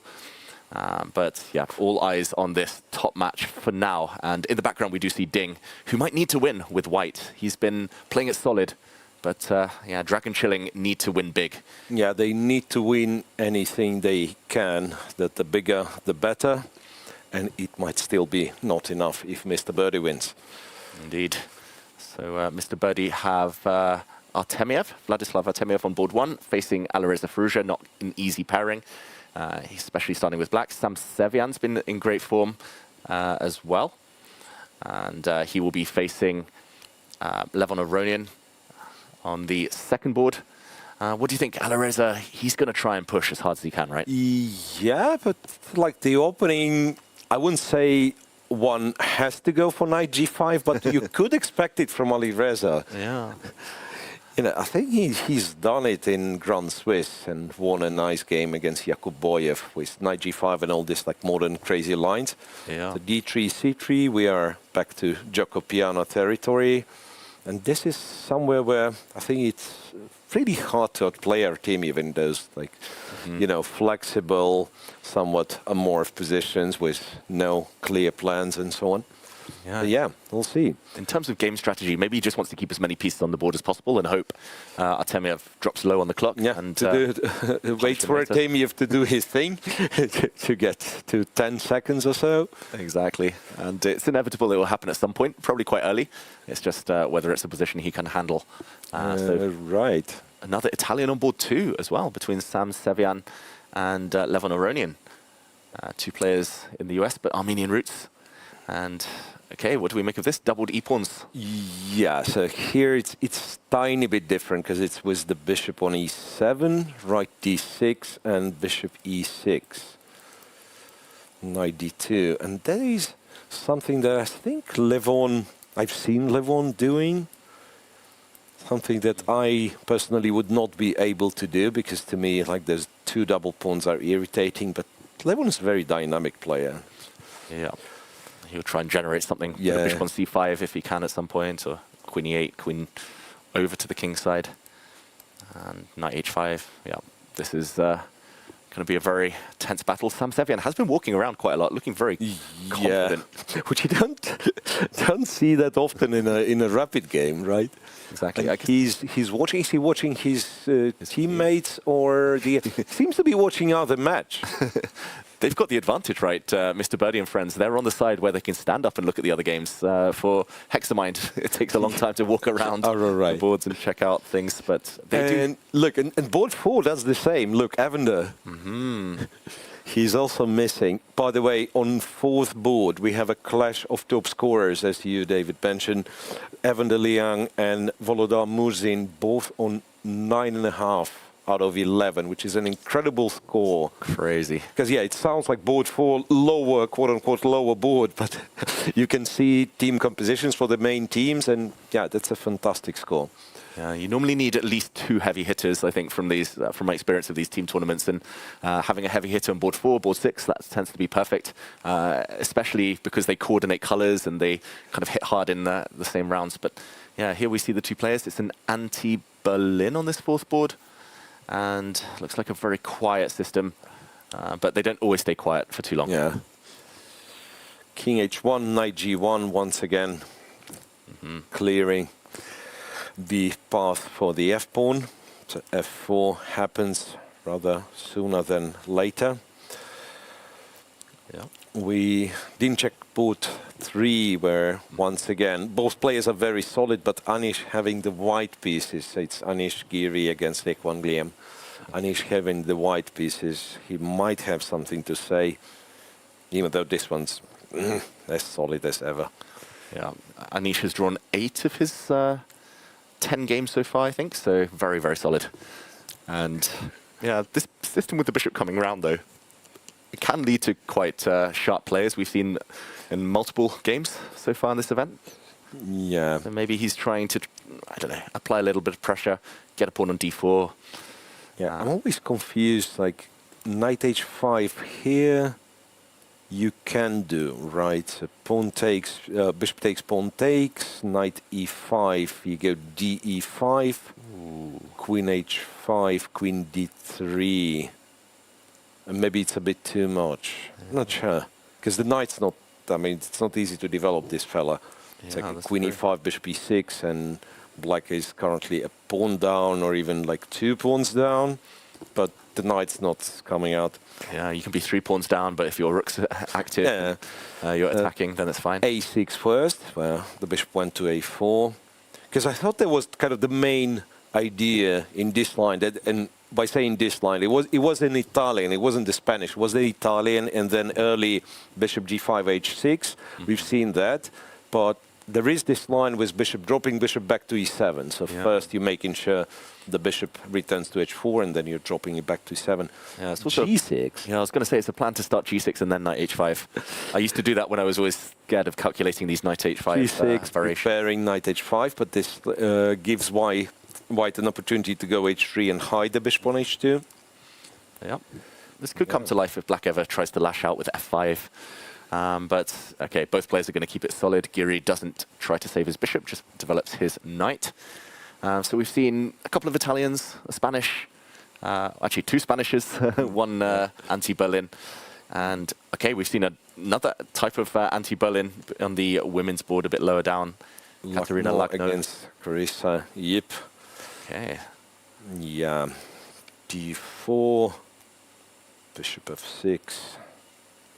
And I think this one was, if not like completely discarded, but it's, yeah, rook E8 is the main thing nowadays, and it's either takes on E8 and draw in 33 moves, if I'm not mistaken. There is one kind of established draw that all the big guys do make, or bishop F4 pawn sacrifice, which I think we've seen when yesterday, one of the games. But again, if Black knows everything, it's a draw.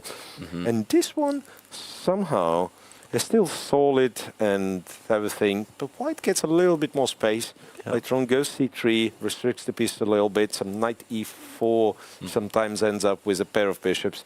It's a little bit better. Yeah, I've played this myself, actually, as Black, this knight F5 stuff, just because there's less theory. There's none of that pawn sacrifice, none of those pawn sacrifice lines. But as you say, like White often plays A4 as well, and if you want to block, you give up squares. If not, White gets even more space. It's small, but it is long-term. And okay, Carissa tries to get her dark squared bishops off the board. As they say, in good hands, it can be a very unpleasant weapon, this system with White. Indeed, and ambitious from Lagno to put her pawn on D5 first of all. So, okay, we've had only E4, E5 on all top 5 boards. And that means, of course, board 6 is something different entirely. This is where Mr. Birdie and friends will try and strike Ning Yunlong. He is on, what is it, 10 out of 11? 10 out of 11. Crazy. Right, precisely. While Murat Omarov is probably one of the weaker links for Hexamine chess. Yep, he's scored 4 points so far. Yeah, this line as well, I mean, by this line I mean Alapin. It's a perfect opening choice for recreational board, right? I mean, you know your stuff, and it can be quite aggressive. Like, it's quite deceiving to see. Yeah, us grandmasters sometimes we are annoyed by people playing C3 because we just think, okay, you want to draw. I play it myself, mirror. It's all I did until I was about 20 years old. But yeah, it's a safe opening, but with some venom. Yeah. And Ning Yinlong is going to try and get another win for his team with the white pieces, of course. I think if Murat holds this game and neutralizes somehow, that's a fantastic result for Hexamind. Yeah. Okay, so of course it's not just 2 teams in the mix. Yeah. There are more. So maybe we can check out how Dragon Chilling are doing in the early stages. Ding, he can't really afford to chill much longer. Finally, it's relieving to see something from Ding which is not, not symmetrical after 15 moves. So no longer safety first chess. Yeah. And yeah, White has doubled F pawns, but they provide some grip. Pawn on A5 I quite like. Knight on E5 super strong. Black's C8 bishop is dormant. Yeah, right. Easy moves as well. Yeah, looks like it's relatively easy for White to play. Not sure why I wanted to play this rook to D1. Now that I'm thinking it's Queen D4, this rook to D1, and maybe later go there. Yeah, and he's playing a very strong opponent from China, Zhao Jun, but yeah, Ding has to at least know his opponent very well. Maybe that gives him some confidence. He's definitely a favorite. But it has been a long time. Ding hasn't won since round 2. Oh. So day 1. Yeah, he's lost a couple of games and drawn a lot. Made a lot of draws. On the second board, Wei with black against Xiao Tong, and this is the Petrov, right? Yeah. Yeah, it was. It was the Petrov, and that is like a super solid line. If the white c2 pawn were on b2, it looks like a Berlin, but now it's definitely a Petrov. Yeah. Yeah, but I guess symbolically, white's slightly better bishop, maybe access to e5, but not enough pieces. If you add knights in the mix, then it's a nice output. Yeah. If it's, say, knight on f3 against knight somewhere, so that you can put your knight on e5 and go f3, cover the adequate e4 square, then it's usually better. That's different in the structure. Yeah, but yeah, Wei seems to be so experienced with this Petrov stuff, so yeah, I don't expect him to lose. A sign of respect, though, to his young opponent. I know Xiao Tong is incredibly good online. I've only really seen him play Blitz online. He's like in the 3,200s or something. He's like an elite Blitz player, but yeah, Wei just trying to neutralize him on board 2.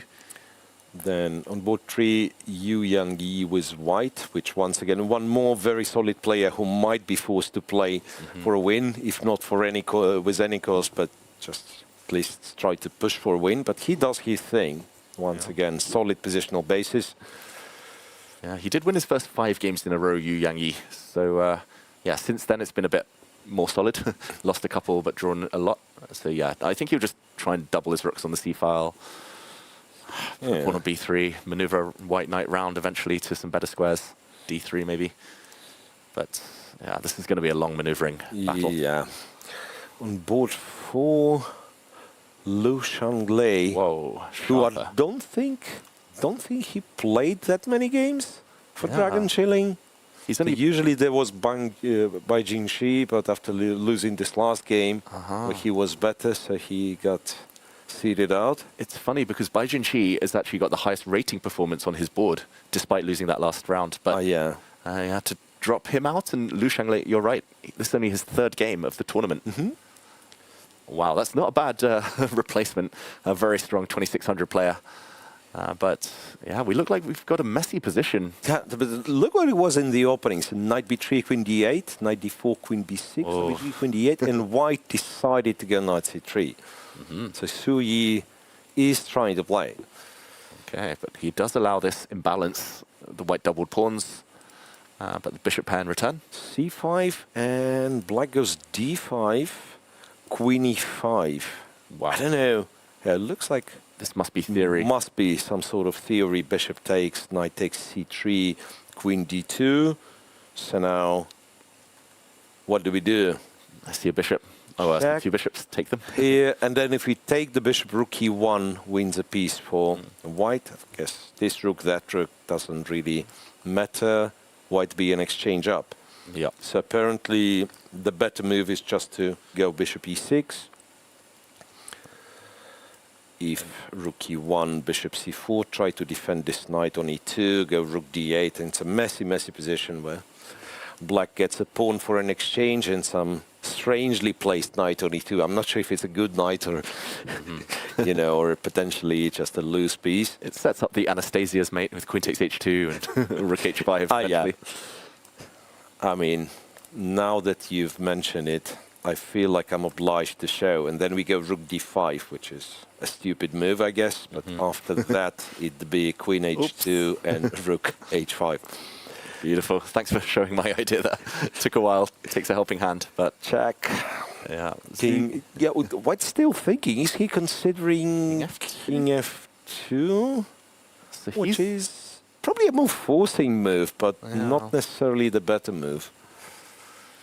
Yeah, he's definitely out of book now, but Lu Shanglei is, I mean, he's got 14 minutes. He's been blitzing, so he knows what he's doing. Maybe he spent the last 2.5 days preparing just for this final round.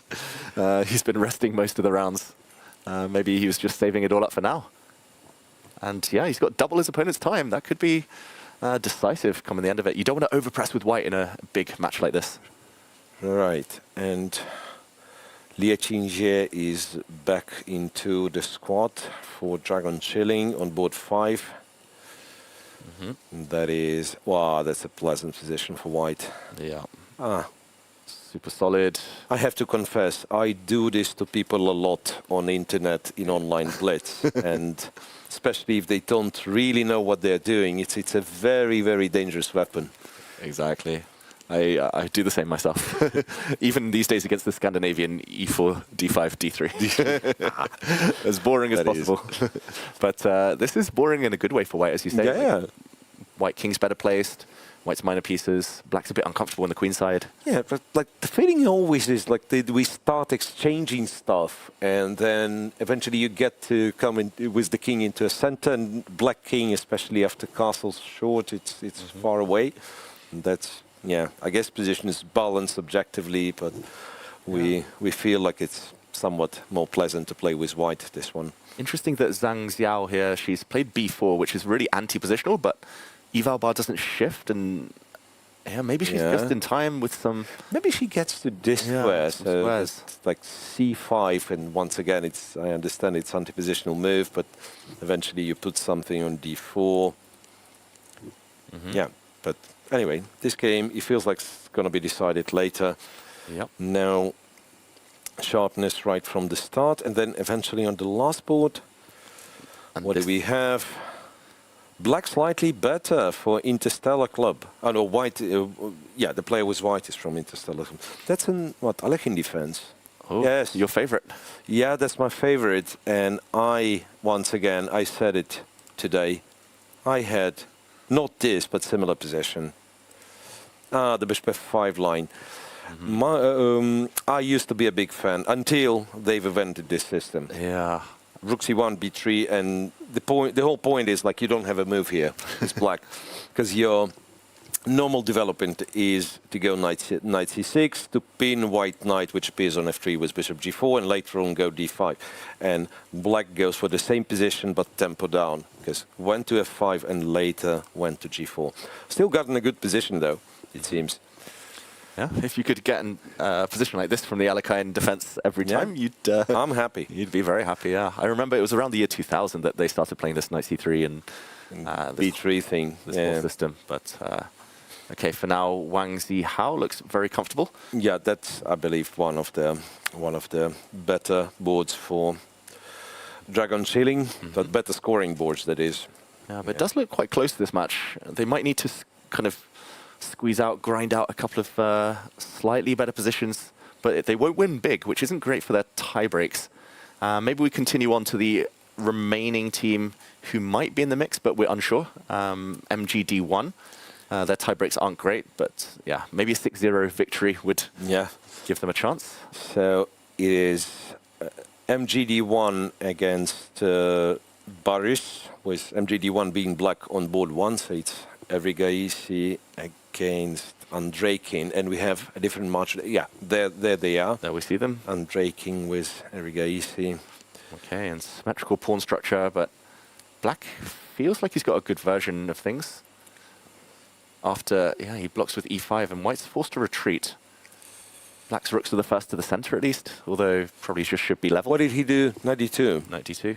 Knight d2, now black's much better. Wow. Believe it or not, I mean, chess is so easy when you have a computer telling you what to play. Knight e5, queen d4 was a good thing to do, because after bishop d6, there's fd1, and white's actually better. That is crazy. Yeah, but yeah, no wonder both players missed it. It's such an uncharacteristic tactic. Yeah, I mean, yeah, that's so out of the blue and so opportunistic. And yeah, but after rook fd8, it's an easy game for black. I can imagine getting this kind of position with colors reversed sometimes, from Queen's Gambit accepted or stuff like that. Yeah, and then the bishop normally would be on b2 instead of g3, but still. Yeah, just feels like black's a bit ahead, right? Like white's lost time with more knight space, d4, knight d2. More space, and it's somewhat unclear where the queen's going to be put. The queen on d1, where do you go? Like b3 always runs into knight a5 and so. Yeah. So, okay, it looks like Arjun, very healthy position for him. Maybe we go to the next board along.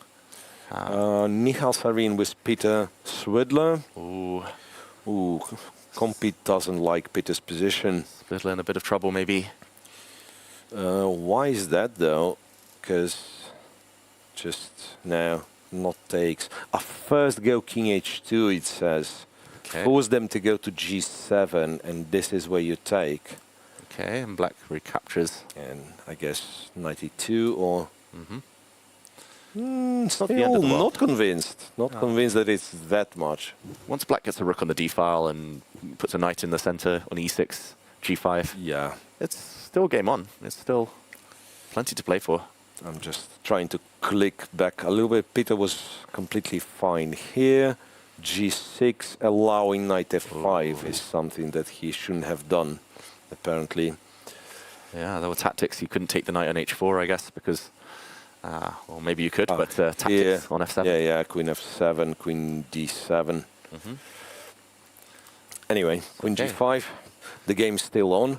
Yeah, I don't think he feels he's that much worse, Peter. Like, he's walking around as well, probably enjoying the moment. They're not in the title race, but they could still get medals if they win.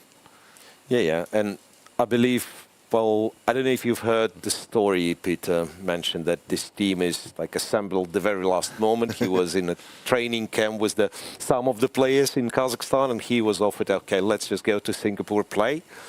So considering how, let's say, in a way, unprofessional they are in a good sense, right? So that they should be happy with the result. They are in contention, and I mean, it's doing very well so far. Exactly. They've been outrated in many matches, but they've taken down the likes of Magnus's team and others. So, yeah, sometimes the best sporting moments come from last minute, unexpected opportunities. Yeah, so not much pressure on them as well. Yeah, you just try to show your best. Yeah, pressure can break even the best teams, as we've seen with WR Chess so far. But, okay, MG D1, maybe optimistic on board 2 with Nihal Sarin, even if he's frowning a little bit there. On board 3, we have Pranav against Zalmakhanov. And this should be, like, if white doesn't do anything silly, this should be very, very solid.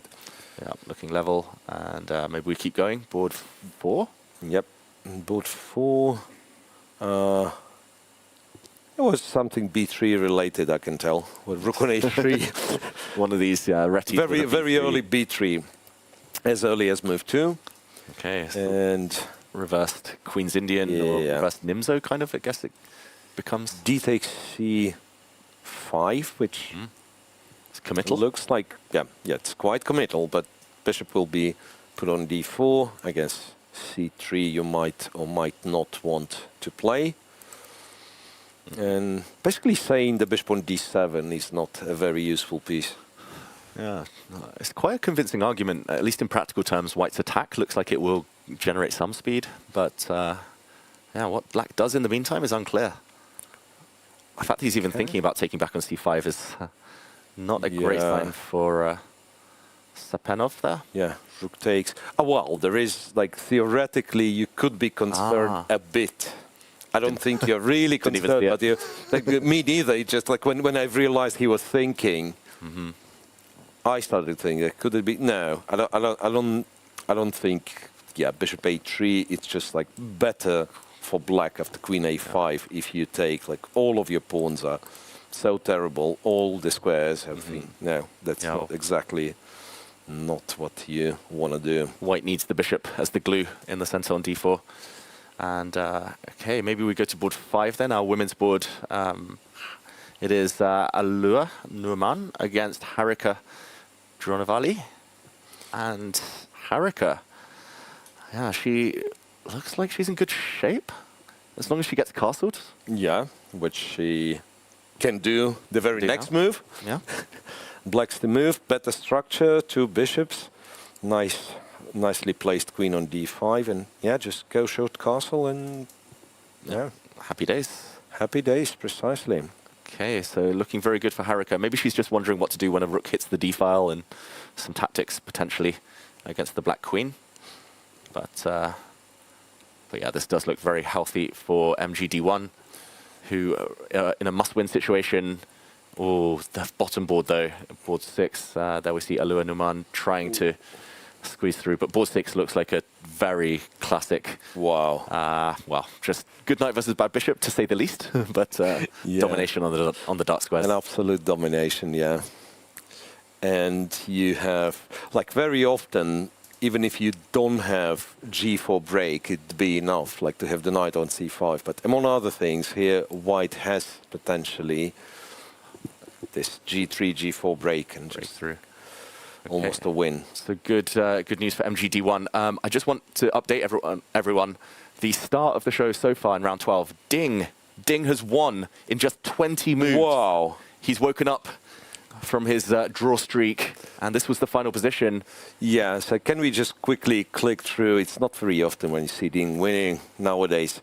D5, which is an okay move, like breaking through. ED5 is an awful lot, it seems. I guess you have to remove the knight on D3. Hitting this, hitting that, rook d6, and knight takes f7. Boom. That was it. Nothing too crazy. Just take the queen, take d5. Yeah. 20 moves. That's what they needed all along. Ding winning quickly.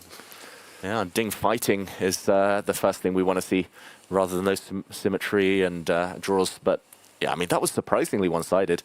I mean, his opponent, I know him, Zhao Jun, is a very strong player. And to lose in such miniature fashion is surprising.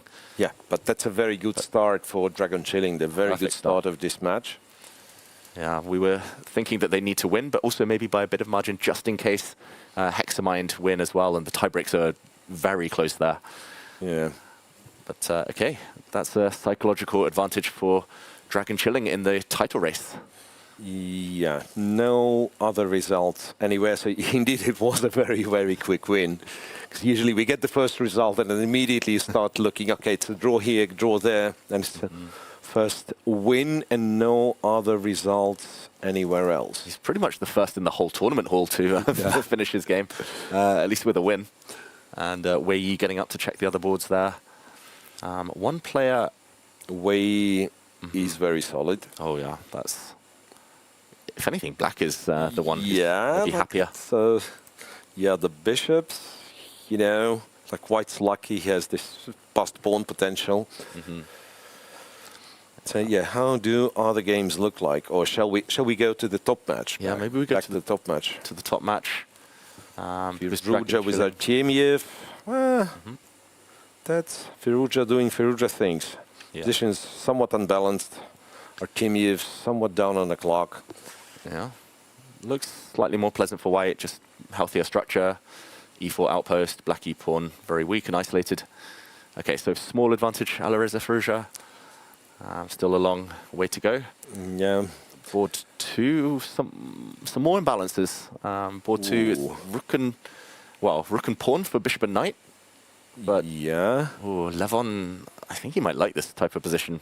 Yeah, I always thought he was the best player in the world for the last 20, 25 years, like when it comes to this, like imbalances and just navigating those quirky material balances. Yeah. H5, so what do we do? Again, queen's off the board, white is so much happier in this position.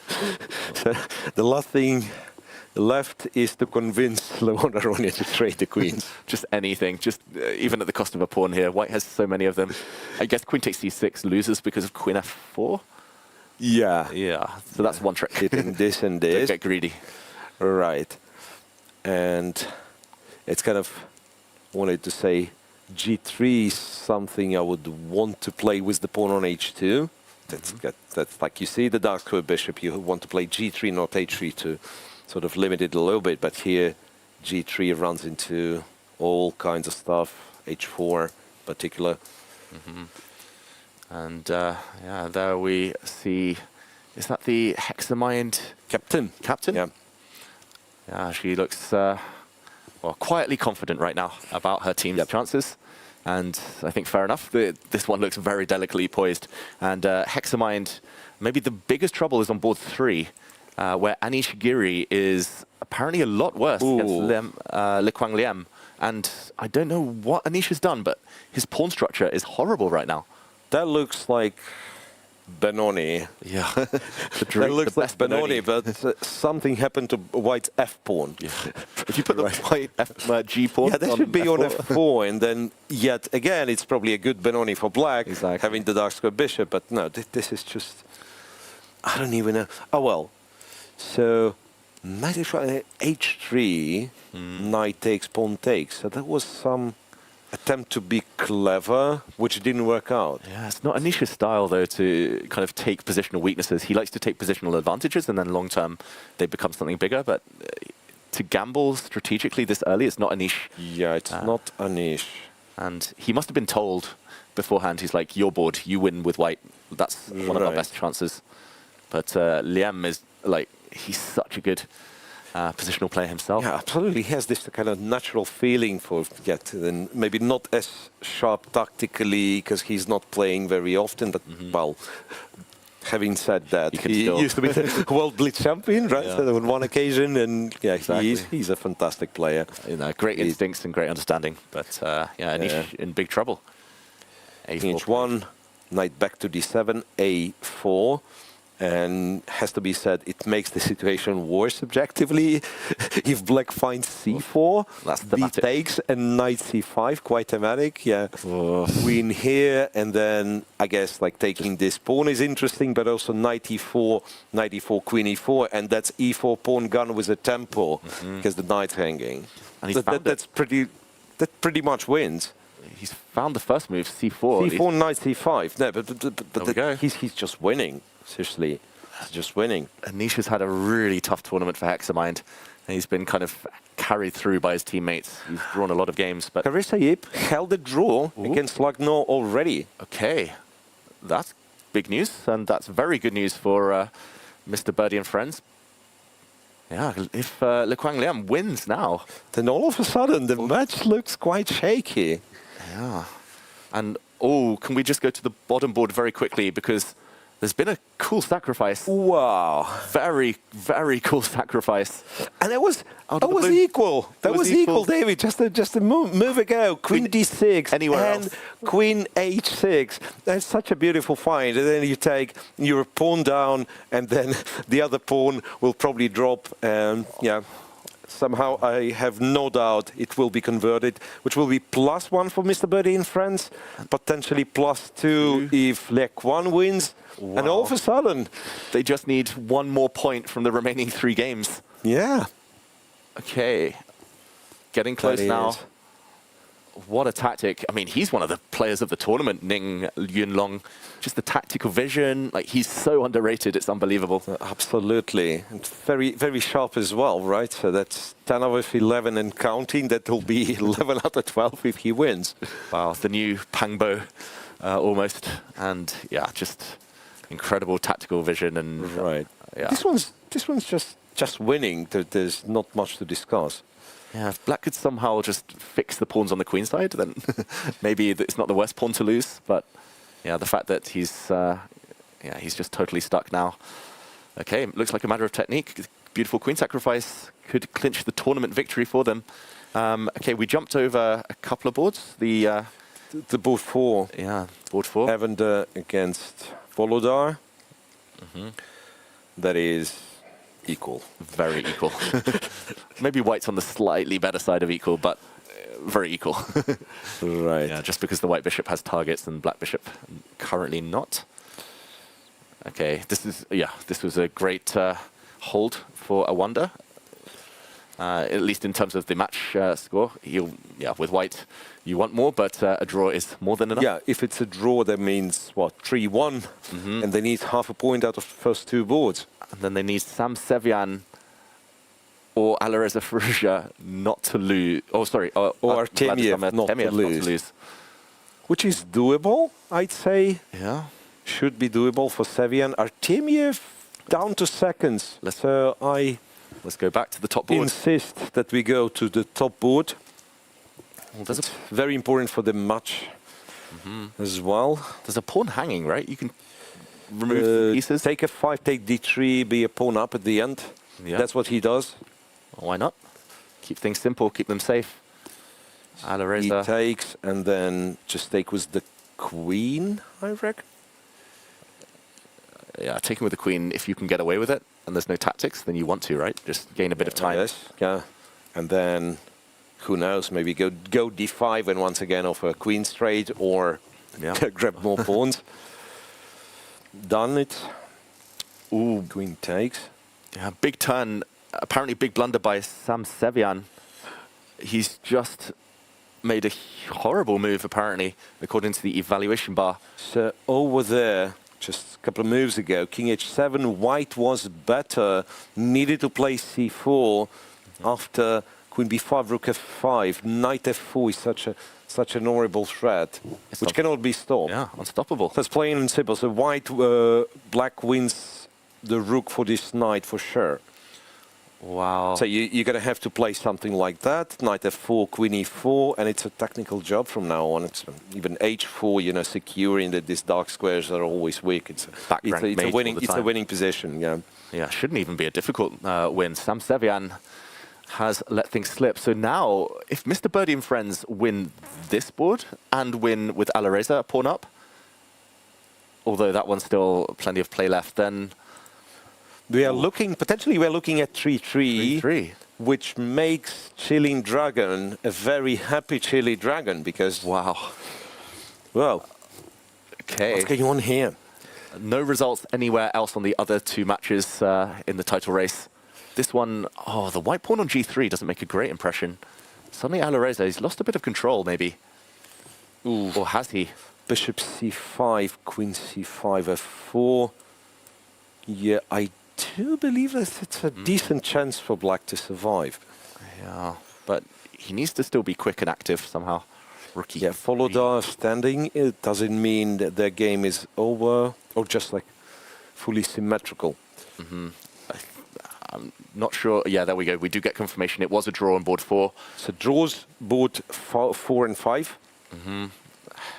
Hexamind captain there talking with Volodar Mertzin. Levon Aronian looks like he's getting even closer to victory on his board. Shall we quickly show what happens in Aronian's game? Well, he didn't go after this rook. He's just like crushing through. He's going for mate instead. Yeah, G3, and now take on H3, take on G2, all the pieces join, and it should be a checkmate. Levon, he's going to spot that. Of course, he takes the pawn. Yeah, King G2. Now, I do not know if you need to, but you can. Take here, bishop takes here, and it's just a disaster. Knight H3 already played. He doesn't even hesitate. He took on F2. He took on F2 as well. Just he did it like instantly after Sam Sevian's move. He's crashing through here. Levon Aronian. Right, for kind of a match for the best American player from Armenia.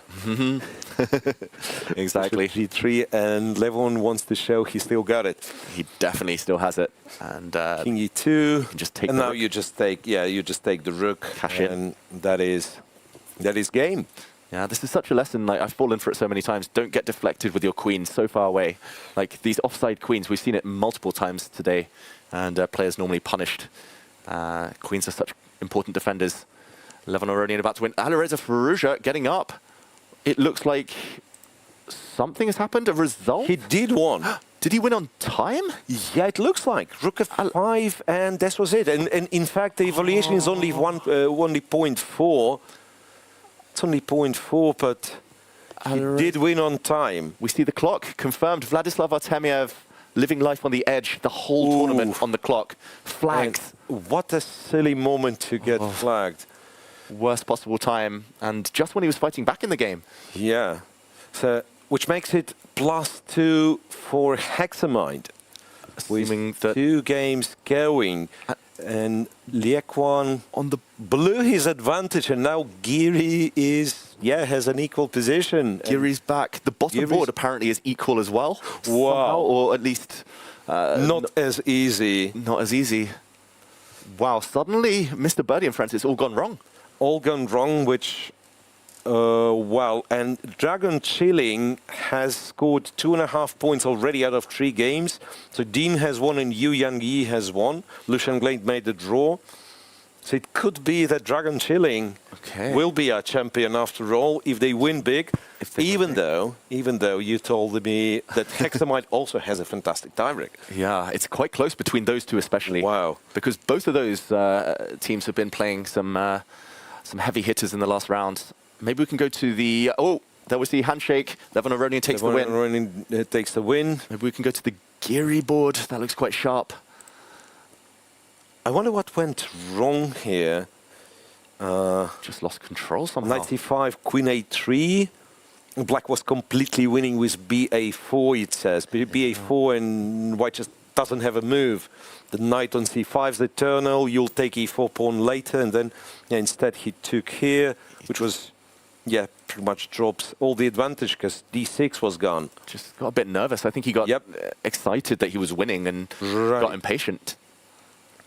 Queen b5, back to black being winning. -1, okay, not like a win-win, but -1 in black's favor. The d Rook d6, the d-pawn, pride and glory will be gone anytime soon. Anish needs to hold this for Hexamind to have any chance of winning the tournament and becoming world team rapid champions. But he's in big trouble. Yeah, on the last board, it's also quite curious because Murat Omarov fought back, but he's constantly playing on 10 seconds. He's doing an Artemiev. Yeah, we saw how that worked out. And he's going to be defending for a long, long time, Murat Omarov for Hexamind. So, so over here, f7's attack, but queen to e6 is a secret move to trade the queens, win the d7 pawn, and keep the c3 pawn on the board. I think that's findable. It's just a judgment call whether he thinks it's enough with the queens off. Yeah, that's always a question, right? Yeah, do you say take, let white take on f7? Yeah, no, he finds it. Great move. Queen to e6. Great move. He's going to save his f-pawn in the process. Yeah, and you can take with the rook, but it's also Compi wants to take with the pawn. It's not the most dangerous pawn, but you kind of making an argument. Those double pawns, they are not worth much. In a king and pawn endgame, it's essential. And Queen e6, let's see what he takes with. He hesitated, but he did take with the pawn, it looks like, on the camera. There we go. Yeah. Anish fighting for his life. On e6. So now d7 is going to drop. Well, d7 is going to drop, but white can establish some sort of a blockade, right? Like with knight on c2, rook on the second rank. I'm not sure. Very unclear. Just updates for everyone. It looks like MGD1 are going to win their match. Arjun Erigaisi is winning. They'll be 2.5 to half up. And Dragon Chilling also 2.5 half. And here Hexamind have already got 3 points. So Mr. Birdie and friends will not be winning this match. They just need to draw, and then it's all about tie breaks. But Mr. Birdie and friends are better on both remaining boards. Alireza looked nervous. He's done his job. Yeah. But he needs Anish to hold. And what's on board 6? Any changes, any progress? Because after this beautiful find, Queen h6 check, the player for Mr. Birdie was completely winning, we thought, but then somehow the lack of technique led to the position where black is fighting back still. Yeah, I think he just allowed the opponent just everything in terms of setting up a defense. So board 6, no progress. I'll keep an eye on that one while we stay here. Oh, Anish. I mean, if he was on the black side, I would say he's going to win this. He's just got great technique. But can he hold on somehow?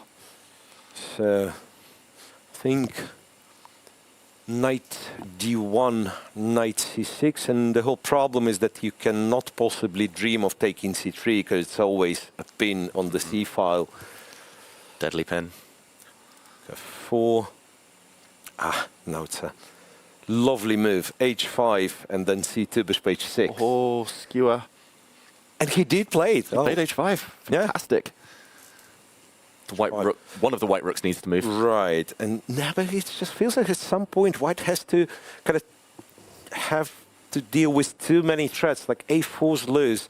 E pawn can start moving at some point. Exactly. At some point, a black bishop might land on d2 and just lock things. Or right. Ooh, wow. Not a great move, that one. Because rook c4. Oh. And he misses the same thing as his opponent's done. When white pawn was on d7, rook d6, and now knight c3 will be happening. There won't be a pin on the c file, and rook a4 is refuted with a check first, and then knight takes c3.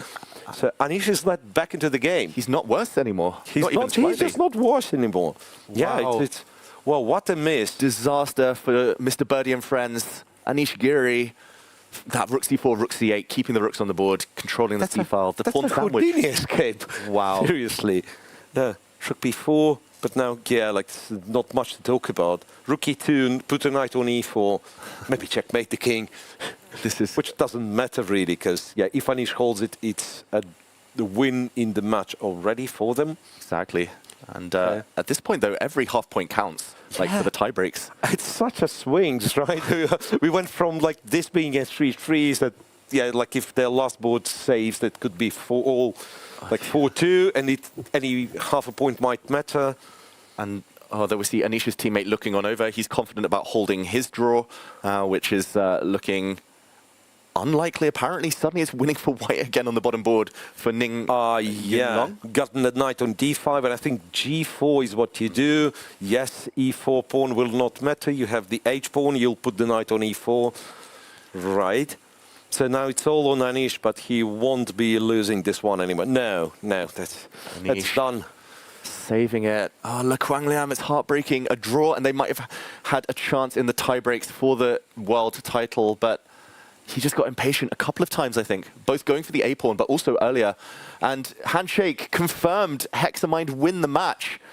It will not be Mr. Birdie and friends who are world champions. It's all going to come down to tiebreaks. It could be 3 teams on the same match points. Is Chinese team, well, Chinese team is playing Chinese teams. I meant the Chilling Dragon. They won their first 3 boards.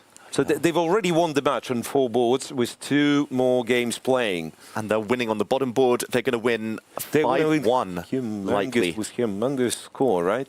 MGD1 are also totally crushing their opponents. Wow. They're going to win 5.5, potentially? No, can't be right. So there are 2 draws, but everything else looks, yeah. So MGD1's favor, and Arjun completely winning against Goryachkina. Might be over this one. Here we see the bottom boards of Dragon Chilling against Interstellar Club, the Chinese derbies. So 2 extra pawns on a very last board, and Letingye should be a draw. Yeah, it is. So it's going to be 5-1 for Dragon Chilling, 5-1 for Team MGD1. Wow. The 2 teams who needed the points. I have a feeling Dragon Chilling, like, they've been leading the whole way. Their tiebreak there should be a very good tiebreak, yeah. But Interstellar Club, haven't scored as heavily, so maybe beating them 5-1 less meaningful than beating Barris 5-1. Who knows? It's going to be a mathematical equation. We need our calculators. Yeah, this one will not be that easy to kind of do the napkin math. So we'll probably have to stay on air just to wait for the confirmation. Yeah. Okay, drama. It's got to feel bad for Mr. Birdie and friends. They've tried so hard. They did everything right today. I have this position on the board. I don't know why, but now after rook d7, rook takes d7 was enough for a draw and then a distant opposition. d3. Yeah. And then you just. But of course, rook h6 is much safer. So where do we go? Where do we go right now? Anish done. Anish is done. So and first match is like decided already. Mr. Birdie and friends have lost the match, right? Yep. Arjun Gaisi, I think, has also won, although the result hasn't been locked in there. And okay, Dragon Chilling are also winning on their bottom board, so just next to the one we've got on camera right now. That is a 2-pawn advantage. Okay, does look like most things are finishing up now. Right, Team Gurukul with Prague is winning as well, or already won. Prague winning himself. Prague's had a great day, by the way, beating Hans Niemann, beating Arjun Gaisi, then beating Suleimanli. Just drawing against Sindarov, which can happen. Yeah, Hans's team is winning as well against the Mongols, but they are not in the equation for the top, not even for the top 3, I think. Not even the medals now, because those will be decided by MGD1. Oh, that's a tie for the tie for first by 3 teams, so they're all getting medals. That's the bright side. That's confirmed. Yeah, precisely. That's confirmed. Oh, Mr. Birdie and friends not even getting medals. That is harsh. And there we see Sam Sevian must be disappointed. Yeah, how dramatic the tournament is. Like from being in the sole lead, being kicked out of the medals with basically Le Quang Liam not winning his winning position. That cost them everything. There they would have been guaranteed medals and maybe a chance at first. Wow, tiny margins at the top level nowadays. And yeah, there we see the Interstellar Club team manager, team captain. And what's on the last board? Maybe the last board is somewhat more interesting. Yeah, maybe we can go across. At least more pieces there. Oh, it feels like, yeah, board 5, Goryachkina seems to be holding a draw quite convincingly. yeah, there's one trick, rook takes e5, but it doesn't work, unfortunately. I guess. Due to rook b1. b1's a good move. Yeah. And yeah, things will feels fall like, with track. feels like almost everything is a good move. I wonder if white to move. Oh. He's saving. He probably is knight d7, rook e4 or something. But yeah, it's like it's a cool trick, but it doesn't really help. Yeah, You might as well try it, I feel. But yeah. okay, he didn't go for that trick. He retreated his knight. Zhuo Kang.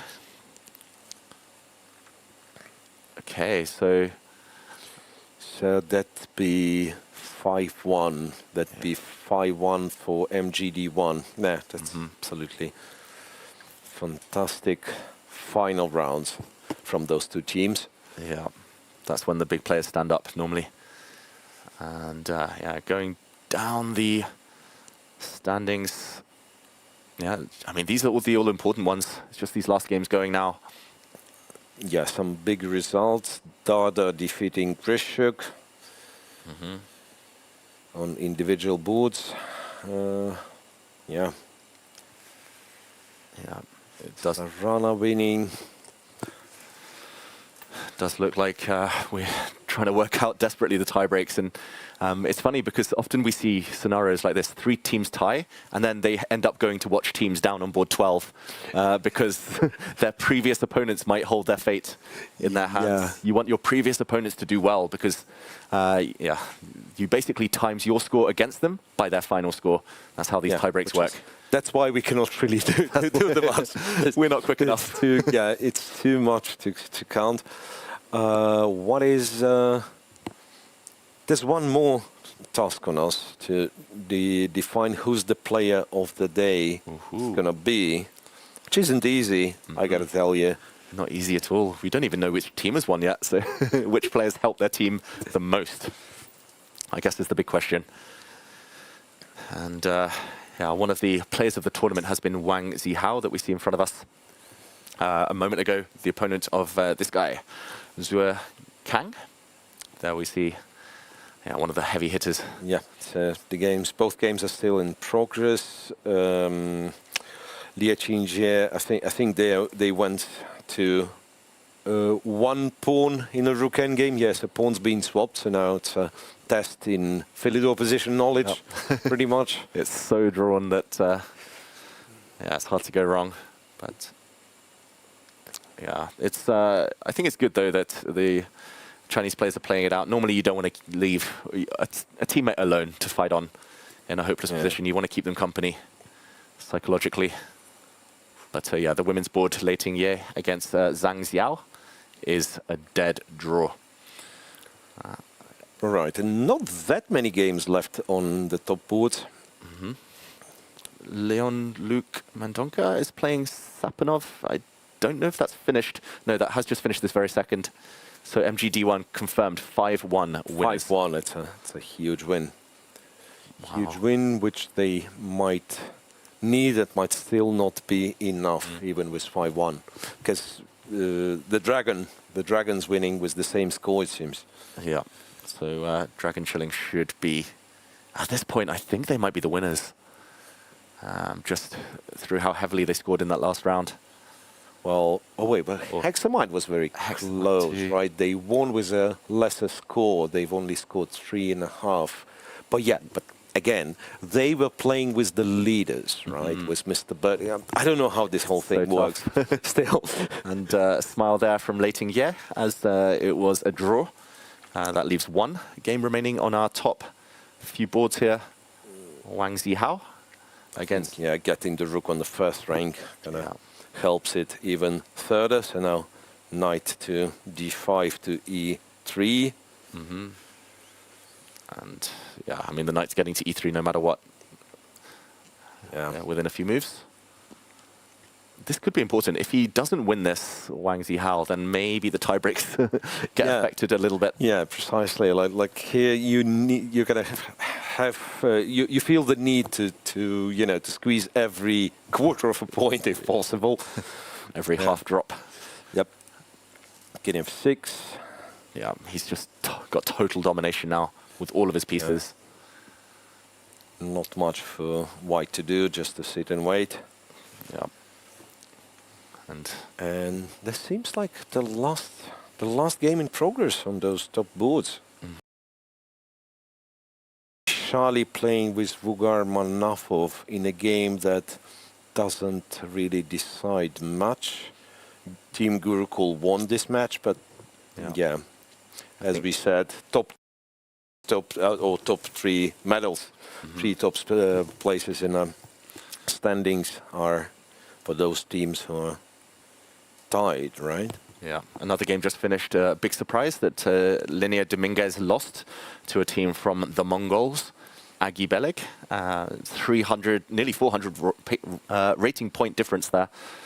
So Dominguez getting upset, but doesn't change the result. Endgame AI winning their last round. Denis Lazovic winning another one. 10.5 out of 12? Oof. That is very impressive, Denis Lazovic. Ning Yunlong is the highest scorer, at least, from from any team, from the tournament, from the World Rapid Team Championship. 11 out of 12. Aryan Abhijit Shah, only 10.5 out of 12. Yeah, not enough. Not enough. And Volodar Mertzin, Awanda Liang, 10 out of 12. But who is going to win the Player of the Day? Who's going to win the tournament, most importantly? What do you think at home? Which team is it going to be? Yeah, well, apparently with all the excitement, we've forgotten about the poll of the day, which has finished. And people were voting which team is going to win the World Team Rapid Championship. And the options were Dragon Chilling, Team MGD1 and Hexamine Chess. Okay. Which are three teams that are tied, and Cast Chess. Cast Chess only got 5% of order. And yeah, it's funny because although Mr. Birdie and friends weren't on the poll because they made only their surge today, they did end up outside the medals, and it was the teams that got voted top 3 in the polls who made it. Okay, current update, we have match points. MGD1 have decent tiebreaks. It looks like Hexamine Chess Team have better tiebreaks than them. And Dragon Chilling, I don't currently see. So we'll try and get updates. Okay, last year it was MGD1 who won. And Hexamine was second. Hexamine second, so oof. That is... Will history repeat itself? Yeah, history kind of repeats itself, but there is one dragon which is chilling with a very, very good tiebreak, potentially. Exactly. And yeah, we'll get confirmation very shortly. I guess once this game ends, this is all we're waiting for. The killer blow. When does that sword drop? Where's the breakthrough? Well, you don't want to be going too low on the clock. I mean, I don't think. I mean, everything he does right. Yes. Yeah, but like, just don't make your teammates worried. Just play everything, but everything you do, but a little bit faster. Yeah. Just for your own peace of mind as well. Like, if you suddenly lose control, you don't want to be sat on 10 seconds, and for the panic sets in. Knight B6. What you have to do in order to lose is do this and this. Yep. I'm pretty good at solving self-mates. Yeah. Self-mate, unlikely to happen. We need one check. No, we won't. So, okay. What did he do? Knight E3, king goes. I don't really see the progress he's been making. Surely at some point you just move the black bishop round onto the diagonal of the white king and check. And yeah, just say this should end it. Any trade should end it. Yeah. But I think he's had the opportunity to win on the spot a few times, but maybe the nerves settling in. Rook e2. Well, when I said any trade, I didn't mean trade the rooks. Yeah. He might be winning after that, but why would you want to? Yeah. Why wouldn't you want to try? Yeah, Even opposite one. colour bishops may be winning, but why? Why swap off Yeah. an active rook for a passive rook? C3. Well, bishop e5. And that's what he's done, right? I think he's moved his knight. He keeps moving his knight, but not his bishop. Yeah, which is a mystery. Yeah, bishop check is the killer. It breaks White's coordination. The king will no longer be able to defend its bishop. Was that a move? That also looks very strong. What it was. 95. Where does the knight go? Yeah, somehow, like there is no square on the board where you want. Or maybe there is a square on the board. It was d3 where you want a knight to be. Exactly. Yeah. He can bring it back. He's got all the time in the world. Yeah. No 50 move rule because he just pushed h4. H4. Yeah. So maybe he's just enjoying this moment, the hero moment. And, Right. We still have don't have the answer. Who's the player of the day? Yeah, play of the day. We need to work it out. Okay. Well, Arjun had a very good run. Arjun's been fantastic today. But yeah, if MGD1 win the event, it feels like it has to be Arjun Erigaisi, player of the day. If it's Dragon Chilling, is it someone from this team? What do we think? If it's Hexamind, ooh, he's going down to seconds. He does 5 look nervous. seconds. Yeah, he's looking very nervous. So knight to e5. Understandable. Like he's got some of the best players in the world watching him right now. He's got thousands of people around the globe watching him. So back to d3 as we thought. Back been here before. D3, and then Where's he going next? move number 100. Okay. e3. Just go e3. Push the pawn. Push the pawn. This time. And now He's found a good plan though. Finally, he's bringing his bishop out. bishop moved to, was it d6? Yeah, bishop d6, c5 defended. So Guaranteed you check. go bishop c5 next move. Win even more material. Yeah, he finally found the plan. This might be it. This might be the closing moments of the closing round at the FIDE World Rapid Championship, round 12. Everything else has finished on the top boards. All the games are complete. It's just that one. Okay. How does White even fight on? I don't think he does. He's losing his bishop. No, there's no fight. I mean, you probably take on c5, move the knight, take on c5, but yeah, it's with such a material deficit. There's nothing to do. And handshake. And that was it. Confirmation that Wang Zihao wins 5-1 is the final score that Dragon Chilling win by against Interstellar Club.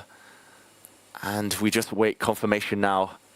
Who is the winner? Who's the winner? So this move, bishop g3 to d6, was precisely move number 100. Yeah, and okay, big moments. Let's go to Charlize live from the playing hall as she talks to Ni Hao, the captain of Dragon Chilling. I'm here, Grandmaster Nihua. Dragon Chilling has just won, and we don't have the final numbers yet, but how are you feeling? What is going through your head? It was a very tense match, and it's reminded me to think about like Arsenal against Manchester City's match. After the previous match, we lose, and I told them it's not done yet, and we're back in this round. But I have no idea what's the result, and we will see. It was an amazing start for Ding to win such a nice game very quickly. Did that make you positive that this was going your way? Yeah. We you can see in this tournament, in the beginning he started very slow, and then he become better and better. And in the last round, when we asked him to push to open it, and he made it. Yeah. Well, good luck. We'll know very, very soon, but you should be proud regardless. Thank you. Wow. Thank you, Charlize, there, catching the wise words of football fan Ni Hua. And yeah, I think he's eagerly awaiting the final standings. We are too. Just confirmation that they're well, their clincher there, Wang Zihao, gained, what was it, Miro? Nearly 200 rating points? Yeah, so his score is not the best score in the tournament, but he has won 193 ELO points in one tournament out of 12 rounds. So if you want my personal vote, I vote him the player of the day. Exactly. I mean, if they end up winning Dragon Chilling, then I think a lot of their victory is owed to him. These are the final scores in the meantime. 3.5 to 2.5 in the top board, all-important clash. Hexamind winning, Mr. Birdie and Friends dropping from the lead out of the medal places. Dragon Chilling winning 5-1 against Interstellar Club in the all-Chinese derby. Barris losing to MGD1. Means that MGD1 are guaranteed medals, even if it's not gold. Chess Gurukul winning 5-1 as well, the score of the round, clearly, against Odla Yurdu, and Endgame AI defeating the Mongols. Wow, I mean, I don't even know where to start. I haven't even tried to calculate this equation, but it does feel like... And so many, like, exciting games, so many illogical games in a way, like, take the first match. Firouzja winning on time in a position where our team have already started to fight back. Yeah. Liek Wan Gliem having a winning position, couple of occasions, didn't win. Yeah, could have been so different. Incredible. Sam Sevian blundering horribly in a balanced position. And yeah, even elsewhere, Ding suddenly waking up, getting that win. Yeah, in 20 moves, and that's all his team needed. And 5-1 was the final score. Exactly. He led by example. Like, if he hadn't won quickly, maybe the others would have been more nervous. Right. So the whole strategy of like making a couple of draws with white, right? You settle up this, so the score's level, and then they don't win another game, and maybe another game, and then this is where they get nervous. No, you have to win. You have to win, and you have to do it in the most critical of rounds. We're still awaiting confirmation. I don't know if we can scan the playing hall just to see if there are any boards lower down which are still in action. I think everything's cleared up now. Yeah, they could be, but also the game we've been watching was it's taken 100 moves. So it's very unlikely that there is anything in progress. Yeah, there we go. Some players still sitting and playing or analyzing, but nothing. Yeah, nothing that's going to affect the standings, it looks like. I wonder whether at the bottom right that's just people playing a friendly Blitz game or actually competing because yeah, tie breaks will be affected by goings on elsewhere. And here we're doing a quick scan thanks to our producers. It looks like, okay, it's just some friendly chats and... Right, people on board. Is there? Okay. Do we have somebody? Yeah, everyone's eagerly awaiting the results. I don't know if we see any live celebrations in the playing hall. Some of the teams have left the arena. Why wait nervously there when they can absolutely. chill? Once again, the reminder that the closing ceremony for this tournament will be merged with the overall closing ceremony after we are done with the Blitz, which is 2 days from now. Yes. This is the end of the Rapid, but of course, stay tuned, everyone. Tomorrow, come join us again because the World Blitz Team Championship starts. And that man you see on the big screen, Magnus Carlsen, will be back. He probably won't lose a 5th game in a row. He'll be itching to set the record straight. He stepped aside after a poor start to today. And yeah, I think we'll see a totally different storyline in the Blitz. More games, more action. It's going to be breathless stuff. But the most important thing right now is the standings. And there is a game. There is a game. There's a game in a match of... I can't even find it, but apparently there is. Okay. There is a game. So it is this one that's keeping us on the edges of our seats. As soon as this is over, I think Sky Chess, or is it... yeah, I don't know how to find this match now. Sky Chess. I'll try and scan quickly. Yeah, they're quite a bit further down the tables, at least. Yeah, I can't find it either. Yeah, but it's played. It's clearly, like, it's observed by the arbiter. And once again, sometimes this game on board number 50, whatever, it might decide this fraction of a tie-break score that will be important. Oh, of course it's rook and bishop versus rook. Of course. Yeah. It was fated. Your favorite. It was always meant to be. This is how many rounds end. We haven't seen so many, actually, this event. Yeah.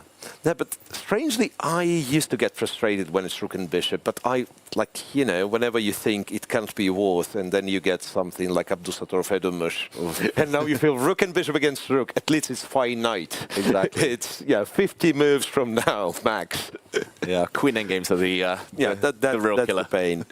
And in the meantime, I believe we will be joined by a special guest, so stay tuned, everyone, as we're still on the edges of our seats, waiting for the final confirmation. Okay, the player making eye contact with the arbiter, potentially. Does she want to claim 50 moves? Well, she probably doesn't claim 50 moves with... Oh, well, I thought she was playing with black, but no, not necessarily. She's defending this, but her king's in the center of the board, and she's been there defending for quite a while. Okay, the trick is to keep going as long as you can, survive. Just as you're about to be mated, then you claim. Yeah, before you lose the rook, right? or being checkmated, that's when you claim. Exactly, and I'm sure they're feeling the pressure, knowing that the world is waiting for this result. But yeah, this should be a draw, and I don't think she's been making any progress for a while now. The player with the rook and bishop, and Arbiter steps in. It's been 75 moves, so the Arbiter can declare a draw. Yeah, that's true. Handshake, and the tournament is officially over. This was the last game. We're awaiting the confirmation of the medal places, the order of gold, silver, and bronze. But in the meantime, we have a special guest with us in the studio, and it's one of the players of the day, one of the stars for his team, Hexamite, Levon Aronian. Thank you for joining us. Thank you. Good to see you guys. Yeah, Levon, talk us through the emotions right now as you're still awaiting a confirmation of where your team finishes. Yeah, I think we had a really bad first day, and then I think after that we were generally playing better. But yeah, I'm actually proud of our team that we managed to come back. And I think we finished probably top 3, I don't know, second or third. Definitely top 3, we can confirm. It's unclear at the moment. But you beat all the big teams at the end. You beat the leaders a couple of times. So the feeling in the camp now is that you haven't won gold, or? No. I think the Chinese team has higher blue golds, is it? Yeah. We're just upset that the direct encounters are not taken into account. I think that was... You won both matches, right? Yeah, that would make more sense. Generally, I think I like direct encounter or tie breaks. And in the meantime, I see that you've pulled up your game from the last round. Yeah, actually, the director of the show, they told me to show a game. So yeah, it was. I think it was kind of interesting, this whole sequence. We both saw it, and it was very tactical. 92, basically forcing me to take on g5. I was feeling that this should be fine for me. It's kind of interesting, yeah, position. Turns out that maybe BC is more precise. I actually didn't see this move, that I can have queen d5 here. It's quite nice. Very nice. Oh, yeah. Queen takes knight, bishop h2. Yeah. So I thought rook f8 is forced. And this position, yeah, I mean, it's kind of unclear. Very sharp. Queen e4 he played. Yeah, I was thinking he would go for some sort of, I don't know. Yeah, queen e4 makes sense. If h5, maybe some b4 at some point, you know, quickly. He went rook e2, knight f6, queen c6, knight d5. Of course, nobody can tell what's happening here, because white should probably check. I was thinking that this should probably be the way to go. I don't know. I mean, I felt that my play should be sufficient, because I have all these ideas: rook f6, rook g6, h4. Yeah, we always believed in your chances, in balance, and a lot of attacking potential.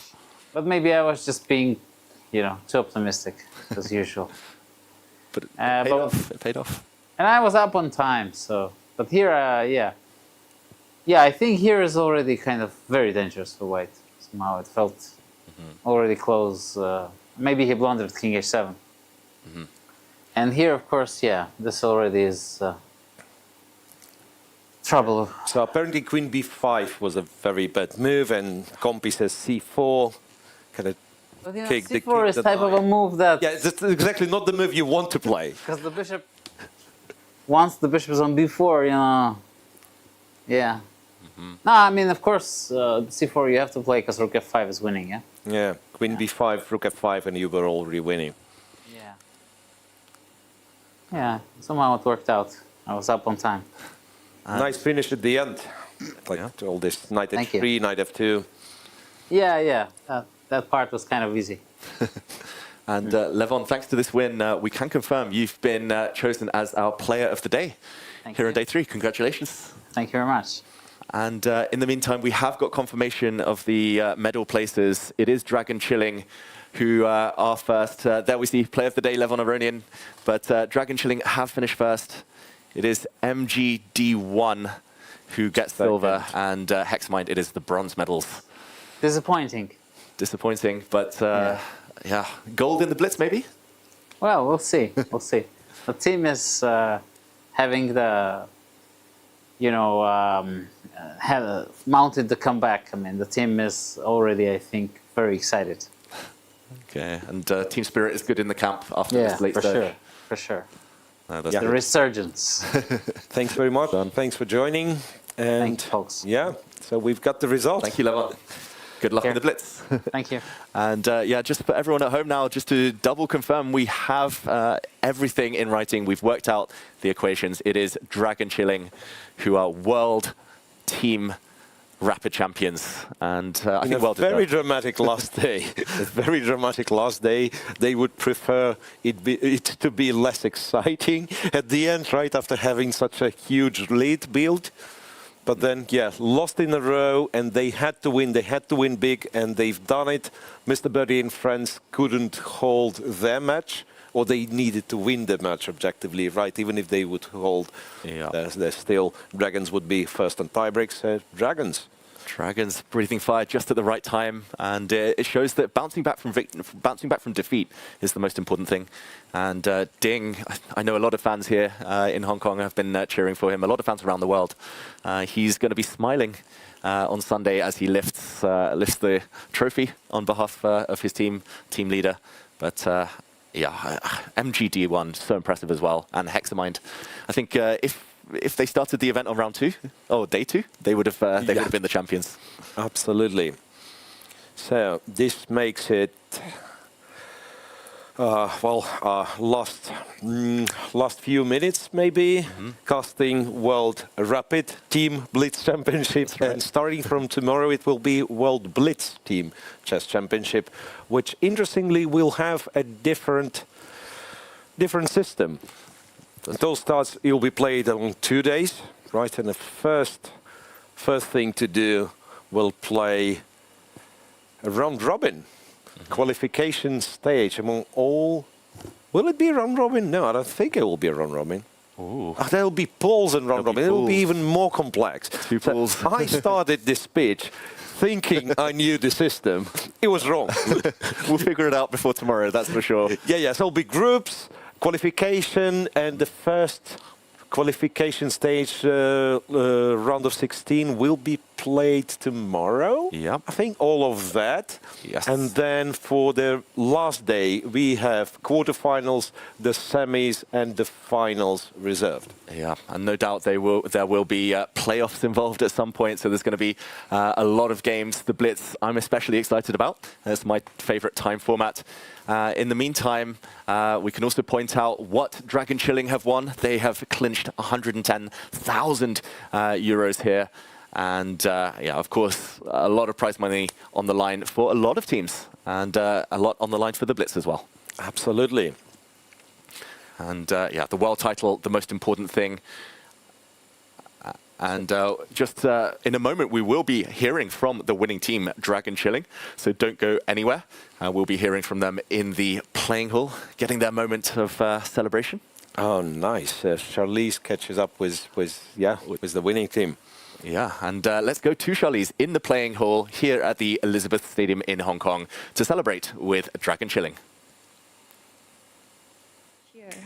At the end, can you have them all cheer? Okay. I'm here with Team Dragon Chilling, the FIDE World Rapid Team Champions 2026. We spoke to you right before now the results of final. Captain Niha, tell me now how you're feeling. Now I feel a little bit quiet because when this match finish, I'm not sure what is the results for our team. And when I back to the restroom, and my teammate told me we have very big chance to win the tournament. So now I feel a little bit quiet. Yeah. Well, you are winners, so I want everyone to say winners. Is that fine? We all cheer. You're all winners. Okay, I'm going to count you down. Okay, 3, 2, 1. Winners! Congratulations, everyone, once again. Nice scenes there from just downstairs, and yeah, I think they're not going to relax yet because the Blitz is coming up, but well deserved, and I'm sure they'll celebrate afterwards. I gotta say, Nihua didn't look relaxed at all, and I think I understand that because he was not playing himself, and there was a lot of tension built up through the tournament. So when you finally know the result, yes, you're not ecstatic, you're usually exhausted. Exactly. It's been a roller coaster, like the 2 losses in a row for them. Absolutely, and then yeah, it looked very safe going into the last 3 rounds, and it felt, well, not improbable, but not very likely going to the last round, and yet they've done it. They have done it, the World Rapid Team Champions, Dragon Chilling. And that's the end of the Rapid portion. The Blitz comes tomorrow, but in the meantime, we have to say thanks to a few people for making this possible, making this happen. Absolutely. So once again, it was a wonderful World Rapid Team Championship, and it would not be possible without those who helped to organize it. So we extend our gratitude to co-organizers and sponsors, partners of this event. It's Hong Kong China Chess Federation, the Major Sports Events Committee, and Culture, Sports and Tourism Bureau of Hong Kong for dedication and leadership, and our long-term partner, Freedom Holding Corp. Because without involvement of these entities and people, it would not be possible to organize this wonderful event. Thank you, guys. Yeah, thank you so much. It's been an honor to be here in Hong Kong. There's more chess ahead. The World Team Blitz Championship starts tomorrow, and we'll be fascinated to see how that goes. So join us again tomorrow, same time, same place. It's goodbye for now.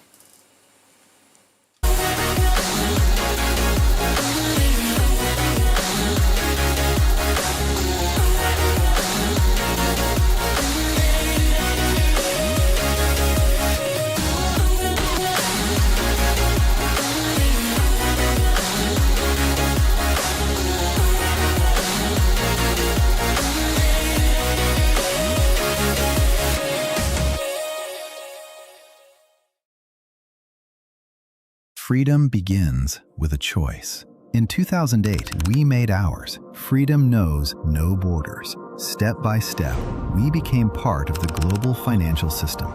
In 2019, we went public on NASDAQ. In 2024, we built a digital ecosystem. Fintech, lifestyle, telecom, everything comes together in one unified digital space. Today, freedom is a system that shapes markets.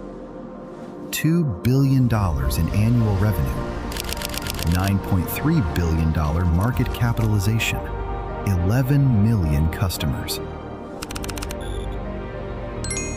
11,300 plus employees, 230 offices worldwide. Freedom begins with a choice, and every day we make it again. Freedom Holding Corp. One ecosystem, many possibilities. Every year, Hong Kong plays host to spectacular international sports events. Our elite athletes compete for honors with other leading sports stars from all over the world. Join us in supporting our athletes.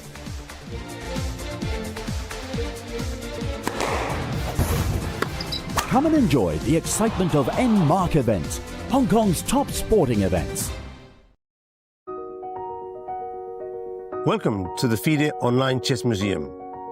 The International Chess Federation proudly presents the FIDE Chess Museum, an online space celebrating the rich history and evolution of chess.